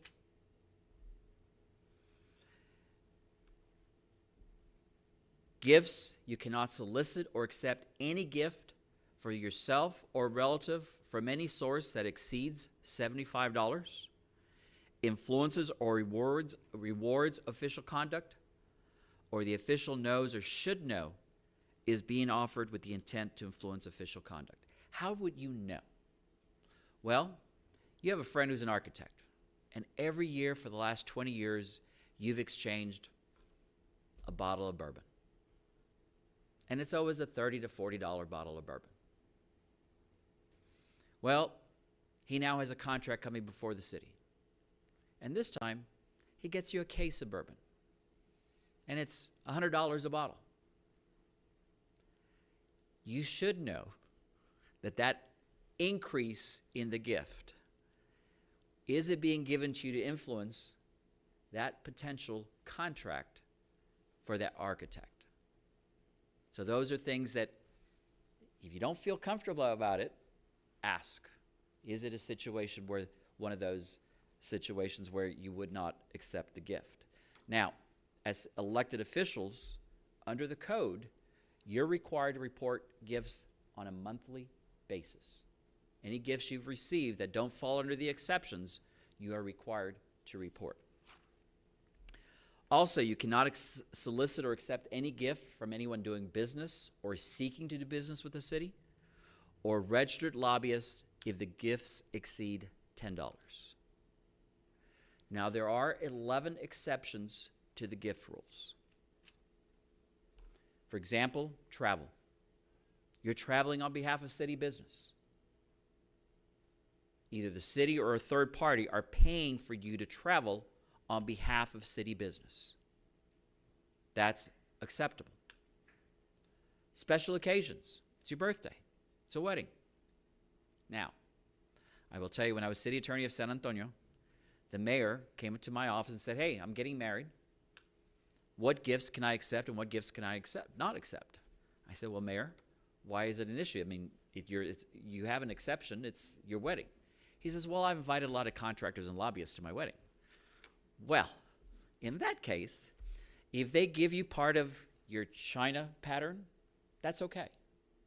If they give you a trip to China, that's not okay. It depends on the value and so forth, whether it's going to fall under that exception or not exception. I did want to ask, and I didn't, why are you inviting contractors and lobbyists to your wedding? But I didn't go there. But so that would be an exception if it is truly a gift for that special occasion. Political contributions are accepted from being reported under your gift rule. Events that you're invited to as part of your official duties. If you go to the next slide, whether it's a chamber event or any event as part of your official duties. I had a council member, Jeff Webster in San Antonio, tell me, the day I was no longer in office, the invitations quit coming. Because while you're in office, you're going to be invited to chamber events, you're going to be invited to other events and so forth. And if you're recognized or speak or so forth, that's part of your official duties. Now, you still have to disclose a lot of those gifts, but it falls under the exception of that $75 limitation because you're being invited as a result of your official duties. City council members also have a financial disclosure requirement. Your financial disclosure requirement, next slide, is not found in the ethics code, but is found in the city charter. The financial disclosure requirements found in the ethics code apply to all your boards and commissions and city employees. Yours is specifically outlined in the city charter. And it says each person elected to office before they can be given the oath must file a disclosure form. You must disclose the name of the your employer and capacity for which you work, for officer and spouse, and that includes self-employment. Name of a business entity in which the person or spouse has a financial interest. Partnership interest for office and spouse. Now, you don't have to disclose the amount you have of financial interest in either the business entity or the partnership, but you must disclose that there is that business entity or partnership. You're also required to name any nonprofit or business entity in which the officer or spouse serves as an officer or director. And then any real property owned by the officer or spouse within the state of Texas. You must disclose all those things in your financial disclosure report. And you must file an annual sworn update disclosure while you're in office. Another standard of conduct that you'll find in your ethics code is campaign financing. In addition to the state laws, you have additional campaign financing regulations in your ethics code. Your code applies to candidates, office holders, and PACs who are involved in city elections. The code is not applicable if a city officer is running for county, state, or federal position. They still have to comply with the state campaign regulations, but an ethics complaint was filed against a former elected official, and while the person was a city official, they were running for a state representative office. And an ethics complaint came in that they were violating the campaign financial regulations.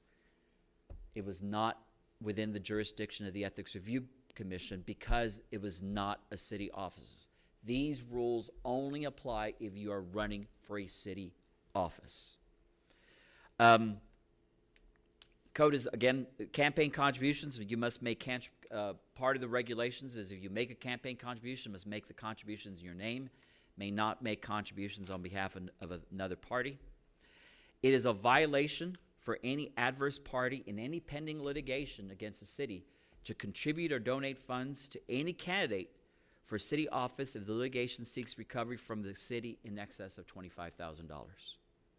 The duty of the candidate is to refuse to accept any contribution that is offered by a person who is known to have such litigation. If the candidate unknowingly accepted the money, not knowing there was litigation, because a lot of times candidates don't know all the lawsuits and so forth, but once they become aware that they accept a contribution in violation of this provision, it is the duty of the candidate to return the contribution within 10 days after the candidate becomes aware.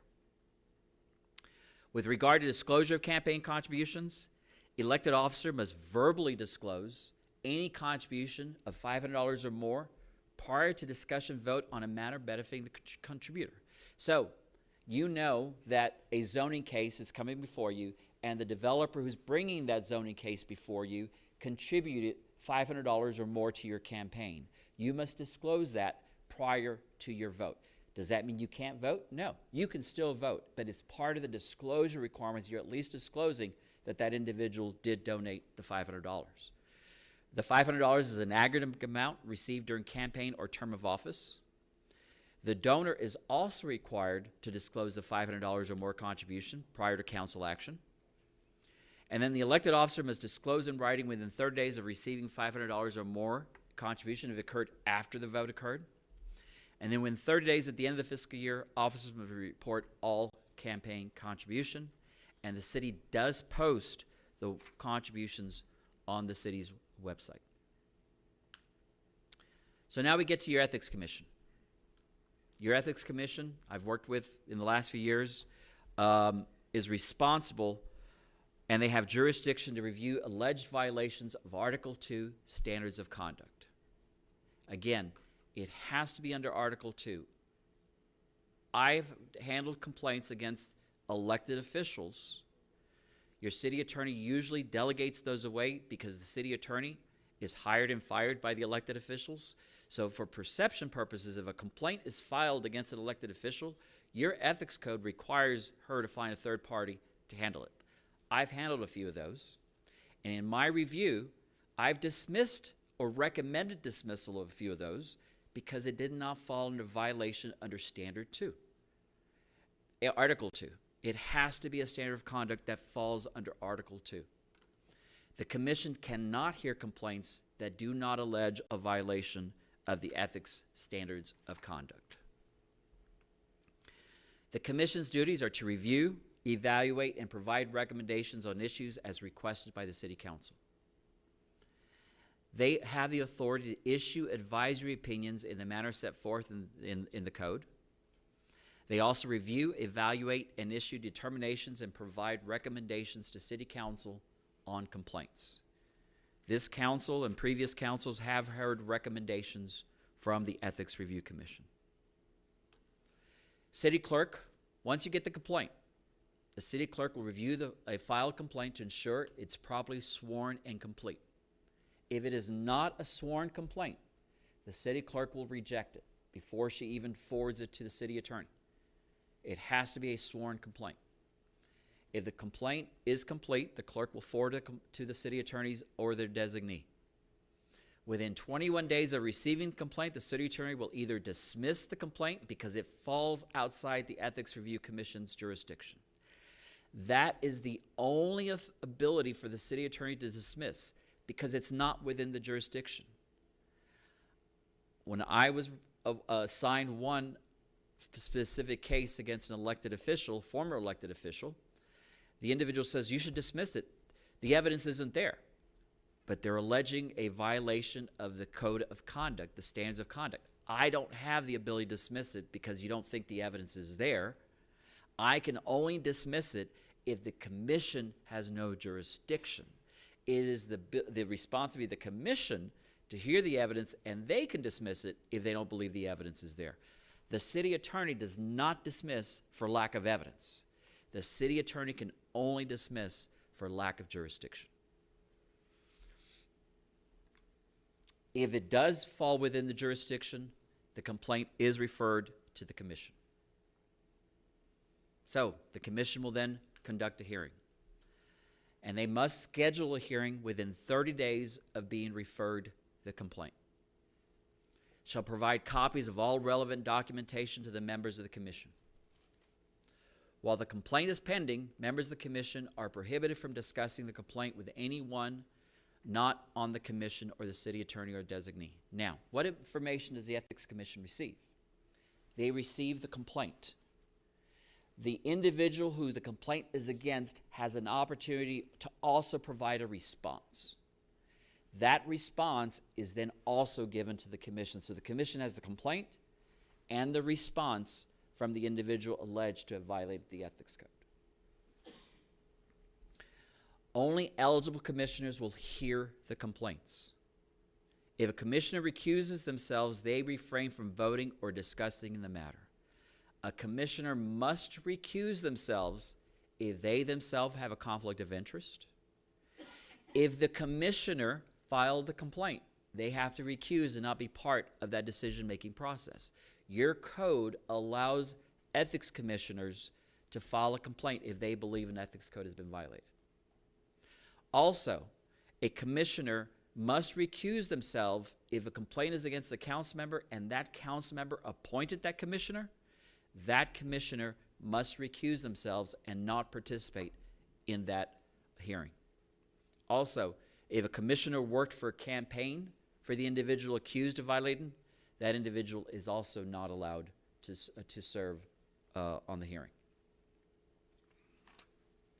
General rules for the hearing. The commission may establish time limits and other rules relating to the participation of any person in the hearing.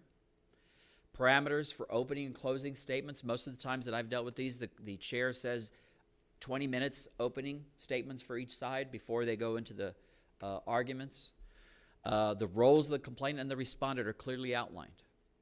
Limitations regarding testimony for non-relevant or cumulative witnesses, and then the presentation and direct questioning of witnesses. The respondent and the complainant have the right to attend the hearing and the right to make a statement and to present witnesses. The respondent and the complainant may be advised by their legal counsel during the hearing, but the legal counsel, believe it or not, cannot speak unless the commission gives them the permission to speak on behalf of the client. In every ethics hearing I've dealt with, the chair has always granted permission for the legal representative to speak on behalf of the complainant or respondent if necessary. But We all know how lawyers get. So if they were out of hand, the chair could actually say, we're not going to hear from you anymore. We're only going to hear from the complainant or the respondent. It is up to the chair as to whether the attorney will be allowed to speak. Also, respondent, the complainant, or the legal counsel may not question or cross-examine witnesses, except if the commission has granted them permission to do so. Again, in all the hearings I've dealt with, the chair has always granted permission for the cross-examining and questioning of witnesses by legal counsel. The Ethics Review Commission is also now bound by the rules of evidence. Most of the commission members are not attorneys, not judges, and therefore the rules of evidence do not apply, but will rely on evidence that a reasonable, prudent person commonly relies on in the conduct of their personal affairs. The commission shall hear relevant evidence, but shall not rely on hearsay. Commission has the authority also to request witnesses and production of records. I've had hearings before where the commission will break into executive sessions to just start discussing and say, you know what, we didn't hear from that witness. Both sides say they rely on that witness, but we didn't hear from that witness. The commission has the ability to call that witness in so they can hear from that individual themselves. The chair, through the assistance of city council, should be able to compel testimony, including subpoena witnesses. If we have someone who says we're not coming, the chair has the ability to come to the council for the council to issue subpoenas for those individuals to appear. If the complaint or the respondent are unable to attend the scheduled hearing because the initial hearing is scheduled without getting input from them, it's just scheduled by the commission, they may request a continuance to the commission by mail or email at least 5 days before the hearing. The complainant and respondent shall receive one automatic continuance.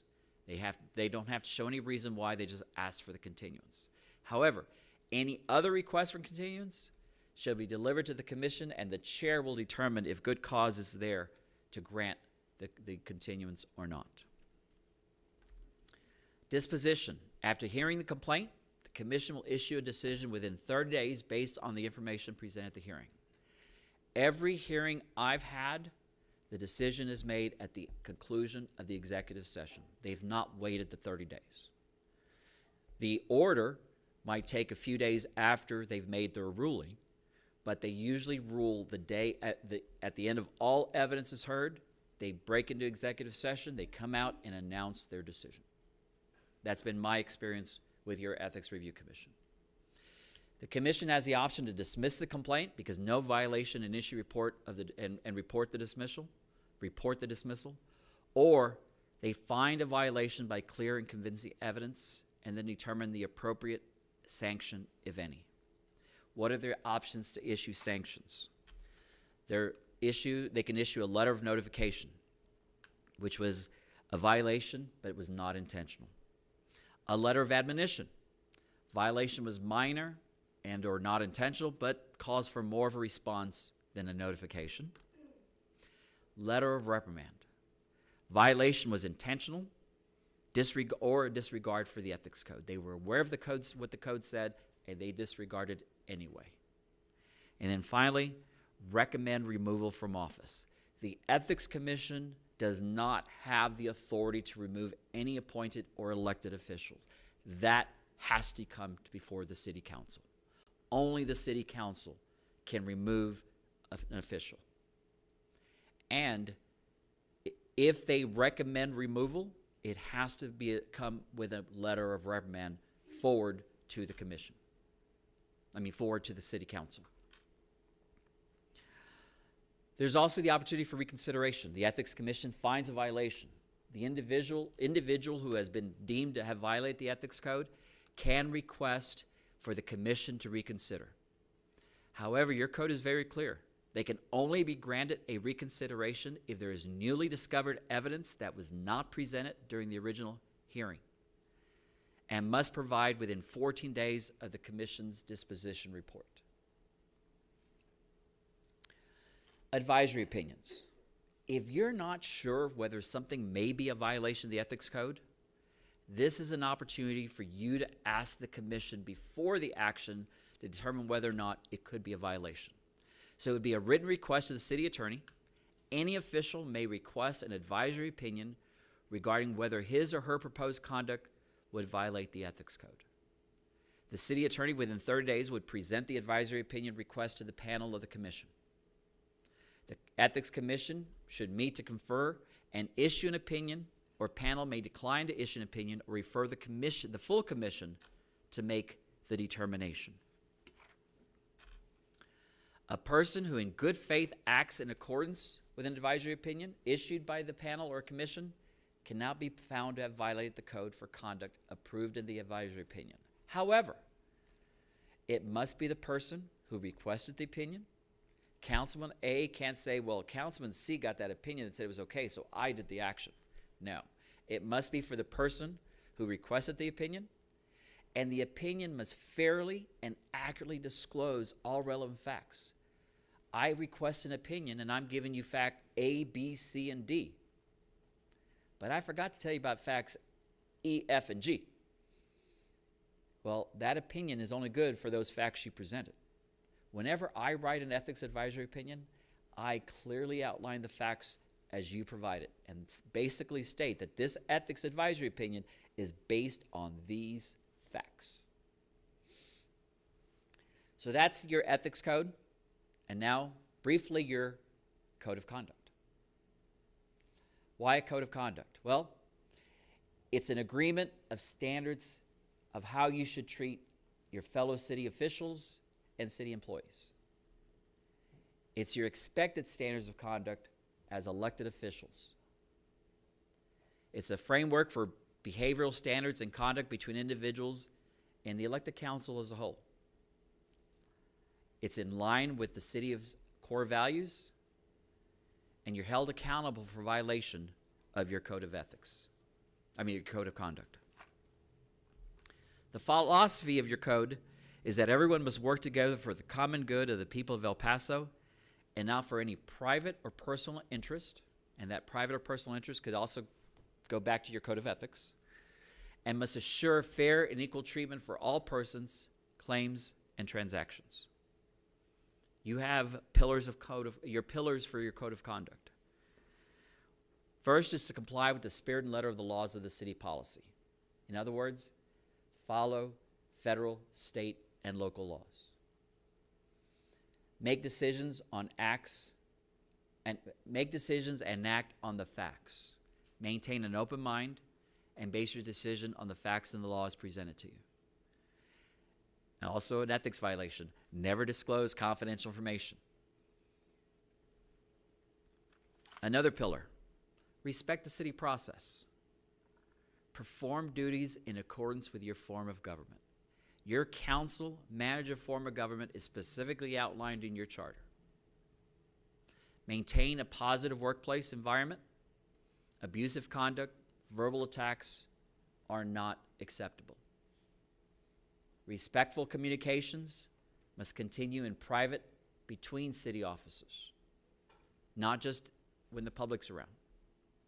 This includes texts and emails, and you all know texts and emails are subject to the Public Information Act.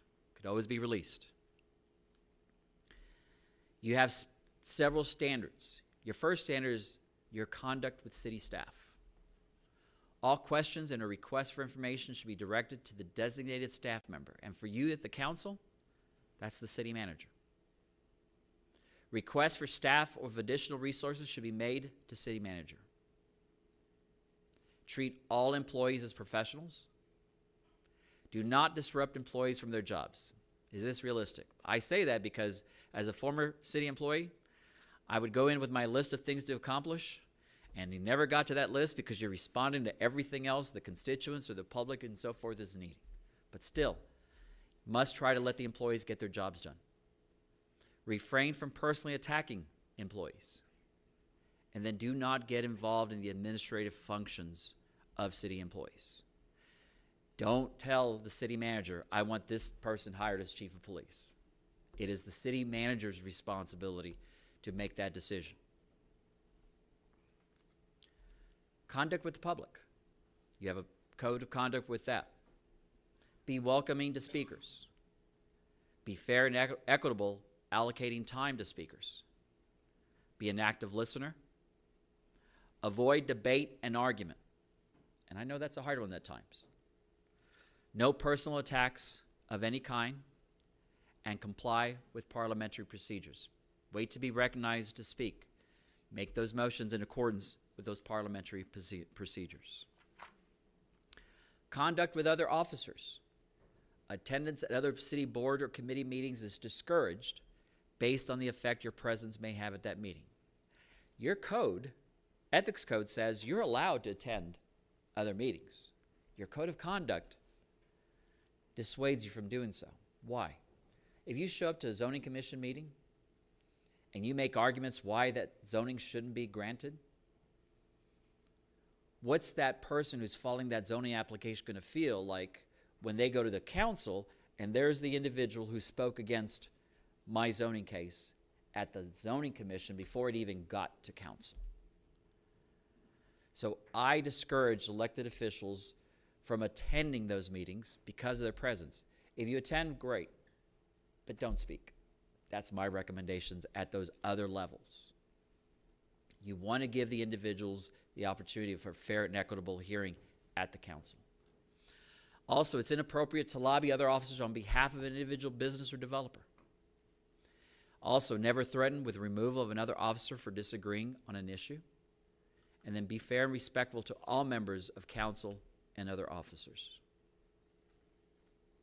Conduct with the media. If related to a city issue, never say no comment. Simply refer that reporter to the assigned staff member of the city's strategic communications office. Now, if the matter is personal, it's a campaign issue, it's a personal matter, do not refer that to the city's strategic communications office. That's one you would have to be responsible to answer at that time. And with that, I'll be more than happy to answer any questions. I know I covered a lot, and I'm always available to answer questions at any time, so feel free if you have any questions. Frank, thank you for the presentation. Any questions for Frank? Thank you so much. Nope, no question. Thank you, Frank. Mayor, we do have public comment on this item. Okay. From Ms. Osmond.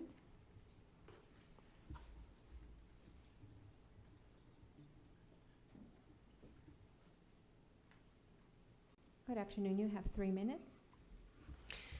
Ladies and gentlemen up in the dais, just so you know, you're the face. You're the people who everybody else elected to make the decisions for us. So what's going to happen is you're going to take the fall. So aside from the code of conduct and the ethics, you personally, your legacy is what's going to get hit when something is wrong. When something is wrong with the city during the time that you sit there. And I say this because, quite frankly, the reason I had to start coming here is because I applied for a community human development grant, which I was approved for. But after discovering ethics violations, which I reported, that quite frankly, any citizen who has to do this has to jump through hoops. If it is an employee, then it's one after another. You have to go through the chain of command to report it to everybody before you are allowed to report something to HR. Okay? And then that is just a hidden matter within the city that the public will never know about, and it doesn't get to the Ethics Commission. If it is an ethics complaint that a citizen files, okay, again, we are going to be lucky if it does get pushed forward. And I say this because last year I had to file an ethics complaint because we had an employee that lied to the city attorney's office, who then thus had to repeat that lie to the current city council. And when I filed those ethics complaints, which is a really odd to this presentation, because I had the former mayor and former representative of District 1 send me a letter that they dismissed that ethics complaint. So that seems rather contrary, and I do have that letter, and I will send that out to everybody. I'll make copies of it and send that out. So it's very contrary to what this gentleman just said. But I think you all need to consider how difficult it is for the citizens, and the citizens should know what happens. Because the retaliation that happened with me, some of those people who still allowed it to occur, because I never received, although I was approved, I never received the assistance on my home. And some of those people who were involved are actually in this building, some sitting in this room. And that's the thing, is that the hoops the citizens have to jump to even get something out in the public so that the citizens know what is going on that is wrong is outrageous. Now, legislative, quite frankly, they would consider everybody else the deep state, but y'all are the face. They're making the policy. Thank you, Ms. You're the Osman. face. Thank you. Mayor, that concludes public comment on this item. Okay, you want to move to the next item? Yes, sir. That will be item 23. And item 23 is a presentation and discussion on the FY 2024-2025 first quarter financial report. Good afternoon, Mayor and City Council. Robert Cortinas. So we do this presentation quarterly. We provide the City Council an update on where we stand throughout the FY various fiscal years. This presentation is a little bit different. I have a few slides at the beginning. I'll go through them relatively quickly. We'll have a lot of discussion over the next several months. And then obviously with the strategic budget session that we have planned for a little bit later in March, obviously we'll have a lot more discussion. But I wanted to provide a little bit of context as to what went into the budget development. And then that will lead into the actual comparison from current fiscal year to the previous fiscal year for the first quarter. Again, a lot of what you've heard already during your orientations, a lot of what we really focus on with the city manager and myself and city staff, really focusing on ensuring that we're really focusing on the long term when we bring recommendations forward to the city council. This really just helps the stability and predictability going forward. It really helps our financial management, something that we've worked really, really hard on to improve over the last several years. I included this slide. It's a really helpful slide. We're constantly trying to find better ways how we can present this information, not only to the council, but to the community as well. When we talk about cost drivers, we talk about available revenue sources. We've had some of that discussion yesterday and today. So on the outside of this pie chart here, you'll see the breakdown of the city's general fund revenue sources. And so when you look at the largest revenue source there, property taxes, about 46%. Sales tax is the second largest component, and we'll talk a little bit more about that.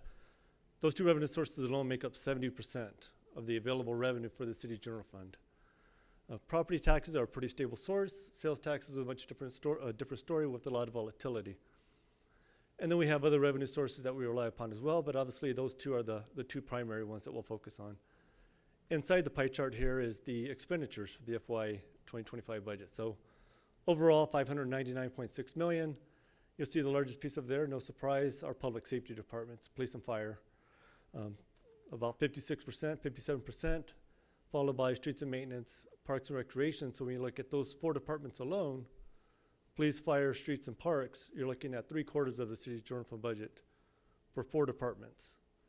And so we provide this information. Obviously, a lot of this, as far as the expenditures, go into our city workforce, which we'll cover here in a minute, and what you will really hear a lot about over the next several months as well. Again, really focusing on our workforce and what we've done in those areas. So some of the budget challenges, as I mentioned, revenues again, property valuations have performed extremely well over the last several years. But obviously we've seen a little bit of a slowdown in sales tax, which we had anticipated over the last 18 months or so. Our fixed costs continue to go up, so we talked a lot about inflation, obviously, with our taxpayers being impacted through increasing cost in rent, housing, food, gasoline. The city is no different. We've seen increases in utilities, increases in appraisal services, increases in some of our IT contracts. And then a lot of discussion has really been focused on our deferred investments and coming up with strategic plans to address some of those key areas. So how do we balance the budget? So a lot of discussion went into the last couple of years of ensuring that we had no property tax increase, which we managed to do. Again, at the direction of the prior administration. Again, really taking into account what we've been seeing as far as the impact of inflation. And so we've identified new revenue sources that were previously restricted to free those up. whether it was paying off, for example, the Plaza Theater debt 3 years early. That was previously a revenue source that was restricted to make the debt service payment for those improvements at the Plaza Theater. And so we were able to pay that off early, which freed up some additional revenue to come to the general fund. One of the big ones here is the no issuance of debt, which we have not done in the last 2 years. Again, we continue to utilize bonds that we've already sold in the past to be able to fund our capital projects. However, you'll have a future presentation that will update you all on what we're planning to do over the next several years and the potential impact that can have on the property tax rate. One of the great new revenue sources that we took advantage of last year, and actually we're about to submit our application for the second year, the state has a program, the local government's disproportionately impacted by disabled veterans. So we can get essentially a rebate or reimbursement from those 100% disabled veterans that do not pay property taxes. We can actually get a portion of that money back to the city. And so this past year we got 1.9 million. We've been pushing our legislative team to encourage the state to allocate more funding to that program. The state as a whole only allocates about $10 million. The city of El Paso's application was for $6 million alone. So they have to prorate it based on the number of applications that they get. So we only got about a third of what we submitted. But again, that was a new revenue source we were able to take advantage of. Some of the other actions that we implemented, and we'll talk a little bit about this, the vacancy savings, how we utilize our attrition and looking at that savings while at the same time ensuring that we're not impacting city operations. Employee compensation was a big driver this past year. And so we decided to actually split the pay raises. So we did half in September, and we are going to do the other half in March. And we obviously just did, which you all have heard a lot about, the recent increase that the council approved that will take effect later this month. And then finally, our pay-go capital is something we've been working really, really hard to build up our funding available for facility improvements, for vehicle replacements, for parks amenities. We did reduce that amount by $3 million in the current fiscal year. Some of the highlights, and again, this is a very, very high level, but we'll go through this, as I mentioned, over the next few weeks and months leading up to this budget process.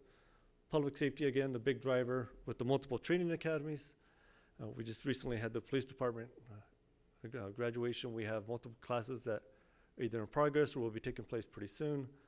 Continuous investments in our streets, which we've had a lot of discussion about, and how we identify an ongoing annual funding source to be able to address our streets and the maintenance that we have to ensure we're protecting the pavement condition index. Our quality of life, and so we have now pretty much wrapped up. We're coming to the tail end of finishing out those capital projects from the 2012 quality of life bonds. We just announced the expected date opening for the Mexican American Cultural Center, which is one of the last signature projects, and then that operating cost obviously was built into this current budget, and so next year we will not see a big increase building in those operating costs related to those quality of life projects, as I mentioned, as we've now come to the tail end of finishing those out. And then our workforce and what we've managed to do over the last several years, and then the recent, again, the minimum wage increase going to $15.75. That'll take effect a little bit later this month.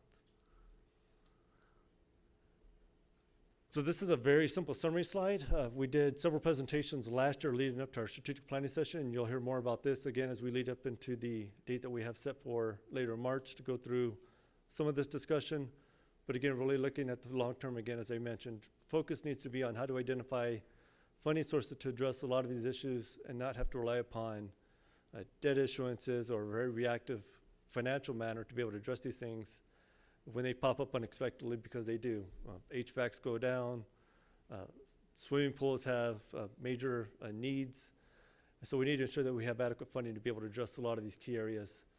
So whether it's the streets, our facilities, which 2/3 of them are more than 60 years old, whether it's our parks, which continue to need improvements or replacements for our playgrounds. One of the big items that you'll be hearing about relatively soon in the next couple of months, grant match funding. A lot of discussion obviously recently with grant funds and particularly the federal government. But we've been working internally over the last few months to try to identify a funding source to come up with the MPO funding match on those transportation projects.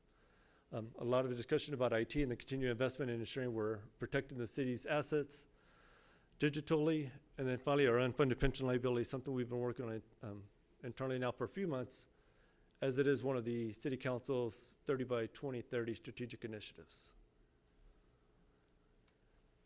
So this slide here, I've shown a few people this slide of the new council members, and then something that we updated last year, we continue to provide the council an update. And so a lot of what you'll hear us present, the city manager and myself, is as we're going through the budget process, forced with very, very difficult decisions of balancing the taxpayers and the impact we have on them, but at the same time ensuring we're not impacting the city on the operations or some of these deferred areas.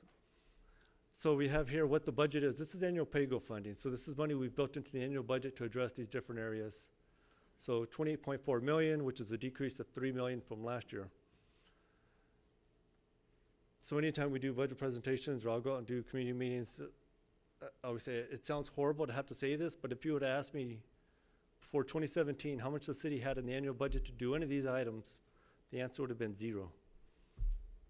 The city was debt financing every single one of these things as they needed to replace police cars, buy fire trucks, do facility improvements, invest in IT. Any of those items was being done through debt. And so we've made the push over the last several years incrementally. Obviously, you can't do it overnight, to increase the allocation in the annual pay-go. We're up to 20.4 million, so that's the positive. The other side of that is that you'll see on the far right-hand column the actual amount that we believe we need in each of these different areas to adequately fund where we should be as an organization, to be on a replacement cycle for police and fire equipment, to be on a regular replacement cycle to invest in our streets. So we're about a quarter. We've made tremendous progress, but we have a long way to go. Some of the major variances in this budget that was adopted last August, again, our workforce, the investment in pay raises and compensation for police and fire, the investments in animal services with the new facility, and then some of these items, again, are fixed costs. So we had, obviously, the citywide election. We had our appraisal services, which we pay into the appraisal district, the appraisal district's budget. That amount continues to go up every year as they're facing increased cost. Some legislative changes with them as well. They're going to be required going forward to start to have elections for their board members as well. And so they've been setting aside funds to be able to afford their election in 2026. We talked about the quality of life operating cost. Utilities, our water costs continue to go up. So as utilities are increasing their rates, so we have discussions going on with El Paso Electric. As their rates go up, the city obviously will be impacted as well. And our cost for not only the electricity for our city facilities, but all of our streetlights as well, potentially. And then I mentioned the reduction in pay-go funding that ultimately led to the $26 million increase in the city budget. So this slide, and I'm going to actually go to the next slide. So what we had presented last June, we provided the council a little bit more detail on how we, and I know it's a little small and I apologize, but it's posted as backup if you want to print it out and actually take a little bit more time to look at this information. But really what we did last year in order to balance the budget, in order to get to that no new revenue rate, was we actually increased the annual amount of attrition. So we look at all of the vacancies that each department has. The budget staff will meet with them, look at where they're at, what do they have planned for as far as hiring, and they'll come up with an estimate, and they'll come to an agreement and say, okay, we think we can hold X amount of vacancies just based on normal turnover, the amount of time that it takes to fill positions. With this current budget, we did a little bit more digging, and so we actually increased the amount of attrition this current year. And so you can see that out of all of the vacancies that the city had at that point in time in June of last year, we took savings on about 61% of those positions. A pretty high amount. And you can see by department, we have it listed. So out of the almost 1,400 vacancies, we actually funded about 544 of those. So that was as of last year. And that's all funds, to be clear. And so we had another slide in here. It doesn't look like it got updated, but I'll make sure that it gets posted as backup, and I'll kind of walk you through what we did with the general fund. So on the general fund vacancies, we actually had about 867 total vacancies as of January. And so of those, we took attrition savings on about 558. So right now we have approximately 250 funded vacancies that can be filled. And so as we work with each of the departments to better understand, identify, ensure that they're being aggressive, make sure they have the recruitments open. To be clear, there's no hiring freeze, there's no delay in hiring. We're actually pushing, I think, with Ms. Mack's push to increase the minimum wage really speaks to our push to really ensure that we're not impacting city operations. If we get to a point in time where we feel like we're running into an issue, a budgetary issue, where we need to hire more individuals, we'll come up with a game plan or recommendation, and we'll address that issue when we face it. We're nowhere near having that situation right now. So while, yes, this is a concern, I don't think it's a concern that no public entity or no private organization isn't not facing right now. Hiring is very, very difficult, whether it's entry level, whether it's our professional managerial, even our executives. It's difficult times right now to be able to fill a lot of these key positions. Fortunately, that we're very excited. So that February meeting later in this month, we're going to bring back a presentation to cover a lot of the workforce investments we've done. I talked about how that's really the budget cost driver that we face every year. We're going to make another push, another publicity opportunity for us to take advantage of getting the word out about the increase in the minimum wage. So the timing will be perfect for that. Really, get the word out that we provide a lot of opportunities, not just for entry level, but career opportunities for people to take advantage of working for the city. And so this is the first half of the presentation. Just wanted to provide a little bit of context of the overall budget. And then the second half here, we'll go into a little bit of discussion about where we stand for the first quarter. So again, this is going to cover the months September, October, November. Our fiscal year starts September. And we're going to see the comparisons of that quarter compared to the same time in the previous year, okay? And we'll do for revenues and expenses, and then I'll provide a little bit more detail on some of the key ones that we continue to monitor. So overall revenues up 3.9 million or 4.4%. The biggest piece of that is property taxes. And so you may be saying, well, why is property taxes up if you didn't have a tax increase? Well, two reasons. One, property valuations were up, so that means we're generating more property tax revenue. And then two, we did not issue debt or will not issue debt in this current fiscal year, which means more of those property tax dollars will come to the operating and maintenance side of the budget, the general fund, as opposed to needing going towards the debt service. So basically, it's a shift in that property tax revenue. Sales taxes is up only 0.3%, which I'll show you a few slides on that. Franchise fees, something we continue to monitor. That, again, not a huge source of revenue, about 11% of the overall general fund revenue. But we continue to monitor that because it's trailing right now a little bit below what we actually budgeted in this current fiscal year. And then our engineering reimbursements. So we do charge our engineering cost out to the cost of the capital projects and the services that they provide. So that's up just a little bit, just again, based on the actual capital projects and the timing of those. On the expenditure side, again, overall expenditures are up by 6.1 million. Again, the large piece of that is due to the salaries, benefits, and taxes of our city employees. We also had a one-time increase in our IT contracts of about 1.2 million, so that payment came in the first quarter of this year. We again had the election cost. A portion of that is reflected in the first quarter. The remaining will come in show up in the second quarter. And then our transfers out, so the general fund subsidizes to help fund the animal services department. And again, as I mentioned, with that new facility that came online, we have an increase in that area as well. So this slide here, again, remembering this is only through the first 3 months of the fiscal year. And so this is showing the budget, the actuals, and that last column is our year-end projection. And so as of right now, again, being conservative, we only have 3 months of data. Right now, we're not projecting a surplus and we're not projecting a deficit. The bottom little footnote there is very, very important. So as part of the adopted budget, the city council actually approved, in order to balance the budget, get to the no new revenue tax rate, the city council approved utilizing $7.2 million of our fund balance coming from our pay for future, which was planned.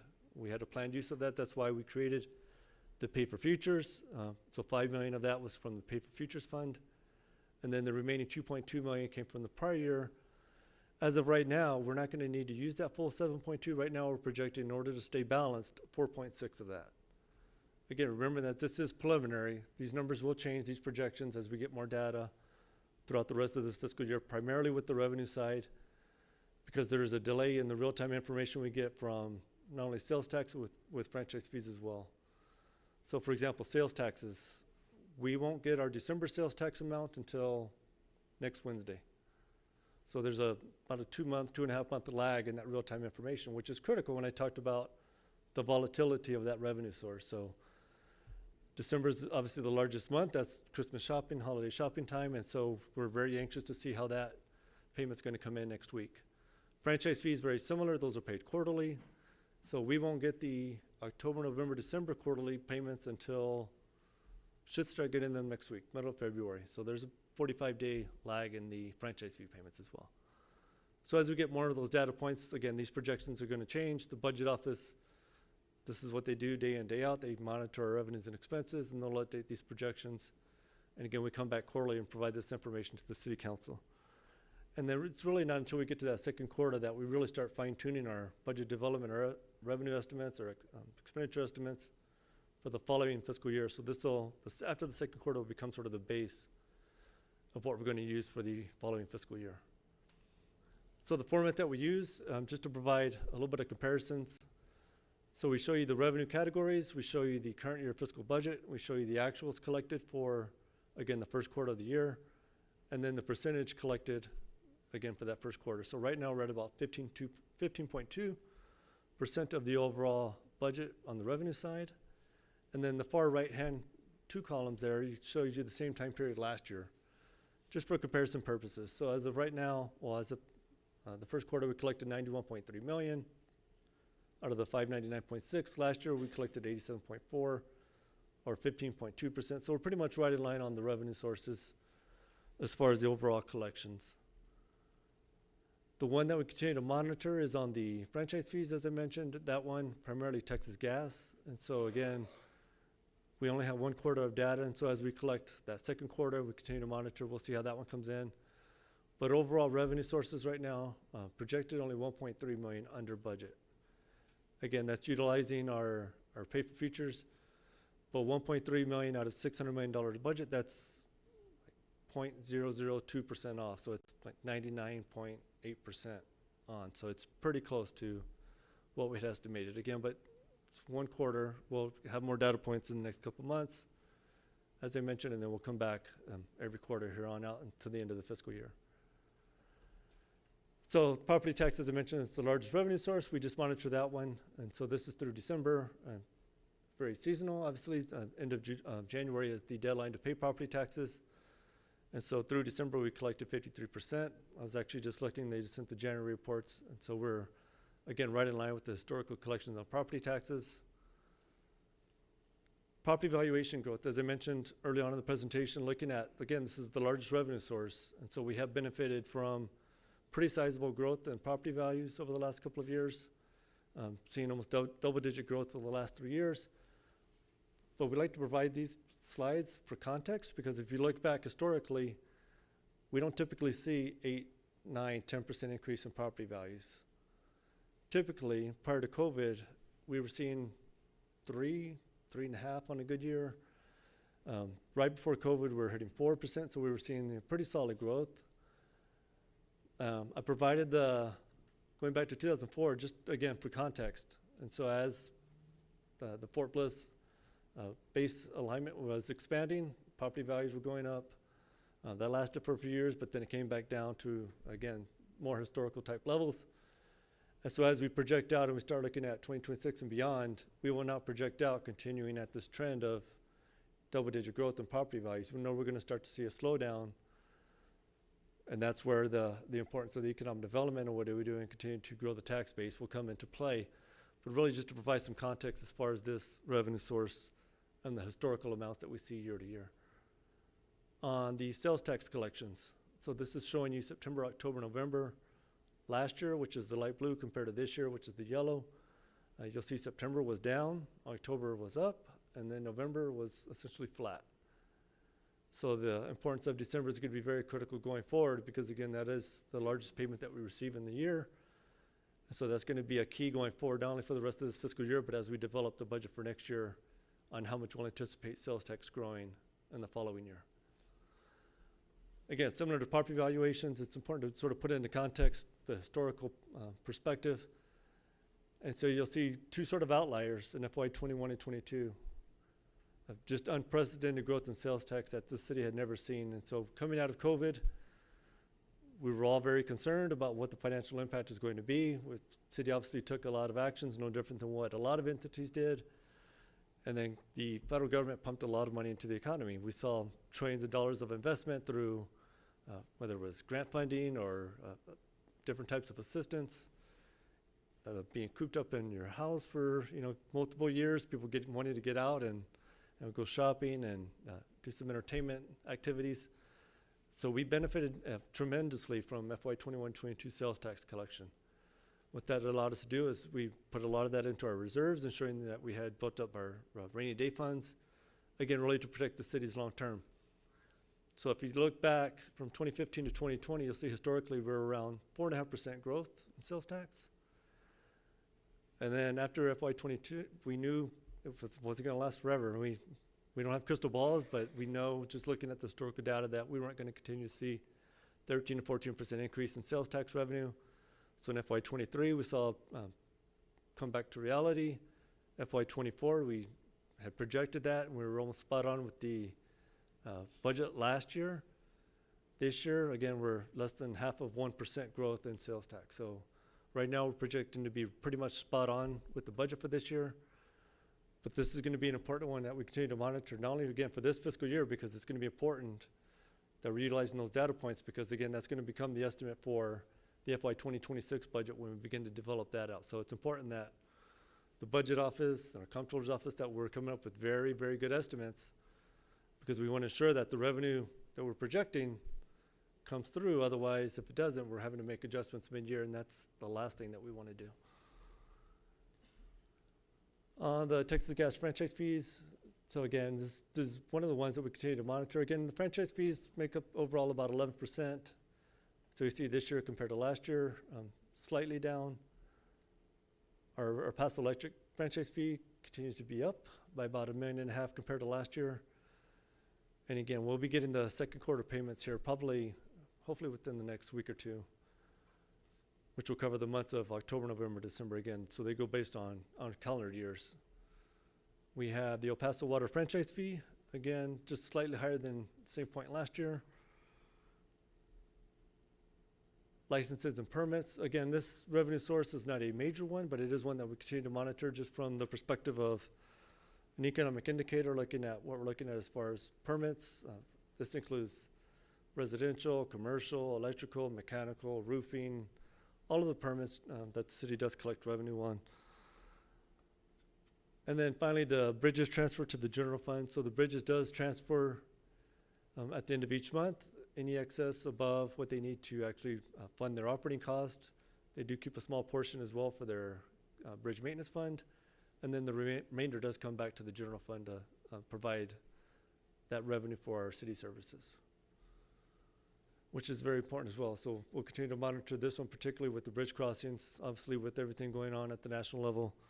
We'll continue to monitor this one because, again, this is another one that, although not a huge revenue source, about $16 million a year, $2 million reduction in any of these categories has an impact on, obviously, what we're going to look at on the expenditure side. So similar to the revenues that I went through, this is the expenditures. So again, providing the same format, provide you the current year budget, the actuals through November, the percentage, and then the comparison to the prior year. So on the expenditure side, we're right at about 19.7, coincidentally right where we were about the same time last year. Personal services, again, is the largest driver. That's salaries, benefits, and taxes for our city employees. That makes up about 71% of the budget, so that's the one that we really spend a lot of time focusing on, doing payroll projections, projecting out when departments are expected to fill vacancies. And then I have a few slides. So this is the projection again. So $1.3 million projected under budget on the expenditure side. Some of that coming from different categories. Personal services, we're barely under right now. One of the things we continue to monitor is overtime, particularly for our police and fire departments.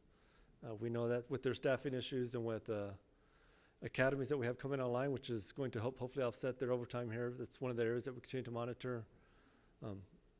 But overall, again, $1.3 million under budget right now on the expenses projected for the end of this fiscal year.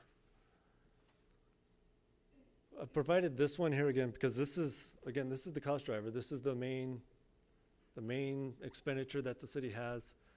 And you can see the growth year over year, going from 74 million in FY21 up to 89.6 million in this current fiscal year.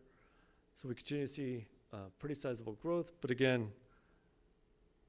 nothing that was not expected as far as the overall adopted budget. The electricity expense and water expense, we continue again monitor their budgets. We know that the water utility had their 8% increase in their rates.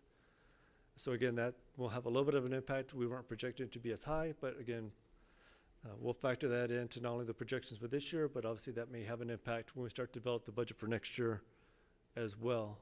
And then obviously the El Paso Electric rate case will have an important impact on what we see as far as the overall electricity cost for the city. Fuel and vehicle maintenance, again, not a huge expense category, but I provide this because we talked a little bit about that PAYGO and how we're replacing vehicles. Obviously the cost of gas has come down a little bit compared to the last few years, so that's helped us a little bit. We continue to monitor our vehicle maintenance as well. Thus the importance of ensuring that we're replacing our fleet instead of having it be in the shop and continuously being worked on, which has an impact on our city services. So we've seen that come down by about $200,000 again for this first quarter compared to last year. Our IT contract, something that we've seen, again, the impact of inflation is just across the board.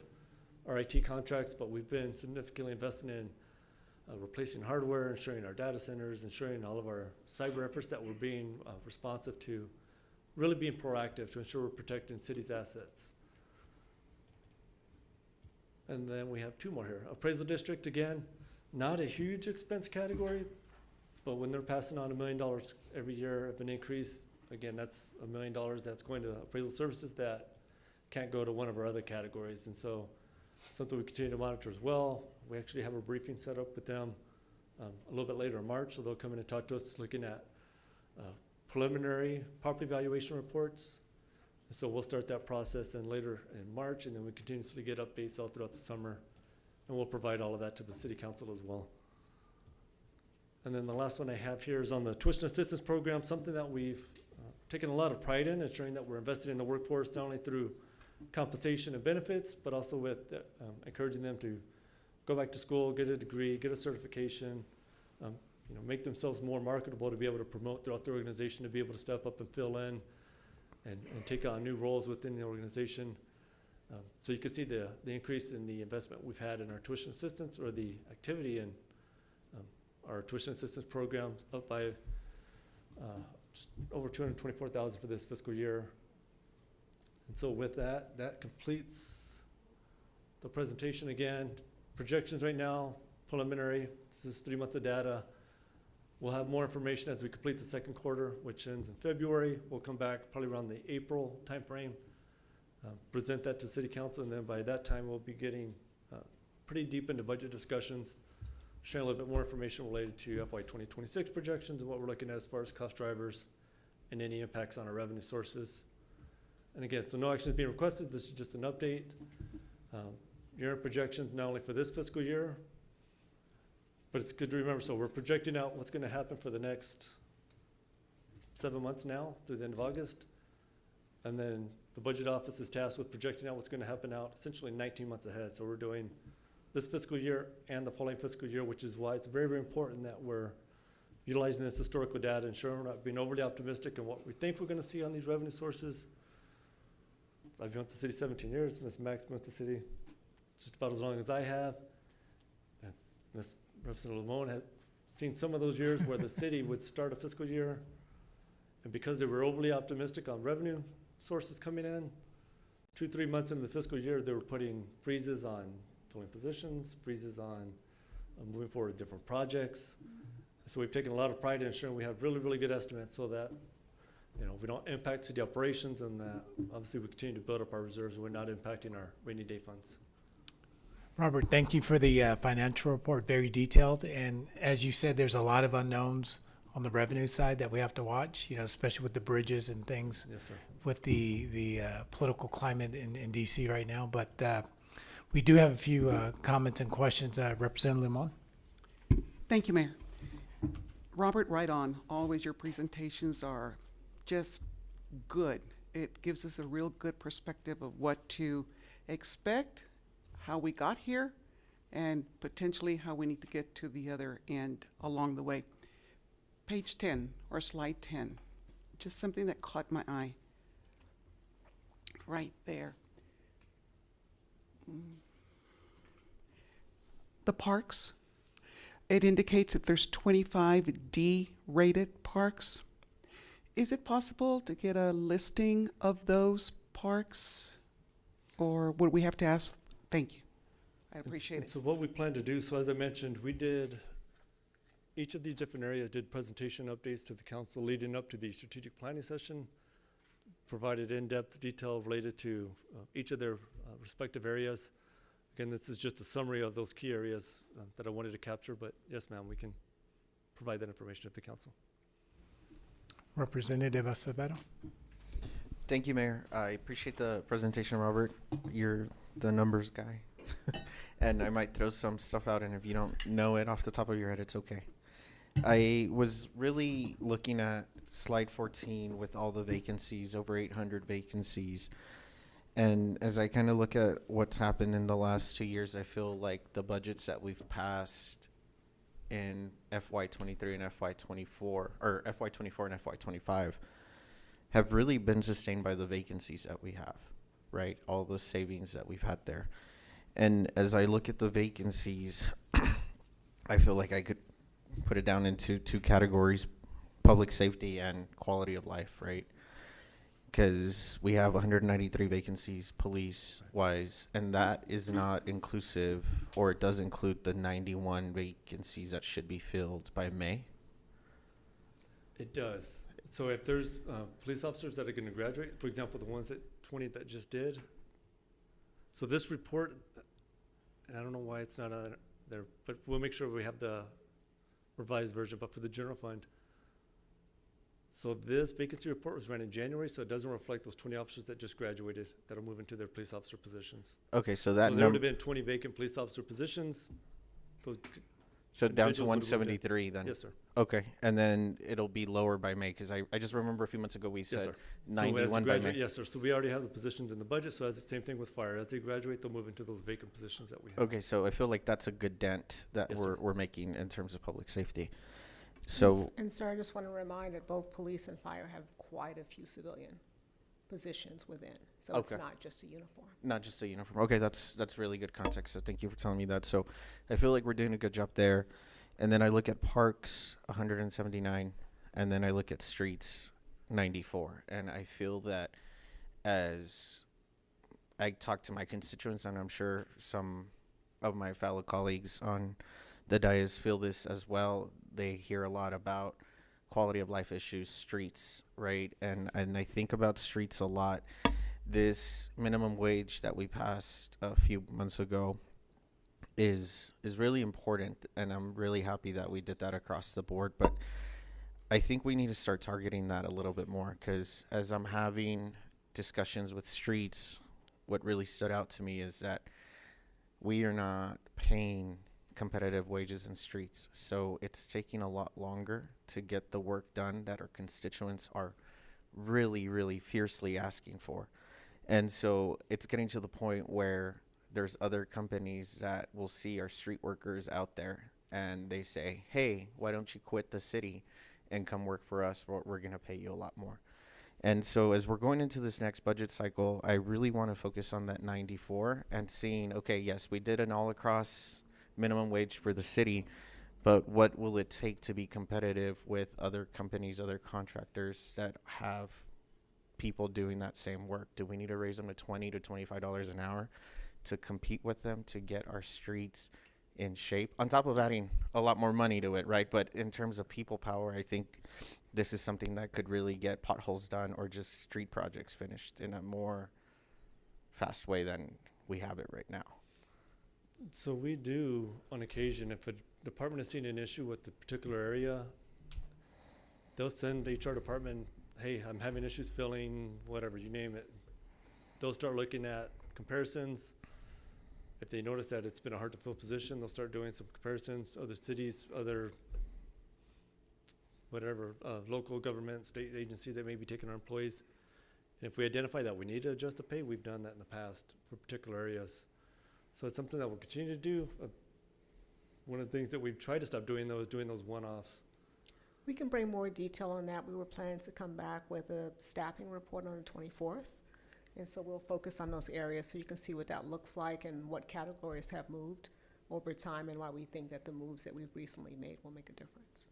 No, I think that's great, and I just see this one as, let's be drastic about it. Let's keep these people that are working for the city happy, because then our residents are going to see the changes that they really want to see. So I appreciate seeing that when you come back on the 24th on that.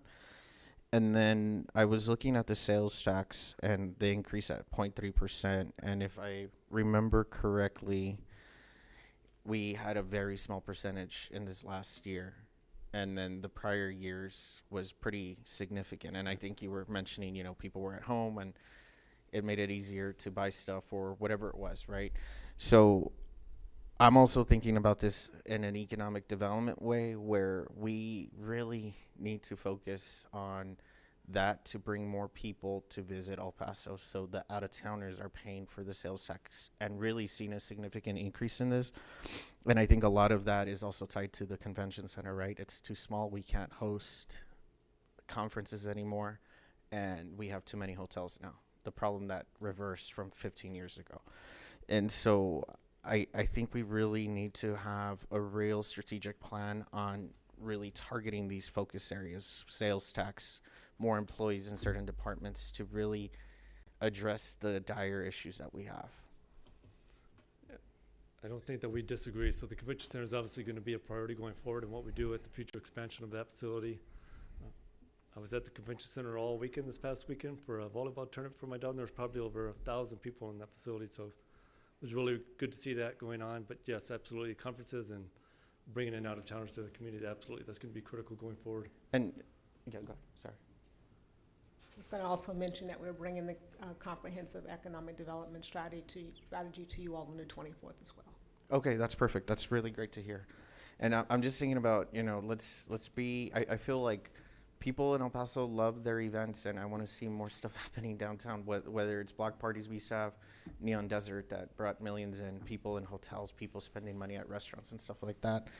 I think the smaller, that could be the short term, and then we have a longer term type of thing. So really looking forward to what you're bringing on the 24th. And then I also wanted to ask about the bridge revenue. Are you monitoring that bridge revenue right now as we are getting into a new federal administration? Is there a sense that we might have a drop in that bridge revenue? I think it's too early to say at this point, but it Okay. is something that we'll continue to monitor, and obviously we'll continue to report back to the council on any impacts that we're seeing with the crossings. As of this point, we haven't seen a dramatic or drastic change, but it is something obviously with the current environment that we'll continue to monitor. And again, it's not a huge revenue source, about $16 million a year, but every $100,000, every $1 million that we lose is obviously an impact on our ability to be able to fund all the services that we provide. So Right. it is something that we'll continue to monitor. No, I appreciate that. And then I know that you were mentioning the last 3 years we've had appraisals kind of skyrocket, and people are really feeling that a lot. From my understanding, this year we shouldn't see any crazy jumps in appraisals, right? And that should stay for about the next 3 years. Is that still the thought? We will see. We don't get the preliminary reports from CAD until late March.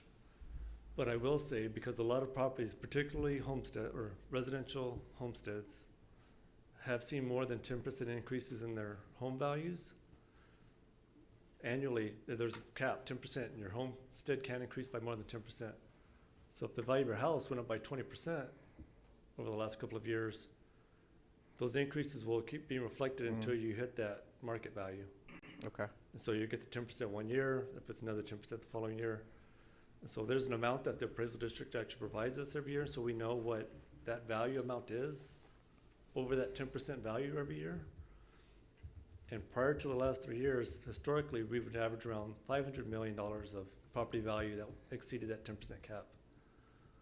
Okay. Last year, I don't want to give you the exact, I don't remember the exact, but I believe we're like around $4.2 billion. So much more property value that's exceeded that 10% cap that homeowners may see. Again, that is going to change as the valuations change over the next couple of years. But I anticipate us not seeing a drop-off, but obviously not as large as what we saw in the last 3 years.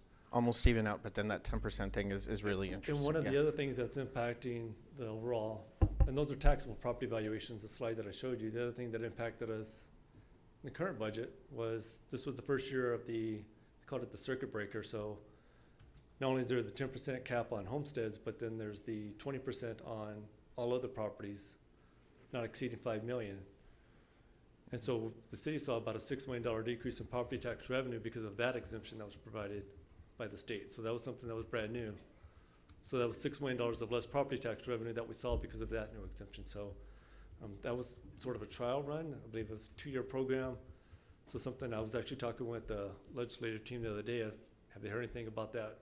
Continue to go on for the next few years. And so I believe there are some bills to continue that program at the state level. Because that will obviously continue to have an impact on our available revenue sources. Okay. And then the last thing I had was property taxes.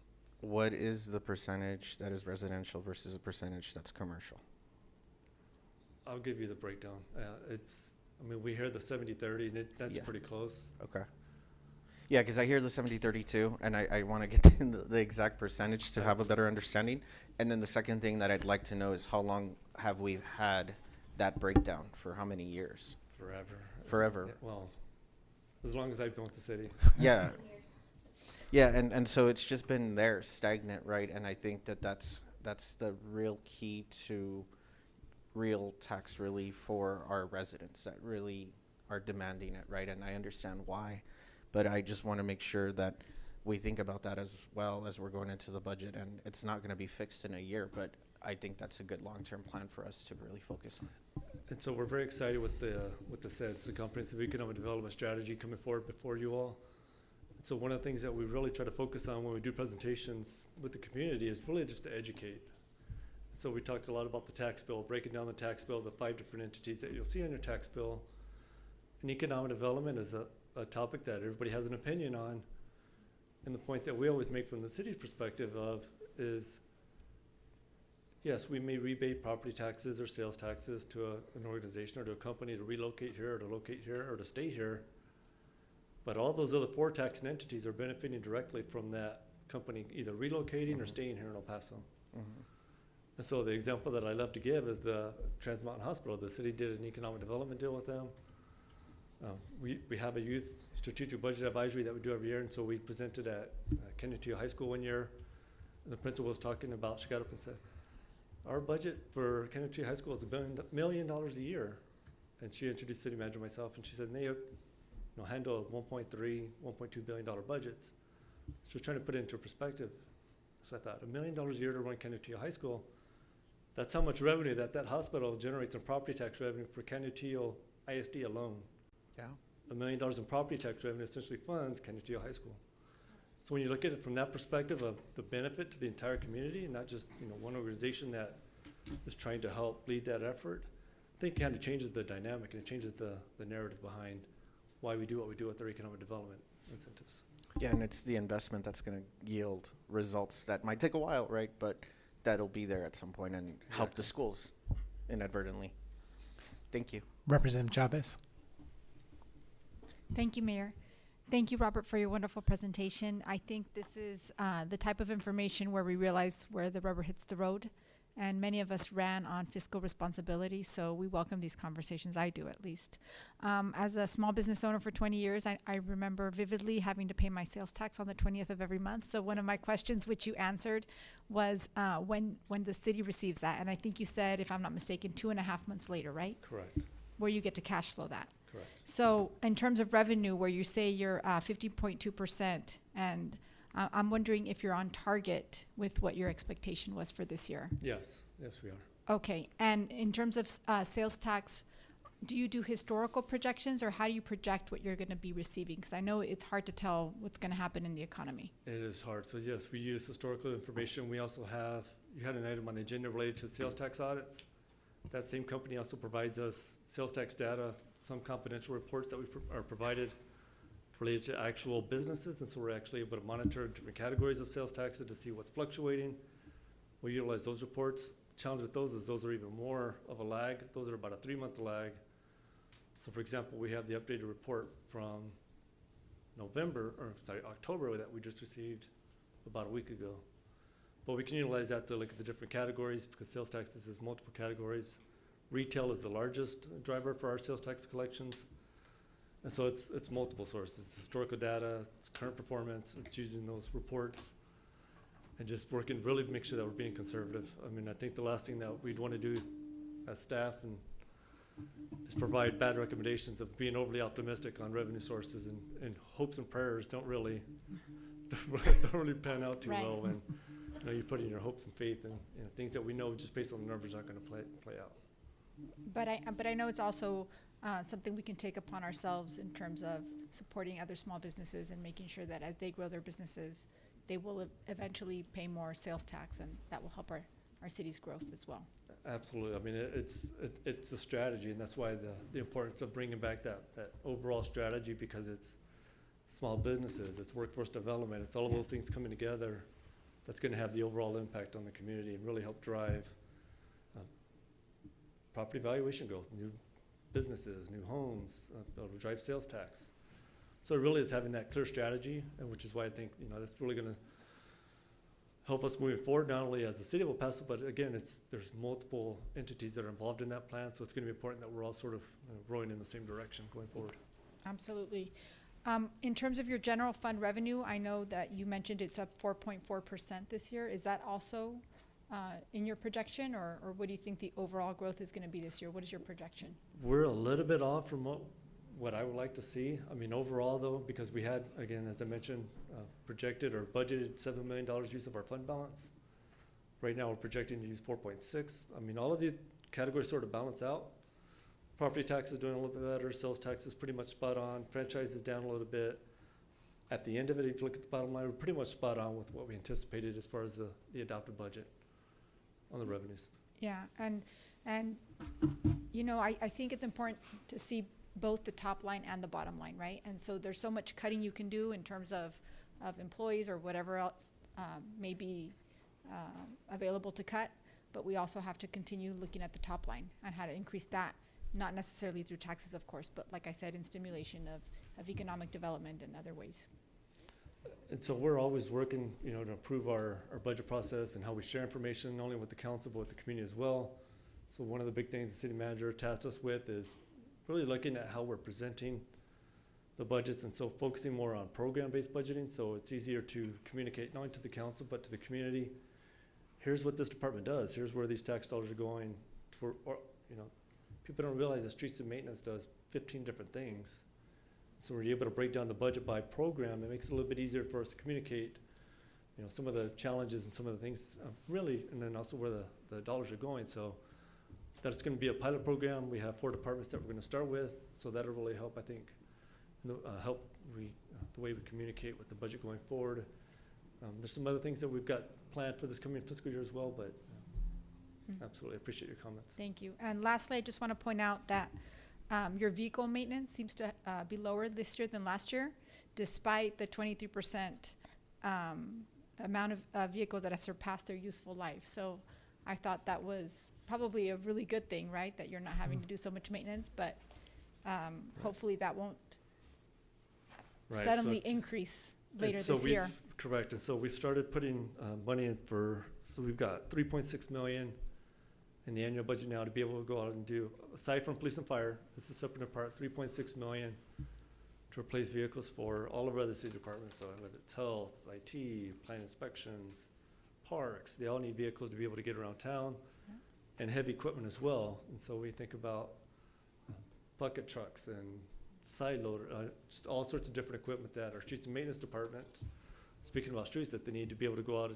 and do to provide the service. So I know a few years ago there was complaints about street light replacements and fixing street lights. It's because we didn't have the bucket truck or the equipment that we needed because it was in the shop. And so having money in the annual budget now, again, not only financially helpful that we're not having to finance, but also helping on the operation side of providing the resources that our departments need to do the job. Thank you, Robert. You're welcome. Great presentation. Representative Trejo. Hi, Robert. Thank you for the information and everything you've shared.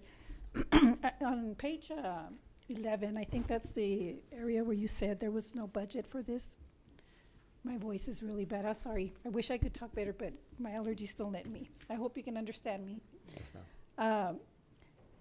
Looking at is this correct, what I just said? As Yes. far as this is the area that didn't have any budget? Yes, ma'am. Looking at this and looking at streets and resurfacing, I'm amazed that there was no budget for this. What have you all been doing to work towards having a budget? I see right now you have the 10 million. Where did those funds come to be able to add to the budget? So it's all of our revenue sources that come into the general fund. So we, again, have property tax, sales tax, franchise fees. We have, in the budget resolution, we've got money that comes to the general fund from different franchise fees, and we're allocating that for streets and maintenance department. Okay, so it's not just resurfacing, it's for the department, but it's to the general fund revenue. So it's important. So the 10 million, again, started in 2017, but again, that's only about a quarter of what we need on an annual basis to be able to have a regular replacement cycle to maintain our streets at a adequate level. So this is general fund funding. What conversations are you all having to be able to bring in funding, additional funding for this? 46,500,000. That's a lot in the lacking of what we have for street resurfacing. What conversations are you all having to be able to help with that? We will be bringing a strategy for council consideration probably in about 30 to 45 days. Okay. And then on the grant match and information technology, we're at zero for the budget. So grant match, we identified a one-time source of revenue to be able to fund the grant match we need for our MPO projects.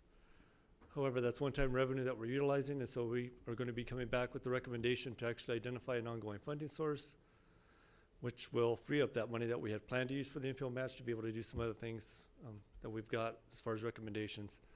So we have a recommendation. Again, that one will come back again in probably 30 to 45 days as well. Okay. And then on the IT, we were able to, in December, we did the year-end report.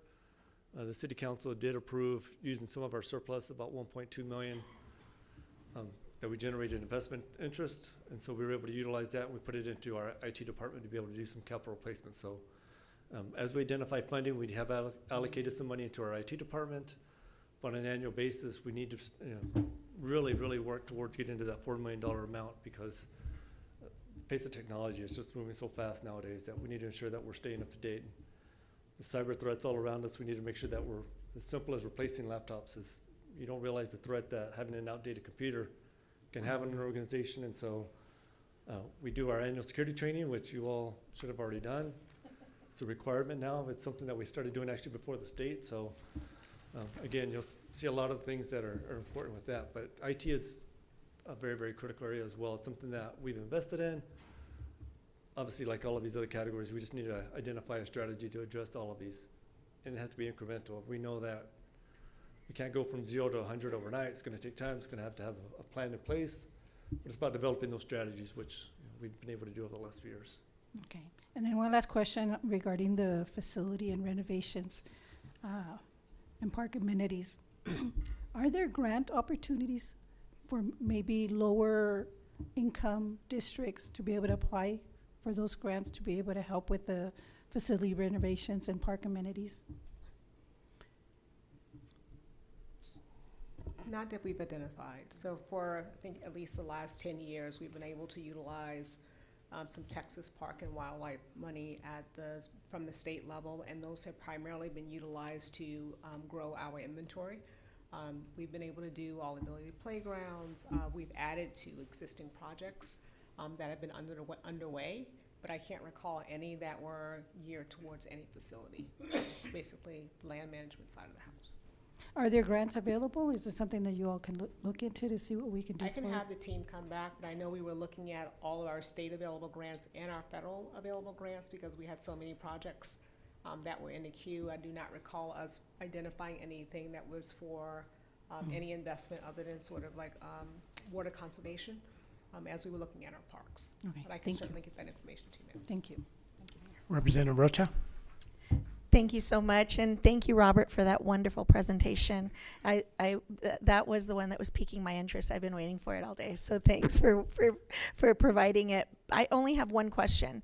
Is there a way to provide like a dashboard that would continually update for, I don't know if it's created through Power BI or if it's created through another platform, but is there a possibility to do that so that we can have real time instead of having to wait for these presentations, which they're super helpful, But, you know, we would really, I should speak for myself. I would really like to see a dashboard. I don't know if that's even a possibility or if that's in scope. Sure, I can get with their IT department. We've looked at that in the past, but it's something that we should be able to do. Thank you. I appreciate it. You're welcome. Thank you, Robert. Excellent presentation. Thank you, Mayor. And Ms. Prine, we've had members of the public here that have been here all day, and we're going to move items 26, 27, 28, and 29 up. Yes, sir. So we can get those out the way, then we'll come back to the presentation. Yes, sir. Item 26 is discussion and action on the request that the Managing Director of Purchasing and Strategic Sourcing be authorized to issue purchase orders for solicitation 2025-0196, Automation Controls to PC Automated Controls, Inc., the sole authorized distributor for an initial term of 3 years for an estimated amount of $300,000. This contract will provide parts and services for control systems used in city facilities. Motion approved. Second. There's a motion and a second. Any discussion on this item? Ms. Prine, call for the vote. Yes, sir. The motion was made by Representative Limon, seconded by Representative Fierro. This is to approve item 26. On that motion, call for the vote.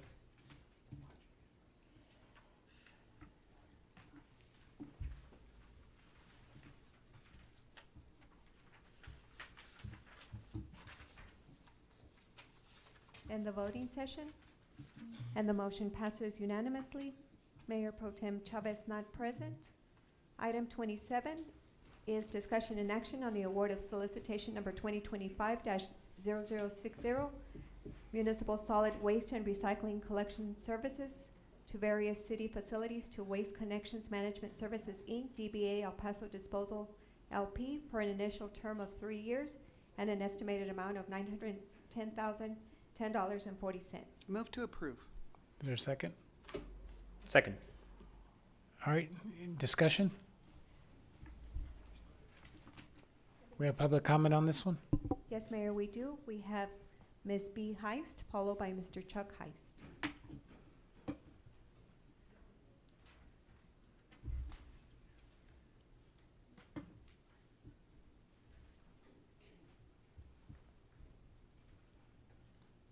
Good afternoon. You have 3 minutes. Good afternoon. Good afternoon. My name is B. Heist. I was born and raised in El Paso, and I'm a UTEP graduate. My husband and I own Heist Disposal. It's a local small business that provides waste collections in El Paso. We have had the city waste collection contract for 16 years, since 2008. Unfortunately, a lot has happened with this contract over the past 2 years. This is the third solicitation that has gone out since 2023 for waste collection. In July of 23, the first of these solicitations was issued, and Heist Disposal was a low bidder. However, purchasing recommended award to Waste Connections, doing business as El Paso Disposal, because they said we did not fill out the bid form correctly. We provided details on our pricing of various sizes of roll-offs, while the bid form referred to them as 22 to 30-yard dumpster. It was the city's fault that our bid was not accepted due to the fact that they did not provide a clear and concise bid form in their solicitation. City Council did not award the bid, even though we were about 6% lower. All of our pricing was now available to our competitor, leaving us no chance to win a future bid now that our competitor could and would change their pricing significantly. In October of 23, a second solicitation was issued after making changes to the bid form. The new bid form provided line items to bid on specific sizes of roll-offs, as we had provided in the previous bid. This time, Waste Connections was a low bidder. They had our pricing and lowered their previous prices significantly. City Council did not award the bid to Waste Connections, and Heist Disposal continued to provide service, but started using the Allied States Cooperative. In September of 24, purchasing issued a third solicitation, which required bidders to bid on both waste and recycling, and also expanded the scope of work. They also clarified that the recycling collected had to be taken to Barco, a recycling plant owned by Waste Connections. This is the solicitation that's being presented to you today. Heist Disposal is a waste hauler. We are not in the recycling business, and we did not feel that it would be wise for us to enter into a contract that required us to provide recycling services, so we did not submit a bid. The city only received one bid for this solicitation because there is only one vendor that can provide the city the services the way the solicitation was prepared. We would like to ask you not to award this bid today, but instead keep this contract under the Allied States Cooperative as it is now. We also had been sent an inadequate competition survey, which we responded with a letter and explained why we did not submit a bid, and I had asked that it be shared with City Council. I was curious to know if they did or did not share that with you. Thank you. B, thank you. The next speaker is Chuck Heist. Good afternoon. You have 3 minutes. Hello. You guys have probably heard from my wife more than me, the three of you that are left. Everybody else is new. We've been doing this for 30 years. We have never been put through a contract situation such as this one. I don't know how to describe it to you. It sounds like you are a business person, just from listening to your comments. I can tell you right now, if you're given a bid and you win it and it becomes public knowledge and you're competing against the third largest trash hauler in North America, I'm gonna tell you right now, even though they were higher than you and they get another chance to bid, they're gonna do exactly what they did. They had our price, guys. Do you guys understand that? We didn't win it because they had our price. And now the contract has been construed to a point where only they can do it. 2023, July 2023 is when the first bid went out. We're in 2025, folks. There is not one reason why this has happened. We have been a good vendor since 2008. We've done our job, and we would like for it to continue to go through the co-op. Waste Connections is also a co-op vendor. They're on there, and their roll-offs and their recycling can be utilized through that co-op through Region 19. We would really appreciate if you consider this. Thanks for your time. Thank you, Chuck.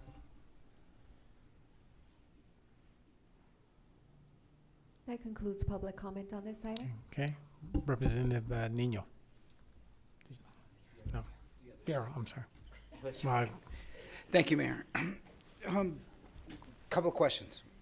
One is in regards to the letter that Mrs. Heist, or information that Ms. Heist referred to. I don't see it in the backup. Is there a reason that could it or could it not be distributed? Nicole Cody, for the record. The inadequate competition survey was what I believe she was referring to. Historically, we have not provided that as part of the packet, but we're happy to email that to all of you.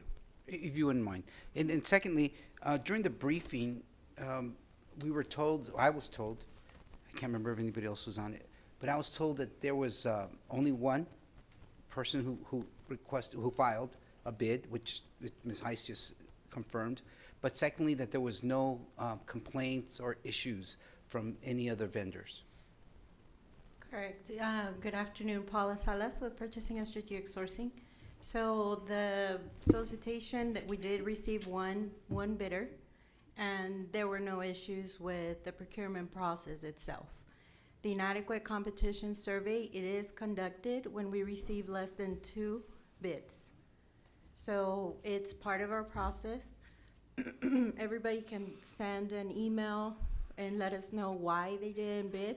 So those are basically the questions. You were invited to bid. Why didn't you participate? So that was the explanation that Ms. Heist is talking about in an email. Ms. Mack, maybe in the future, purchasing can share those letters with us, especially since we have questions, ongoing questions every once in a while about the lack of people responding to bids. Maybe this will help us understand also from our perspective. Yes, sir. We'll take care of that. Thank you, Ms. Mack. Thank you. Representative Acevedo. Thank you, Mayor. I was pulling something up. I'm sorry. I wanted to ask, I know this has been a lot that's happened with the way this was bid and then taken back, and this is the third time we bid, right? or put this out for bid. What was the thought behind changing it from the prior ones and adding other services to this? Nicholas Ibarra with Environmental Services. So we added recycling services as part of the contract because currently Environmental Services is performing those services. And what, as I explained in the briefings, is we have to purchase a new front load vehicle or multiple front load vehicles over the years at a cost of $500,000 each. Currently, we have 3 in our fleet just to perform these services, which account for 60 collections a week, 3 days a week. So there's, I believe, 6 collections on Monday, 43 on Wednesday, and then the remainder on Friday. So all the collections that get done can be done with one truck, but we still have to have backup vehicles to ensure that just in case they go down, we could still make these recycling collections for the sites. So this is why we decided to include this as part of the scope. Also, we included the roll-off containers on there so we could have a set price, and we could have them available whenever we have certain events like district cleanups and Earth Day with ESD. That all makes sense. So was it a convenience to just include it all in one instead of going out and getting everything you just described separately in another bid? Correct. Just to have it all together with one third-party contractor to perform all these services for us. That way we could get out of doing the front load services, and we could use those vehicles for other items like mobile home collections. But you could have done it separately. Technically, yeah, but we probably wouldn't have gotten that many bidders because, you know, when you remove the recycling portion of it, it's only accounts for 50,000 of the 300,000 annually, and that's a very small number for typically. So it would be best if we put it all together. But then I would argue that you only got one bid. Yes, sir. So that's not a lot of bidders in my opinion. So I guess one thing, I don't know. I mean, I'm beating a dead horse at this point with the purchasing director, and the timeline kind of lines up with how long we haven't had a purchasing director, and that really worries me. And I know we have one person doing 2 jobs and stuff like that, but I think this just really speaks to how badly we need that to really look at these processes, procurement overall. I think we just need one person really focused on that. And I know that I've been told that this batch of candidates looks a lot better than the prior times that we've tried, but I mean, I still kind of think Baker Tilly's not great, and we're still with them. And so I'm not happy about how this has played out. Thank you. Representative Limon. Mayor, yesterday we had a presentation and we heard all the wonderful things about the co-ops, the purchasing. We also heard about local companies, local vendors. And now we get into the roots of this. Mayor, I'd like to remove my motion to approve this item.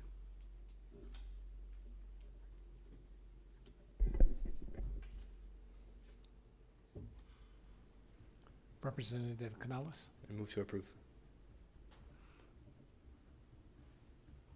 Is there any more discussion on this one? I have a question. So we heard about the pricing, you know, in a procurement being available for everyone to see everyone's pricing. Is that the case in this particular type of procurement? Yes, good afternoon, Paula Salas. We do have to post those online for the public to see. So it is part of just meeting our regulations and just our codes and putting all those online for any formal solicitations. Okay. Representative Trejo. So you all mentioned that there was a convenience to do this as one. Is there a cost savings associated with that as well? Nicholas Ibarra again. Yes, it's a cost saving. So like I mentioned, the vehicles that we purchase, we can now use them for residential collection, which we collect from the solid waste fees. So it would be more focused towards what we're collecting the fees for on the solid waste side.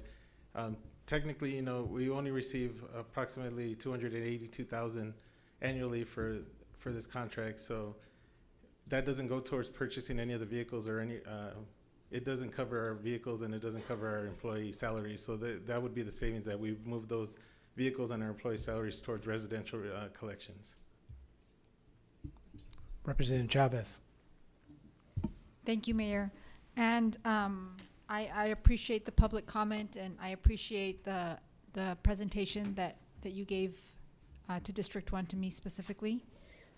I guess my concern is, you know, the 3-year term with the 2-year option, only because there was only one person bidding for this. And so technically speaking, you know, if we award this contract, it's going to be to that single person that bid, and it's going to be for 5 years. So no one else will have the opportunity to maybe come back, even in the short term, to compete, basically. So it's going to be a 5-year contract, which I know is probably standard procedure. I'm not saying it's not.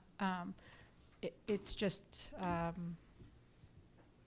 going to be awarded to this one person that bid, and everybody else is out of luck.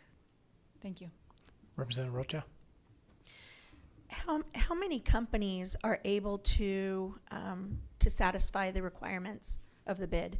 So anybody with front load services can satisfy the bid. All requires front load service. Like I mentioned in the briefings, you could collect trash and do waste hauling in the morning, and you could do recycling. All we asked, and we answered in the addendum, is that the truck be cleared out. It doesn't have to be cleaned out, power washed, or anything of that sort. This has to be cleared out of the material, and then you could do the other activities in the afternoon. So it could be trash or recycling in the morning, and then trash or recycling in the afternoon, and vice versa, just as long as all the material is cleared out of the vehicle. Thank you. And how many companies kind of satisfy that? There are 4 Would or you 5 know? companies within the city that 4? have front load service. 4 or 5? Yes. Okay. Thank you. Any more discussion on this item? Ms. Prime, please call for the vote. I did not hear a second, Mayor. I thought we had a second. She withdrew the motion and I made a new vote. Okay, we have a motion. Is there a second?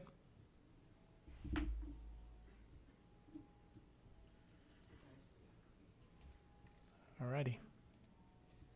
This dies. Yep. Thank you, guys.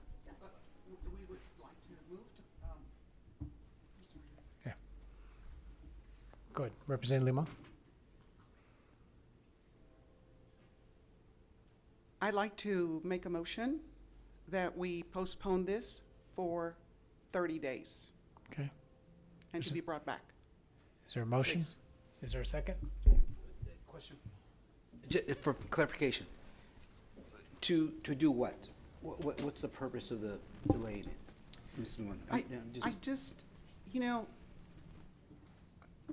I just don't think that we got all the information that we should have had, perhaps even in the backup.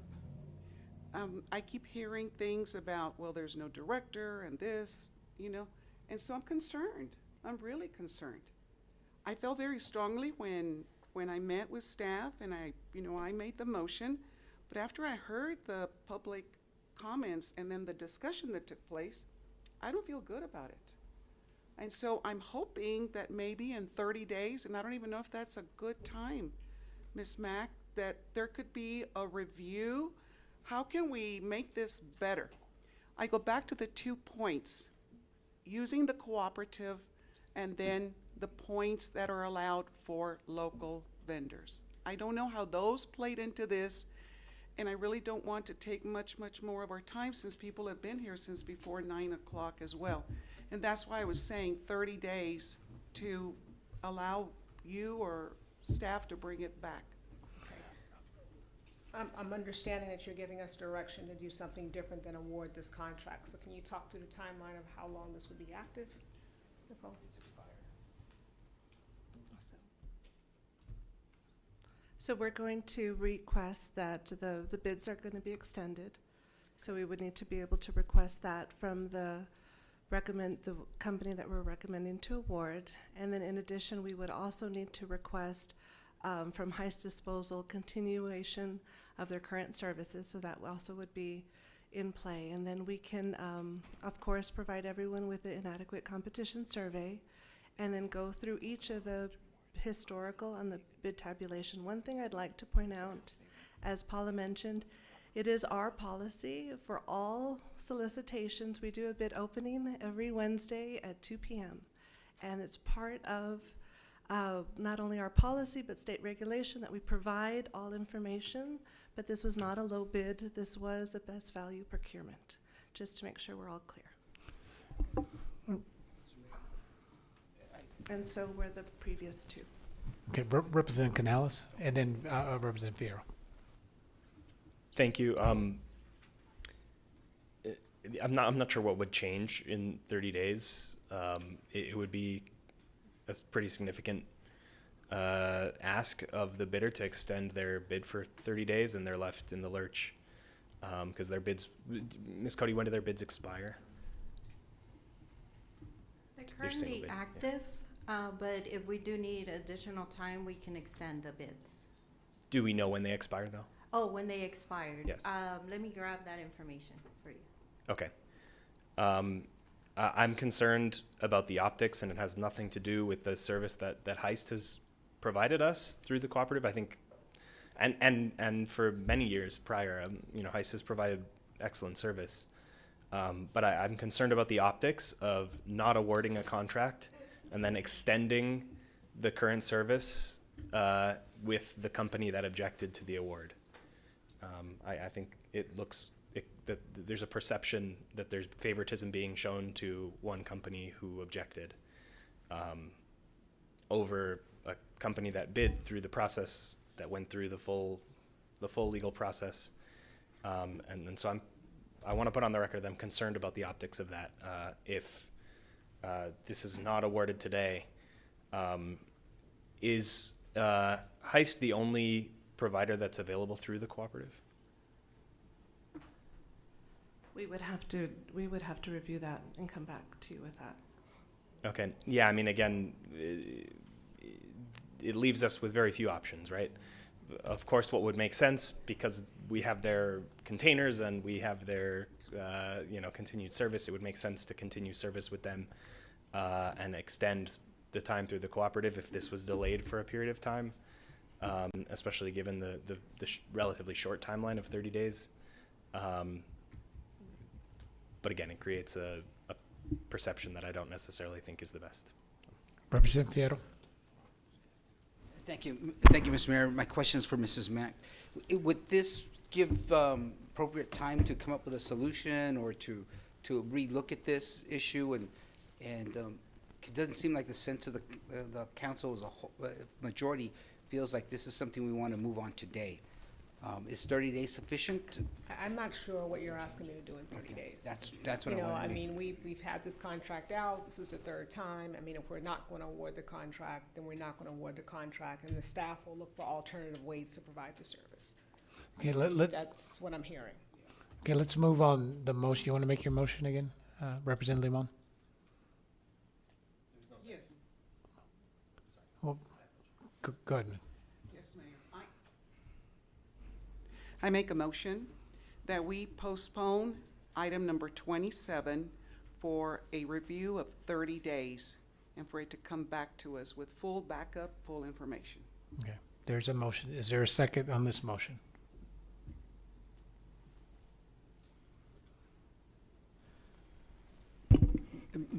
Mr. Mayor, I'd like to make a motion that we rebid the item and let purchasing come back with a timeline for us. What I would recommend then is if we could just get the council to reject the bid. Delete. Reject all bids, and then they will, in and of themselves, have to bring the item back for either a long-term solution or a short-term solution as well to make sure that the services are continuing to be provided. Mr. Mayor, that's my motion. Second. Okay. We have a motion and a second. Is there any discussion? Representative Canales. Yes, again, I will just caution the council. There can be very unintended consequences, very big unintended consequences of rejecting bids in a situation like this. It's very likely that this bidder will not desire to do business with the city again. This is now a third time, and we would be entering into a fourth time of trying to procure the same services. So I just want everybody to understand the potential consequences of this vote. Any more discussion on this item? Ms. Bryan, call for the vote. Yes, sir. The motion was made by Representative Fierro, seconded by Representative Limon, and this is to reject all bids on item 27. On that motion, call for the vote.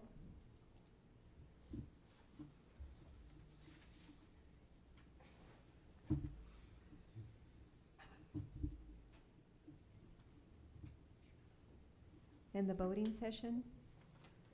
And the motion passes 6-2. Representatives Rocha and Canales voting nay. Representatives Chavez, Acevedo, Trejo, Nino, Fierro, and Limon voting aye. The motion carries. Okay. That Item brings us 26, 27, 28.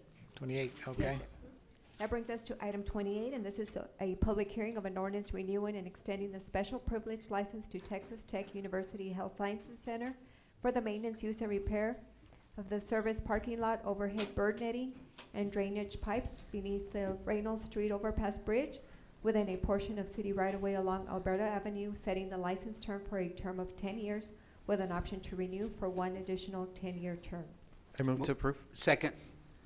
There's a motion and a second. Any discussion on this item? Ms. Bryan, call for the vote. Yes, sir. The motion was made by Representative Acevedo, seconded by Representative Limon to approve item 28. It was seconded by Representative Fierro. Thank you. Motion made by Representative Acevedo, seconded by Representative Fierro to adopt the ordinance on item 28. There's no public comment on that motion. Call for the vote. In the voting session, and that motion passes unanimously. That brings us to item 29, and this is discussion and action that the mayor of the city of El Paso be authorized to sign resolutions of support and/or resolutions of no objection for the following 2025 9% regional competitive low-income housing tax credit applications. Number 1, Pebble Hills Place, located at North Zaragoza Road and Pebble Hills Boulevard, El Paso, Texas 79938, proposed by Green Mills Holdings LLC. Number 2, Pebble Hills Estates, located at Northwestern Charles Foster Avenue and John Hayes Street, El Paso, Texas 79938, proposed by Investment Builders Inc. Number 3, Ridgestone Senior, located at 11050 Montana Avenue, El Paso, Texas 79936, proposed by Investment Builders Inc. And number 4, Villas at Augusta, located at SWC of Augusta Drive and Zaragoza Road, El Paso, Texas 79938, proposed by Investment Builders Inc. And council can vote on each application separately. All right, is there a motion on this one? Motion to separate the 4 individual properties, please. And yes, council can vote on these Yes, 4 okay. applications separately. Thank you. Is there a second? I don't think we need a motion. They can be voted on separately. Okay. Okay, any discussion? Okay, I do have a motion. you have another motion? Yes. Okay, I move to offer the 4 applications a letter of no objection as recommended by city staff. Second. okay, there's a motion and a second. Any discussion on this item? We have public comment on this one? Yes, Mayor, we do have 3 members of the public that signed up to speak. We have Roy Lopez, Richard Dayub, and Diana Mansur. Roy Lopez? I see Mr. Dayub coming up. Thank you, sir. Mr. Dayub? Well, good afternoon, good late afternoon, Mayor Johnson, members of council. First of all, congratulations to all the new members of council. I'm enthusiastic about the energy I'm seeing coming from this group, and I'm happy to work with you. For the record, I am Richard Dayub, Thunderbird Management Consulting, and I am a registered lobbyist with the city of El Paso. Today, I'm here representing investment builders. Excuse me. We first want to thank the mayor and each member of council for taking the time to meet with Mr. Lopez and me and to listen to our request that you provide us with a resolution of support for our 3 submissions. And interjecting, Representative Canales, thank you for making the motion that you made earlier It's something we've been encouraging the city to consider for a long time. So you have our avid support, and I would offer that if they consider a community development, engaging the private sector to provide input throughout this process that you're proposing, we'd be happy to help them. So I won't go through all the 3 projects. You've already seen them before. We've presented them to you. But I want to single out something here. Investment Builders is headquartered here in El Paso and has been developing and providing much needed affordable housing since the early 1990s. El Paso has not been immune from the national dilemma of rising costs for all housing, single family and multifamily. Affordable housing is at the top of my mind for all of us as we see the demand for outpace the supply that's available. Increased costs for real estate, materials, and labor have only served to exacerbate an already challenging environment. We applaud the efforts being put forth by council. I do want to pose a question to the community development staff. As you know, from our presentations and from the presentations they've made to you, scoring is critical to this entire process. Yet, we just received this information when this item was posted. We find that we have a concern. The scoring done by the Community Development Department indicates for value 4, which is local presence, the out-of-town firm getting a score of 12.7 out of a possible 15. But the question I have is, why would that score be anything but 0 if they're not currently already developing in the community? How does that presence come about?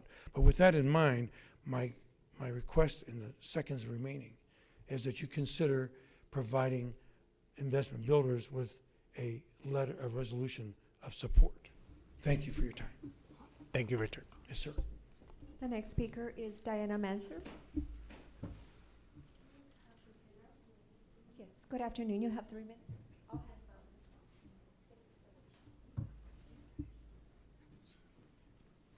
Good afternoon, and thank you for Good your afternoon. time, Mayor and Council members. My name is Diana Menster. I'm with Green Mills Group, and we applied for the resolution on behalf of Pebble Hills Place.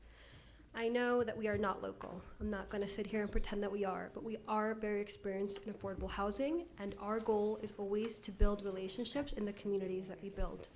If you look at our experience chart, you'll see multiple cities over and over again, multiple counties over and over again. We do anticipate hiring local. We already have a GC that we're working with that works with the city. We have an engineer as well. We have also confirmed with them that they will be hiring everyone that they can local. Our goal from the development phase through the operations phase and going forward is to hire local. Although we are not local, that is always our goal. One thing I do want to point out about Pebble Hills Place, as we talk about scoring and tiers and all the different things that the city has in order to, score these resolutions, is that Pebble Hills Place is located on Pebble Hills and Zaragoza Road. If you look at what is there is a grocery store across the street, there is an urgent care next door, we are right in front of a library and a dog park. Our residents will have this access within walking distance. That is not what other applicants can say about their applications. So what we want to say today is that we are in complete support of staff recommendation of everyone getting a resolution of no objection. Thank you. Thank you. That concludes public comment on this item. All right, Representative Rocha. Thank you, I appreciate it. Thank you, Mayor. So I'd like to publicly express my support. There's one development that does reside within District 3. I was advised all 4 were in District 5. That's incorrect. The Ridgestone Seniors resides or is planned for District 3, so I want to make sure that that goes on the record as well. But I'd like to express my support for the Ridgestone Senior Development proposed by Investment Builders, Inc. While I recognize that this development is not located in one of these tiered zones that the city has identified as a priority for new affordable housing, it is important to support options in the neighborhoods where seniors currently live. Many of my constituents have specifically asked for more senior living opportunities, and this project helps meet that need. Our seniors deserve safe, affordable housing close to their families and friends and the neighborhoods that they currently live in. This project addresses that need as we continue to work toward a more balanced distribution of affordable housing across the city. Now, one thing that I will tell you, and the reason that I'm speaking out about this is because I know that only 1 to 2 projects are approved in any given year, right? This particular project, and for me, it's something that constituents reached out to me while I was working at the polls and while I was out block walking.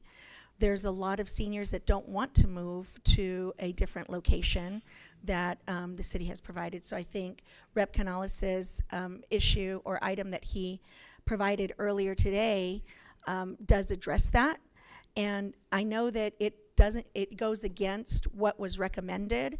However, I feel that I need to represent the constituents at this point, and so that's why I want to go on the record to express my support for the Ridgestone Senior Project. Thank you. Representative Canales. Thank you, Mayor. Yeah, I made the motion to offer resolutions of no objection to all 4 projects, and I want to explain why. Again, for years we have seen applications come in that do not meet what we set out as the minimum requirements for a successful low-income housing development. And I think we see exactly the same this year. If you were looking at the scoring, Pebble Hills Estates scored 16. These are out of a total potential 100 points. Pebble Hills Estates scored 69.67. Ridgestone Seniors scored 70.67. Villas at Augusta scored 68.17. Pebble Hills Place scored 72.33. I mean, we're talking C- to a D in quality. I want to specifically point out the 5th scoring section, the strategic investment areas. That specifically in the scoring criteria in the rubric, it calls out to specific goals from Plan El Paso and the alignment of the proposed developments with those goals. So that one specifically, it looks at things like whether or not it's located in downtown or traditional neighborhoods or neighborhood retrofits or new neighborhoods. It looks at proximity to industrial lands. It looks at air quality. It looks at urban compactness. It looks at public transportation, nearby housing supply, walkability, nearby affordability, complete streets, environmental risk, and, resident well-being, stormwater, atmosphere and urban heat island effect. It looks at energy availability. It looks at natural resources and threat to natural resources, all kinds of things. There are 20 possible points available there, and I want to point out that of those 20 points, Pebble Hills Estates received 1.7, Ridgestone Seniors 3, Villas at Augusta 1.5, and Pebble Hills Place 3.2. Again, that's out of 20 when we're measuring the quality of strategic investment for the locations of these. Again, as I said earlier, I think we have maybe an overly restrictive geographic area that we look at in terms of what makes a good investment, in terms of the affordable housing that we're looking to grow in El Paso, with the relatively small tier 1 and tier 2 locations. None of the 4 of these applications come anywhere near the tier 1 or tier 2 applications. And so I don't feel comfortable with saying that we support any of these. We need the investment in affordable housing regardless, and so I don't have any objection to these. I was very honest with the representatives from the applicants who I met with, and I said, and I think I can almost quote, these aren't my favorite applications I've ever seen, but they're at least equally not my favorite. I don't think any of them meets what we're looking for. So I think that resolutions of no objection is the right response when we receive applications like this that do not meet the criteria that we have put out as in a council adopted policy for how we will evaluate these. I don't think it would be fair to say that we support anyone over another when the scores are like this. So I just wanted to explain why I made that motion. And again, I don't want to discourage any of the applicants. You know, we need the stock regardless. We're going to need every unit we can get, but we do want to make sure that into the future these units are high quality for the people who are going to end up living in them. Thank you. Thank you. Representative Nino. Thank you, Mayor. I would love to see the entire presentation if we're able to, so that council could kind of see the presentation. But you know, three out of these four applications are in District 5, and I know I did share my concerns earlier about advocating for additional affordable housing within District 5. And you know, when you look at the evaluation criteria, when it comes to Tier 1 and Tier 2, when it comes to the evaluation criteria, I know that I mentioned earlier that, you know, some of these policies are outdated. You know, when it comes to the Tier 1 or Tier 2 criteria, Tier 1 is mainly in the downtown area, yet we don't have a grocery store, or we don't have access to a CVS or a Walgreens, right? And that's what I meant by meeting people where they are at. And when it comes to, you know, I did meet with both of the developers or the 4 developments that are happening in the entire city. And again, I mentioned that 3 of them are in District 5. And with 2 of them being located on Zaragoza Road. And I know Zaragoza Road has its own challenges, right? One of the biggest challenges in District 5, it comes to traffic mitigation. I mean, it took me about an hour and 10 minutes to get here this morning because Joe Battle, Montana, Edgemere, Zaragoza was gridlocked.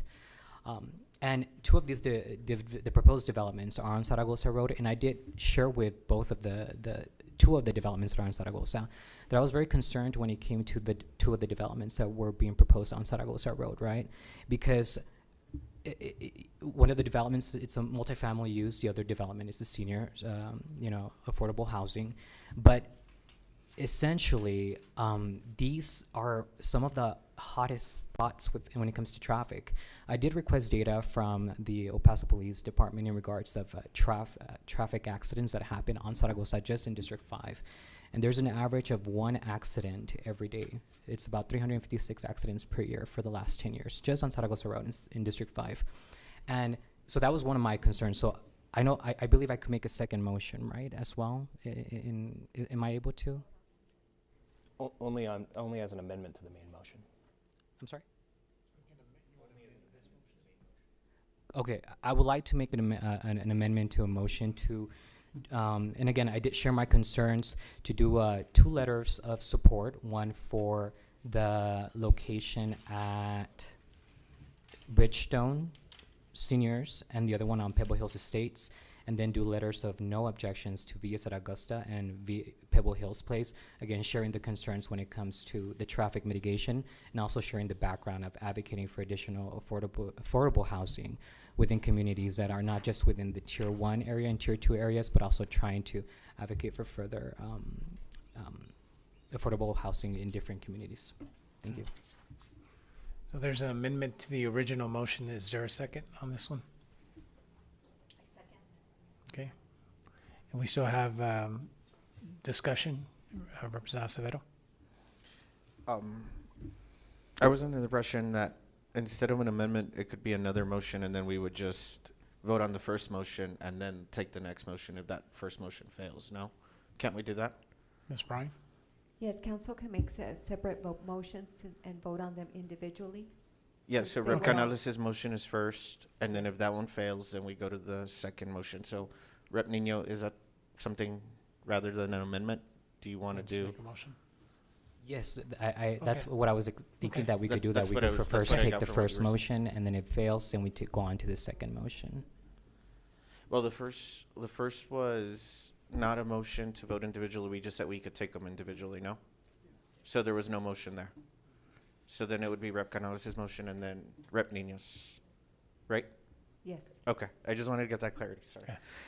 And then,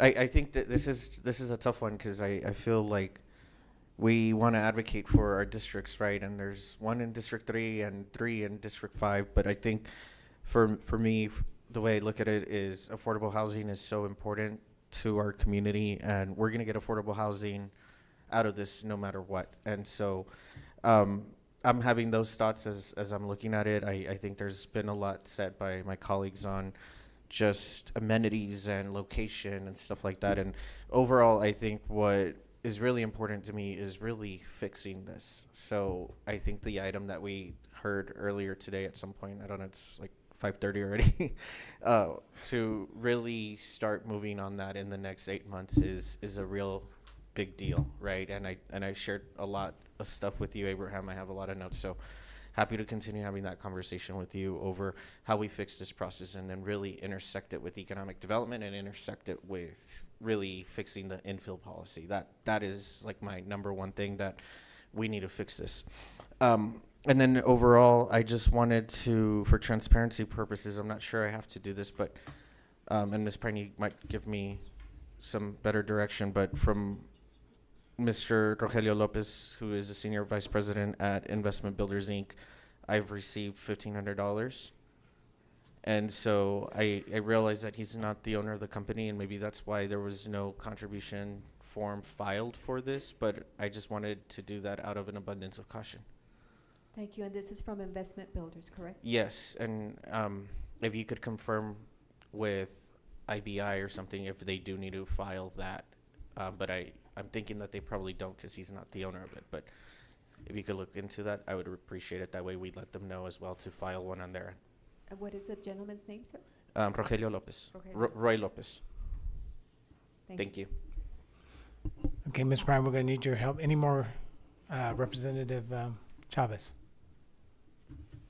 Thank you, Mayor. If I could get clarity on Representative Nino's motion, because I missed, I think there were 2 supports and 2 objections. And also, Ms. Prine, I did also receive from Roy Lopez $1,500 in contributions during my campaign. Thank you. Yes, ma'am. For clarification, it was 2 letters of no objection for Villas at Augusta and Pebble Hills Place, and letters of support for Ridgestone Seniors and Pebble Hills Estates. And I also would like for the for notation that I've received a contribution from Roy Lopez for $1,500 as well. Any more discussion on any of these motions? Okay, Ms. Prime, I'm gonna let you take these 2 motions. Mayor, I recommend that you take each one individually. Okay. Like, for example, since Representative Canales, seconded by Representative Limon, wanted to issue resolutions of no objection to each one, council can vote on each one individually and then take the ones that don't pass onto Representative Nino's motion. I don't know. I think it's because council did wish to vote on these individually. Okay. So unless council wants to take them all together. His motion was for all together. So I thought Representative Canales's motion for no objection was for all of them. All of them, correct. And okay, so that'll be the first motion then. This is a motion made by Representative Canales, seconded by Representative Limon, and this is to issue a resolution of no objection to all 4 applications. Call for the vote. On that motion, call for the vote.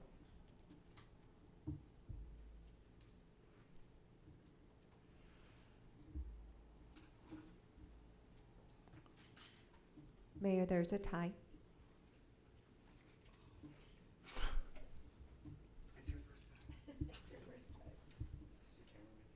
In the voting session, and that motion does pass 5-4. Representatives Acevedo, Fierro, Limon, Canales, and Mayor Johnson breaking the tie, voting aye, and then Representatives Chavez, Rocha, Trejo, Nino voting nay. So the motion does pass. So that negates the need for the second. That's correct. Thank you. Yes. Okay. We'll now move on back to page 10. This is to item 24. Item 24 is presentation and discussion on the city's sexual harassment and violence in the workplace prevention policies.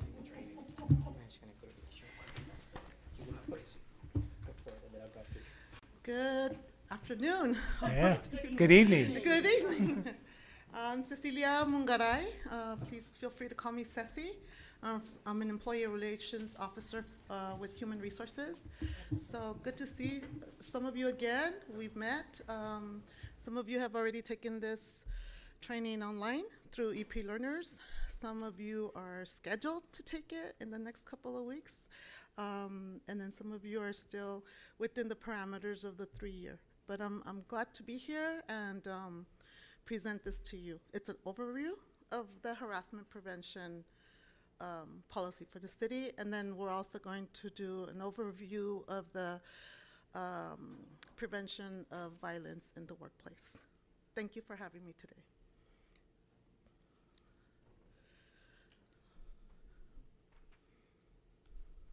Okay, so under the Title 7 of the Civil Rights Act of 1964, the Civil Rights Act is a federal law that was passed in 1964. Title 7 of this act provides protections from discrimination based on characteristics that include sex, race, color, national origin, and religion. Over the years, additional federal laws have been passed to protect individuals on the basis of age, disability, pregnancy, citizenship, veteran status, and more. So sexual harassment is a form of sex discrimination that does violate Title 7 of the Civil Rights Act of 1964. What is sexual harassment? So sexual harassment is unwelcome sexual advances, requests for sexual favors, and verbal or physical harassment of a sexual nature. We typically talk about 2 types of sexual harassment: the quid pro quo, which is like, you know, this for that, or some people say, I scratch your back, you scratch my back. The quid pro quo occurs when the supervisor or manager uses their position of power or authority to take a tangible employment action for or against an employee who either agrees or refuses to go along with that manager's request for sex or romantic activity. An example of a tangible employment action is promises of maybe a promotion, right? Or a good performance review, or perhaps a change in the work schedule. So those type of things where the supervisor and manager has the authority to make those employment acts. And the second type of unlawful workplace harassment is hostile work environment. Hostile work environment is defined as unwelcome behavior related to a legally protected characteristic that is ongoing, that's pervasive, that's severe, and it unreasonably interferes with an individual's ability to do their job. So it may create or will create a hostile or offensive work environment. We typically talk about 3 forms of harassment, either verbal, so inappropriate remarks, nicknames. You know, nicknames is something that employees don't think could rise to the level of harassment, but nicknames can be very offensive, and sometimes employees who are nicknamed usually don't want to speak up. And so it's very important that employees understand that that's part of one of the forms of verbal, that could become verbal harassment. Visual, we see visual in terms of, you know, with the social platforms now, everybody's showing their phones. Oh, look at this video. And so many people think it's not a big deal. However, it can be inappropriate to someone else. It could be offensive. So that is an example of visual. And of course, physical, unwelcome touching is physical or even up to a sexual assault. Third-party harassment. Observers can be subject to harassment if they witness behavior they find to be unwelcome, even if the behavior is not directed at them, even if others are willingly participating in the offensive behavior and the instigator genuinely did not intend any harm or isn't aware that their behavior is inappropriate. The harasser can be the victim's supervisor, manager, coworker, vendor, contractor, visitor, or a customer. So we can receive complaints also on third-party harassment. We get this a lot from employees when we're addressing inappropriate comments or behavior, usually in the break rooms, right? So they say, if my friends and I like to joke around, why should we have to change our behavior just because one person doesn't like it? And so we remind employees that, unlike, oh, they say free speech, it's my free speech to, say these things, etc. So we remind employees that unlike the free speech rights you enjoy in other aspects of your life, it's not your right to make discriminatory or harassing comments in the workplace. Even if you're on break, that's still considered to be in the workplace. A bystander. So a bystander can be a witness of harassment. In the policy, we talk about bystander being that person that may prevent something from happening or step in to say, hey, that's not right, or I'm offended as well, even though you're not making your comments directly to me. And it really can be anyone that's just witnessing what is going on.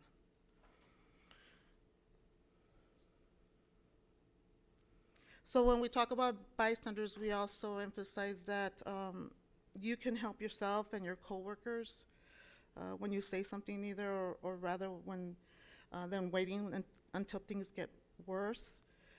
In minor cases, we have bystanders who overhear an inappropriate joke, and bystanders are usually comfortable speaking up, sometimes reporting it, which is what we expect from our employees. So we talked about the intervention that bystanders can typically take and what actions they can take.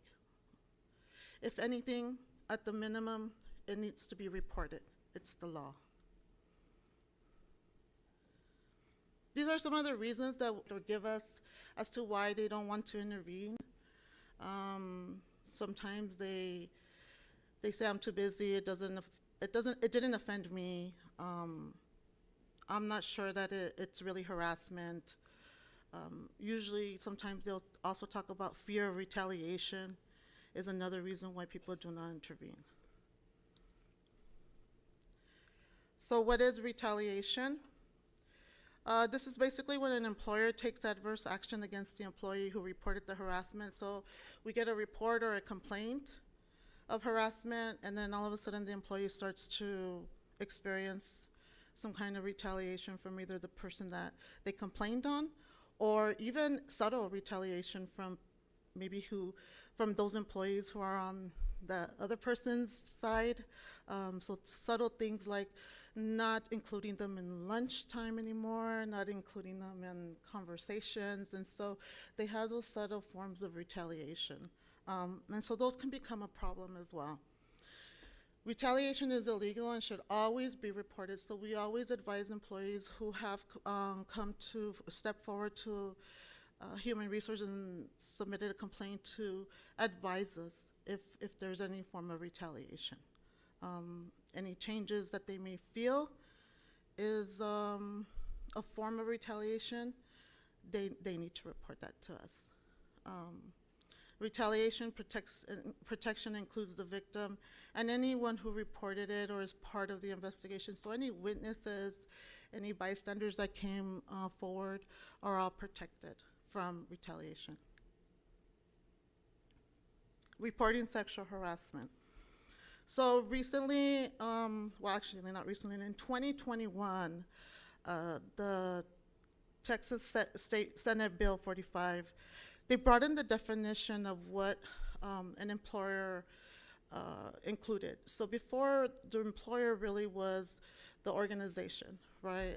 It was always like, once the supervisor knew, the organization knows.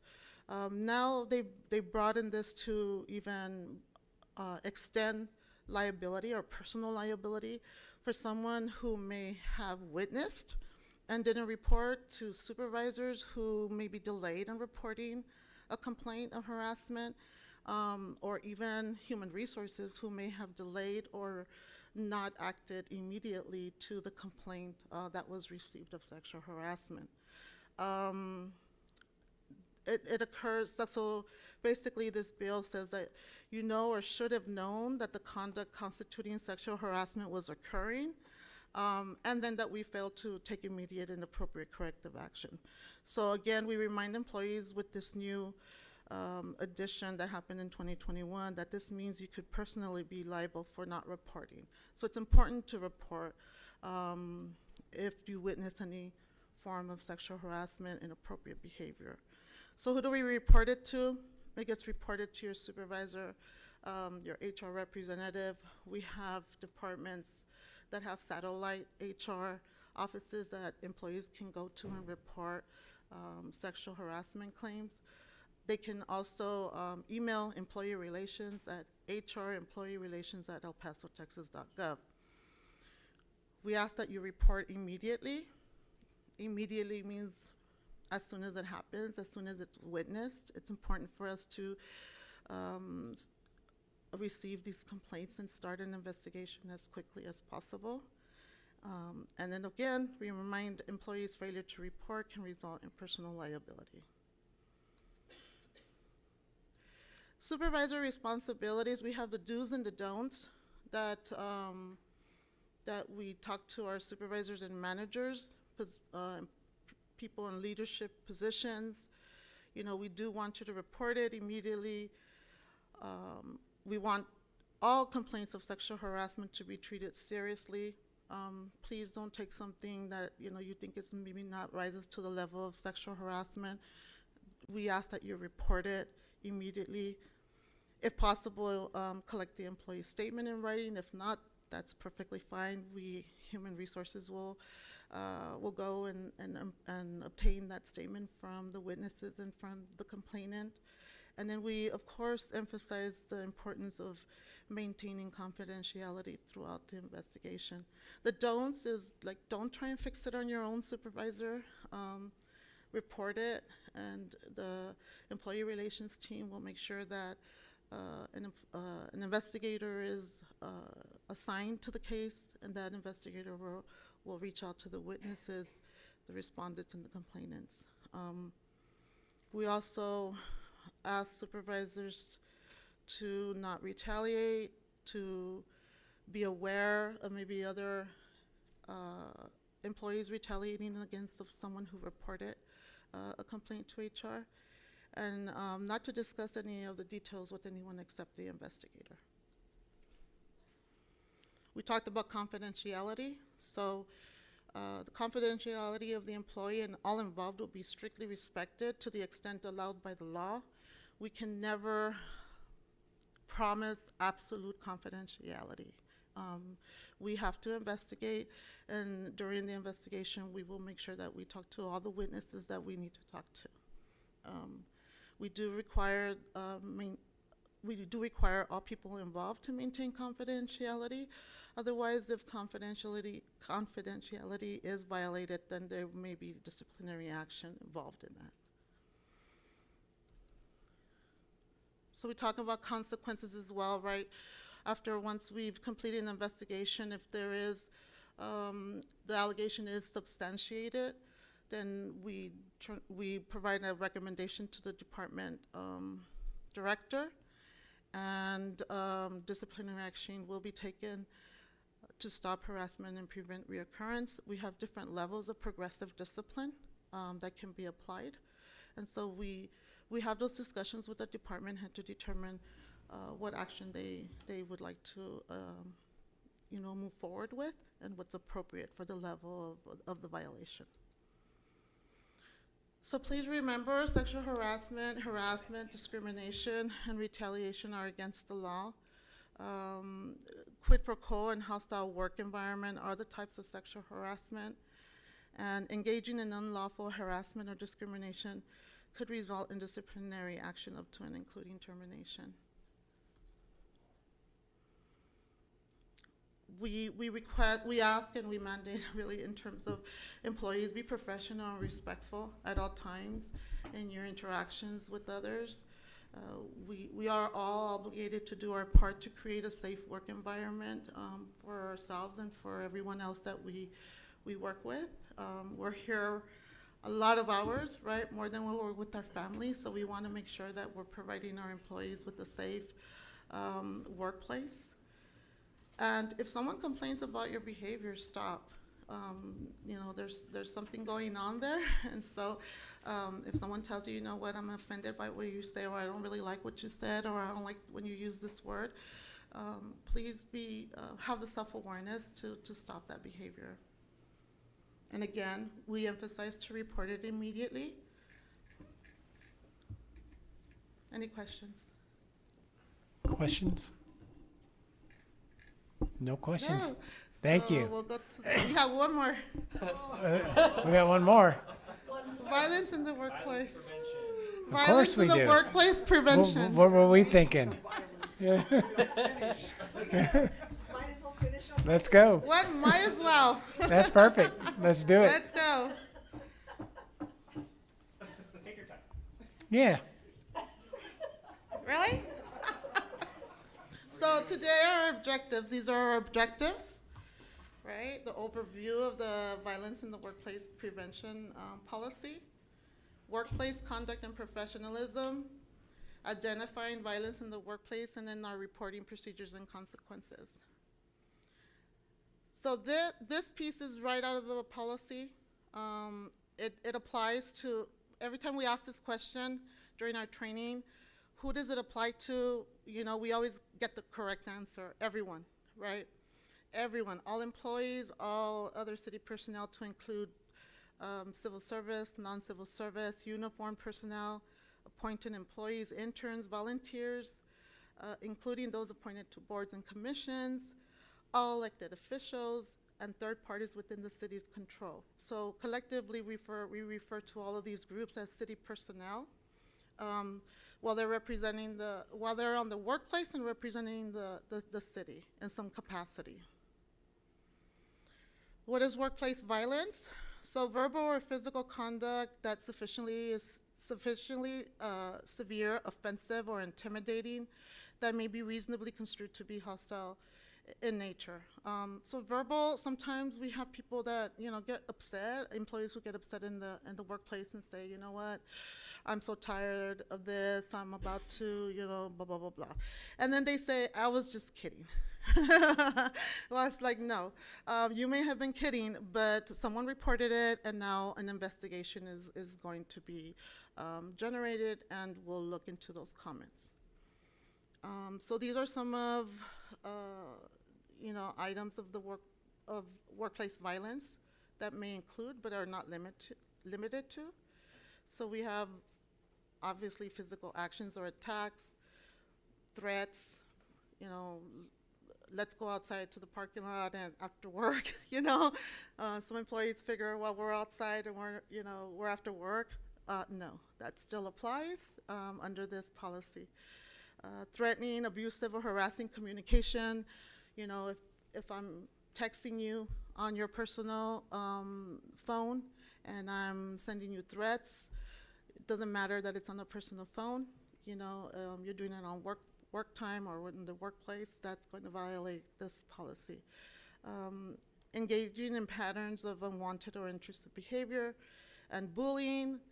Bullying, you thought maybe that ended in high school. Sometimes we see that, unfortunately, and so we do take that very serious, and we're going to investigate any complaints that we receive regarding any of these actions. These are the policy highlights. We have a zero tolerance for all employees when it comes to violence in the workplace. Possession of a weapon on a workplace site, including open carry and concealed handguns, is strictly prohibited. Of course, those individuals that part of their job, yes, is to carry a weapon, then you know they're excluded from this policy. this is the expectation, and really in terms of our work culture, what we always talk about is professionalism in the workplace. Employees are required to treat others with respect, dignity, and professionalism at all times. Actions, words, or conduct that create an actual or perceived. Perceived we should underline that word, right? Because it's the perception of the person that is receiving the action, right? So perceived hostile, uncomfortable, or unsafe work environment for others is prohibited. And again, it's everyone's responsibility and obligation to maintain a workplace that is free from hostility, harassment, and threats of violence. These are some of the unacceptable behaviors, not all inclusive, but some of the things that that we see sometimes. You know, the alleged jokes or humorous statements that make explicit or implicit references to violence directed at an individual, group of individuals, or property, verbal harassment, hostility, intimidation, people who engage in actions that their intention is to frighten someone or coerce someone, includes stalking or threatening behavior, or, you know, a physical attack. So bullying is prohibited. Bullying is an abusive treatment, including the use of force or coercion to affect, particularly when habitual and involving an actual or perceived imbalance of power. It may involve verbal harassment or physical assault, and it may be directly, persistently towards particular victims. As we know, bullying is an imbalance of power. It may be social power and or physical power, but there is an imbalance of power there when it comes to bullying. And so we always encourage employees to report any type of behavior that falls into the bullying. It's hard. Sometimes it's hard for employees to, you know, report it because they say, you know, I don't want to seem like I'm too sensitive, but absolutely not. We don't condone that kind of behavior in the workplace. So we talked about retaliation in the harassment prevention policy. It's the same in this policy. So any retaliation is against the law, and we will investigate any complaints on retaliation. We talked about weapons that are prohibited. So this is a list of weapons that are prohibited in the workplace. Knives, bear sprays up there, explosive devices, anything that an employee can use as a weapon, whether it's carried openly or in a concealed manner. So we talk about respect and dignity and professionalism, again, in the workplace. This is very important as a reminder to our employees to make sure that this is what our behavior is at all times during the workplace. Last bullet on here is when we talk about confrontations or employees that are involved in a confrontation, the expectation is that they will walk away. That's a form of de-escalating the situation. So walk away and report the incident. These are the reporting protocols. Again, we require that all violations of this policy are reported without exception. So you see here something, say something, reporting immediately to the supervisor, human resources, director, security guards.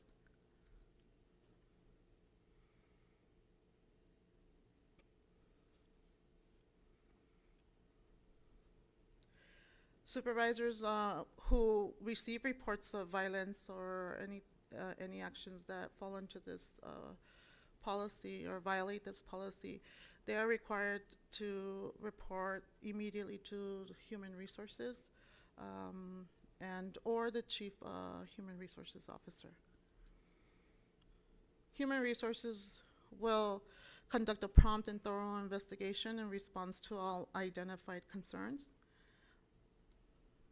Sometimes there may be legal action that is involved because a crime may have happened, assault, or the employee files a police report. So The city may refer violations of this policy for criminal investigation in those cases.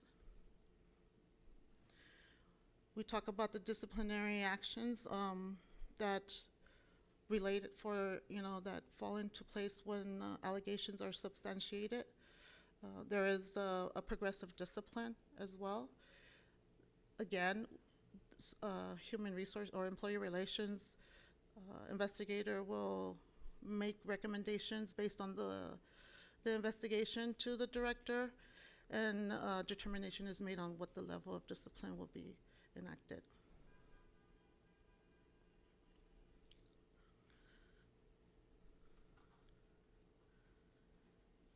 So these are some of the other actions that will result in disciplinary action. We talked about not reporting, failing to report, or failing to, for a supervisor to fail to report, right, to human resources. So reports regarding elected officials, reports of violations of this policy by elected officials will be communicated to the mayor or the mayor pro temp when the allegation is against the mayor. If an investigation is necessary, we will refer the investigation to an outside investigator to handle this case. And then once that investigator concludes their findings report and makes a recommendation, a briefing will be brought forward, and then City Council may take appropriate action in response to those findings. And this is just additional information regarding iWatch Texas Community Reporting System. So this is available to the community if there's anything they see or suspicious behavior. They can call this number or provide an online report. This is run by the Department of Public Safety, and they can they can report suspicious activities or behaviors. This site is not designed for reporting of emergencies. If there's an emergency, of course, we all know to call 911. So it's just an additional resource. Of course, if there's an injury, if we have a situation where a violent act was done and there's an injury, we're going to call 911. We're going to call the medical services. We recognize that our employees sometimes may be going through a crisis or personal issues, right? And so these are some of the recognizing signs that we look for to determine, if someone's going through something, and then provide resources to that employee, such as the Employee Assistance Program. And this is information on the EAP services that the city provides through our DRO third-party contract.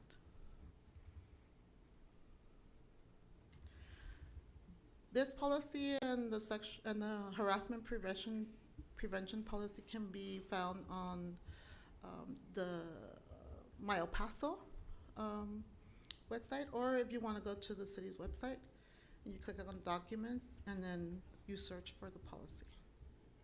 Any questions regarding this policy? Any questions? Only about 10 minutes. Move to adjourn. Thank you for your time. Yeah, but before we adjourn, I just want to say thank you for the presentation. Thank you. And I want to say thank you to the public that stayed with us throughout the day. I know it's been a long day, and Ms. Mack, please pass on to your staff our sincere thanks for all the work that they put into getting us through this meeting. We know the effort that they put in, and it showed. So I want to thank you. I want to thank our public safety officers that had to stand on their feet for the last 9 hours. I also want to thank the individuals that are doing the ASL over here to our left that have been there all day doing that. And I want to thank City Council. I know we didn't get an opportunity to break for lunch today, but that'll make your dinner even more special. But thank you guys for putting in the work today. It showed, and it was a great City Council meeting. And there was a motion and a second to adjourn. Yes, sir, there was a motion and a second to adjourn the regular city council meeting. All in favor? Aye. Anyone opposed? And the city council meeting for Tuesday, February 4th, 2025 is adjourned at 6:00 p.m. Thank you, council.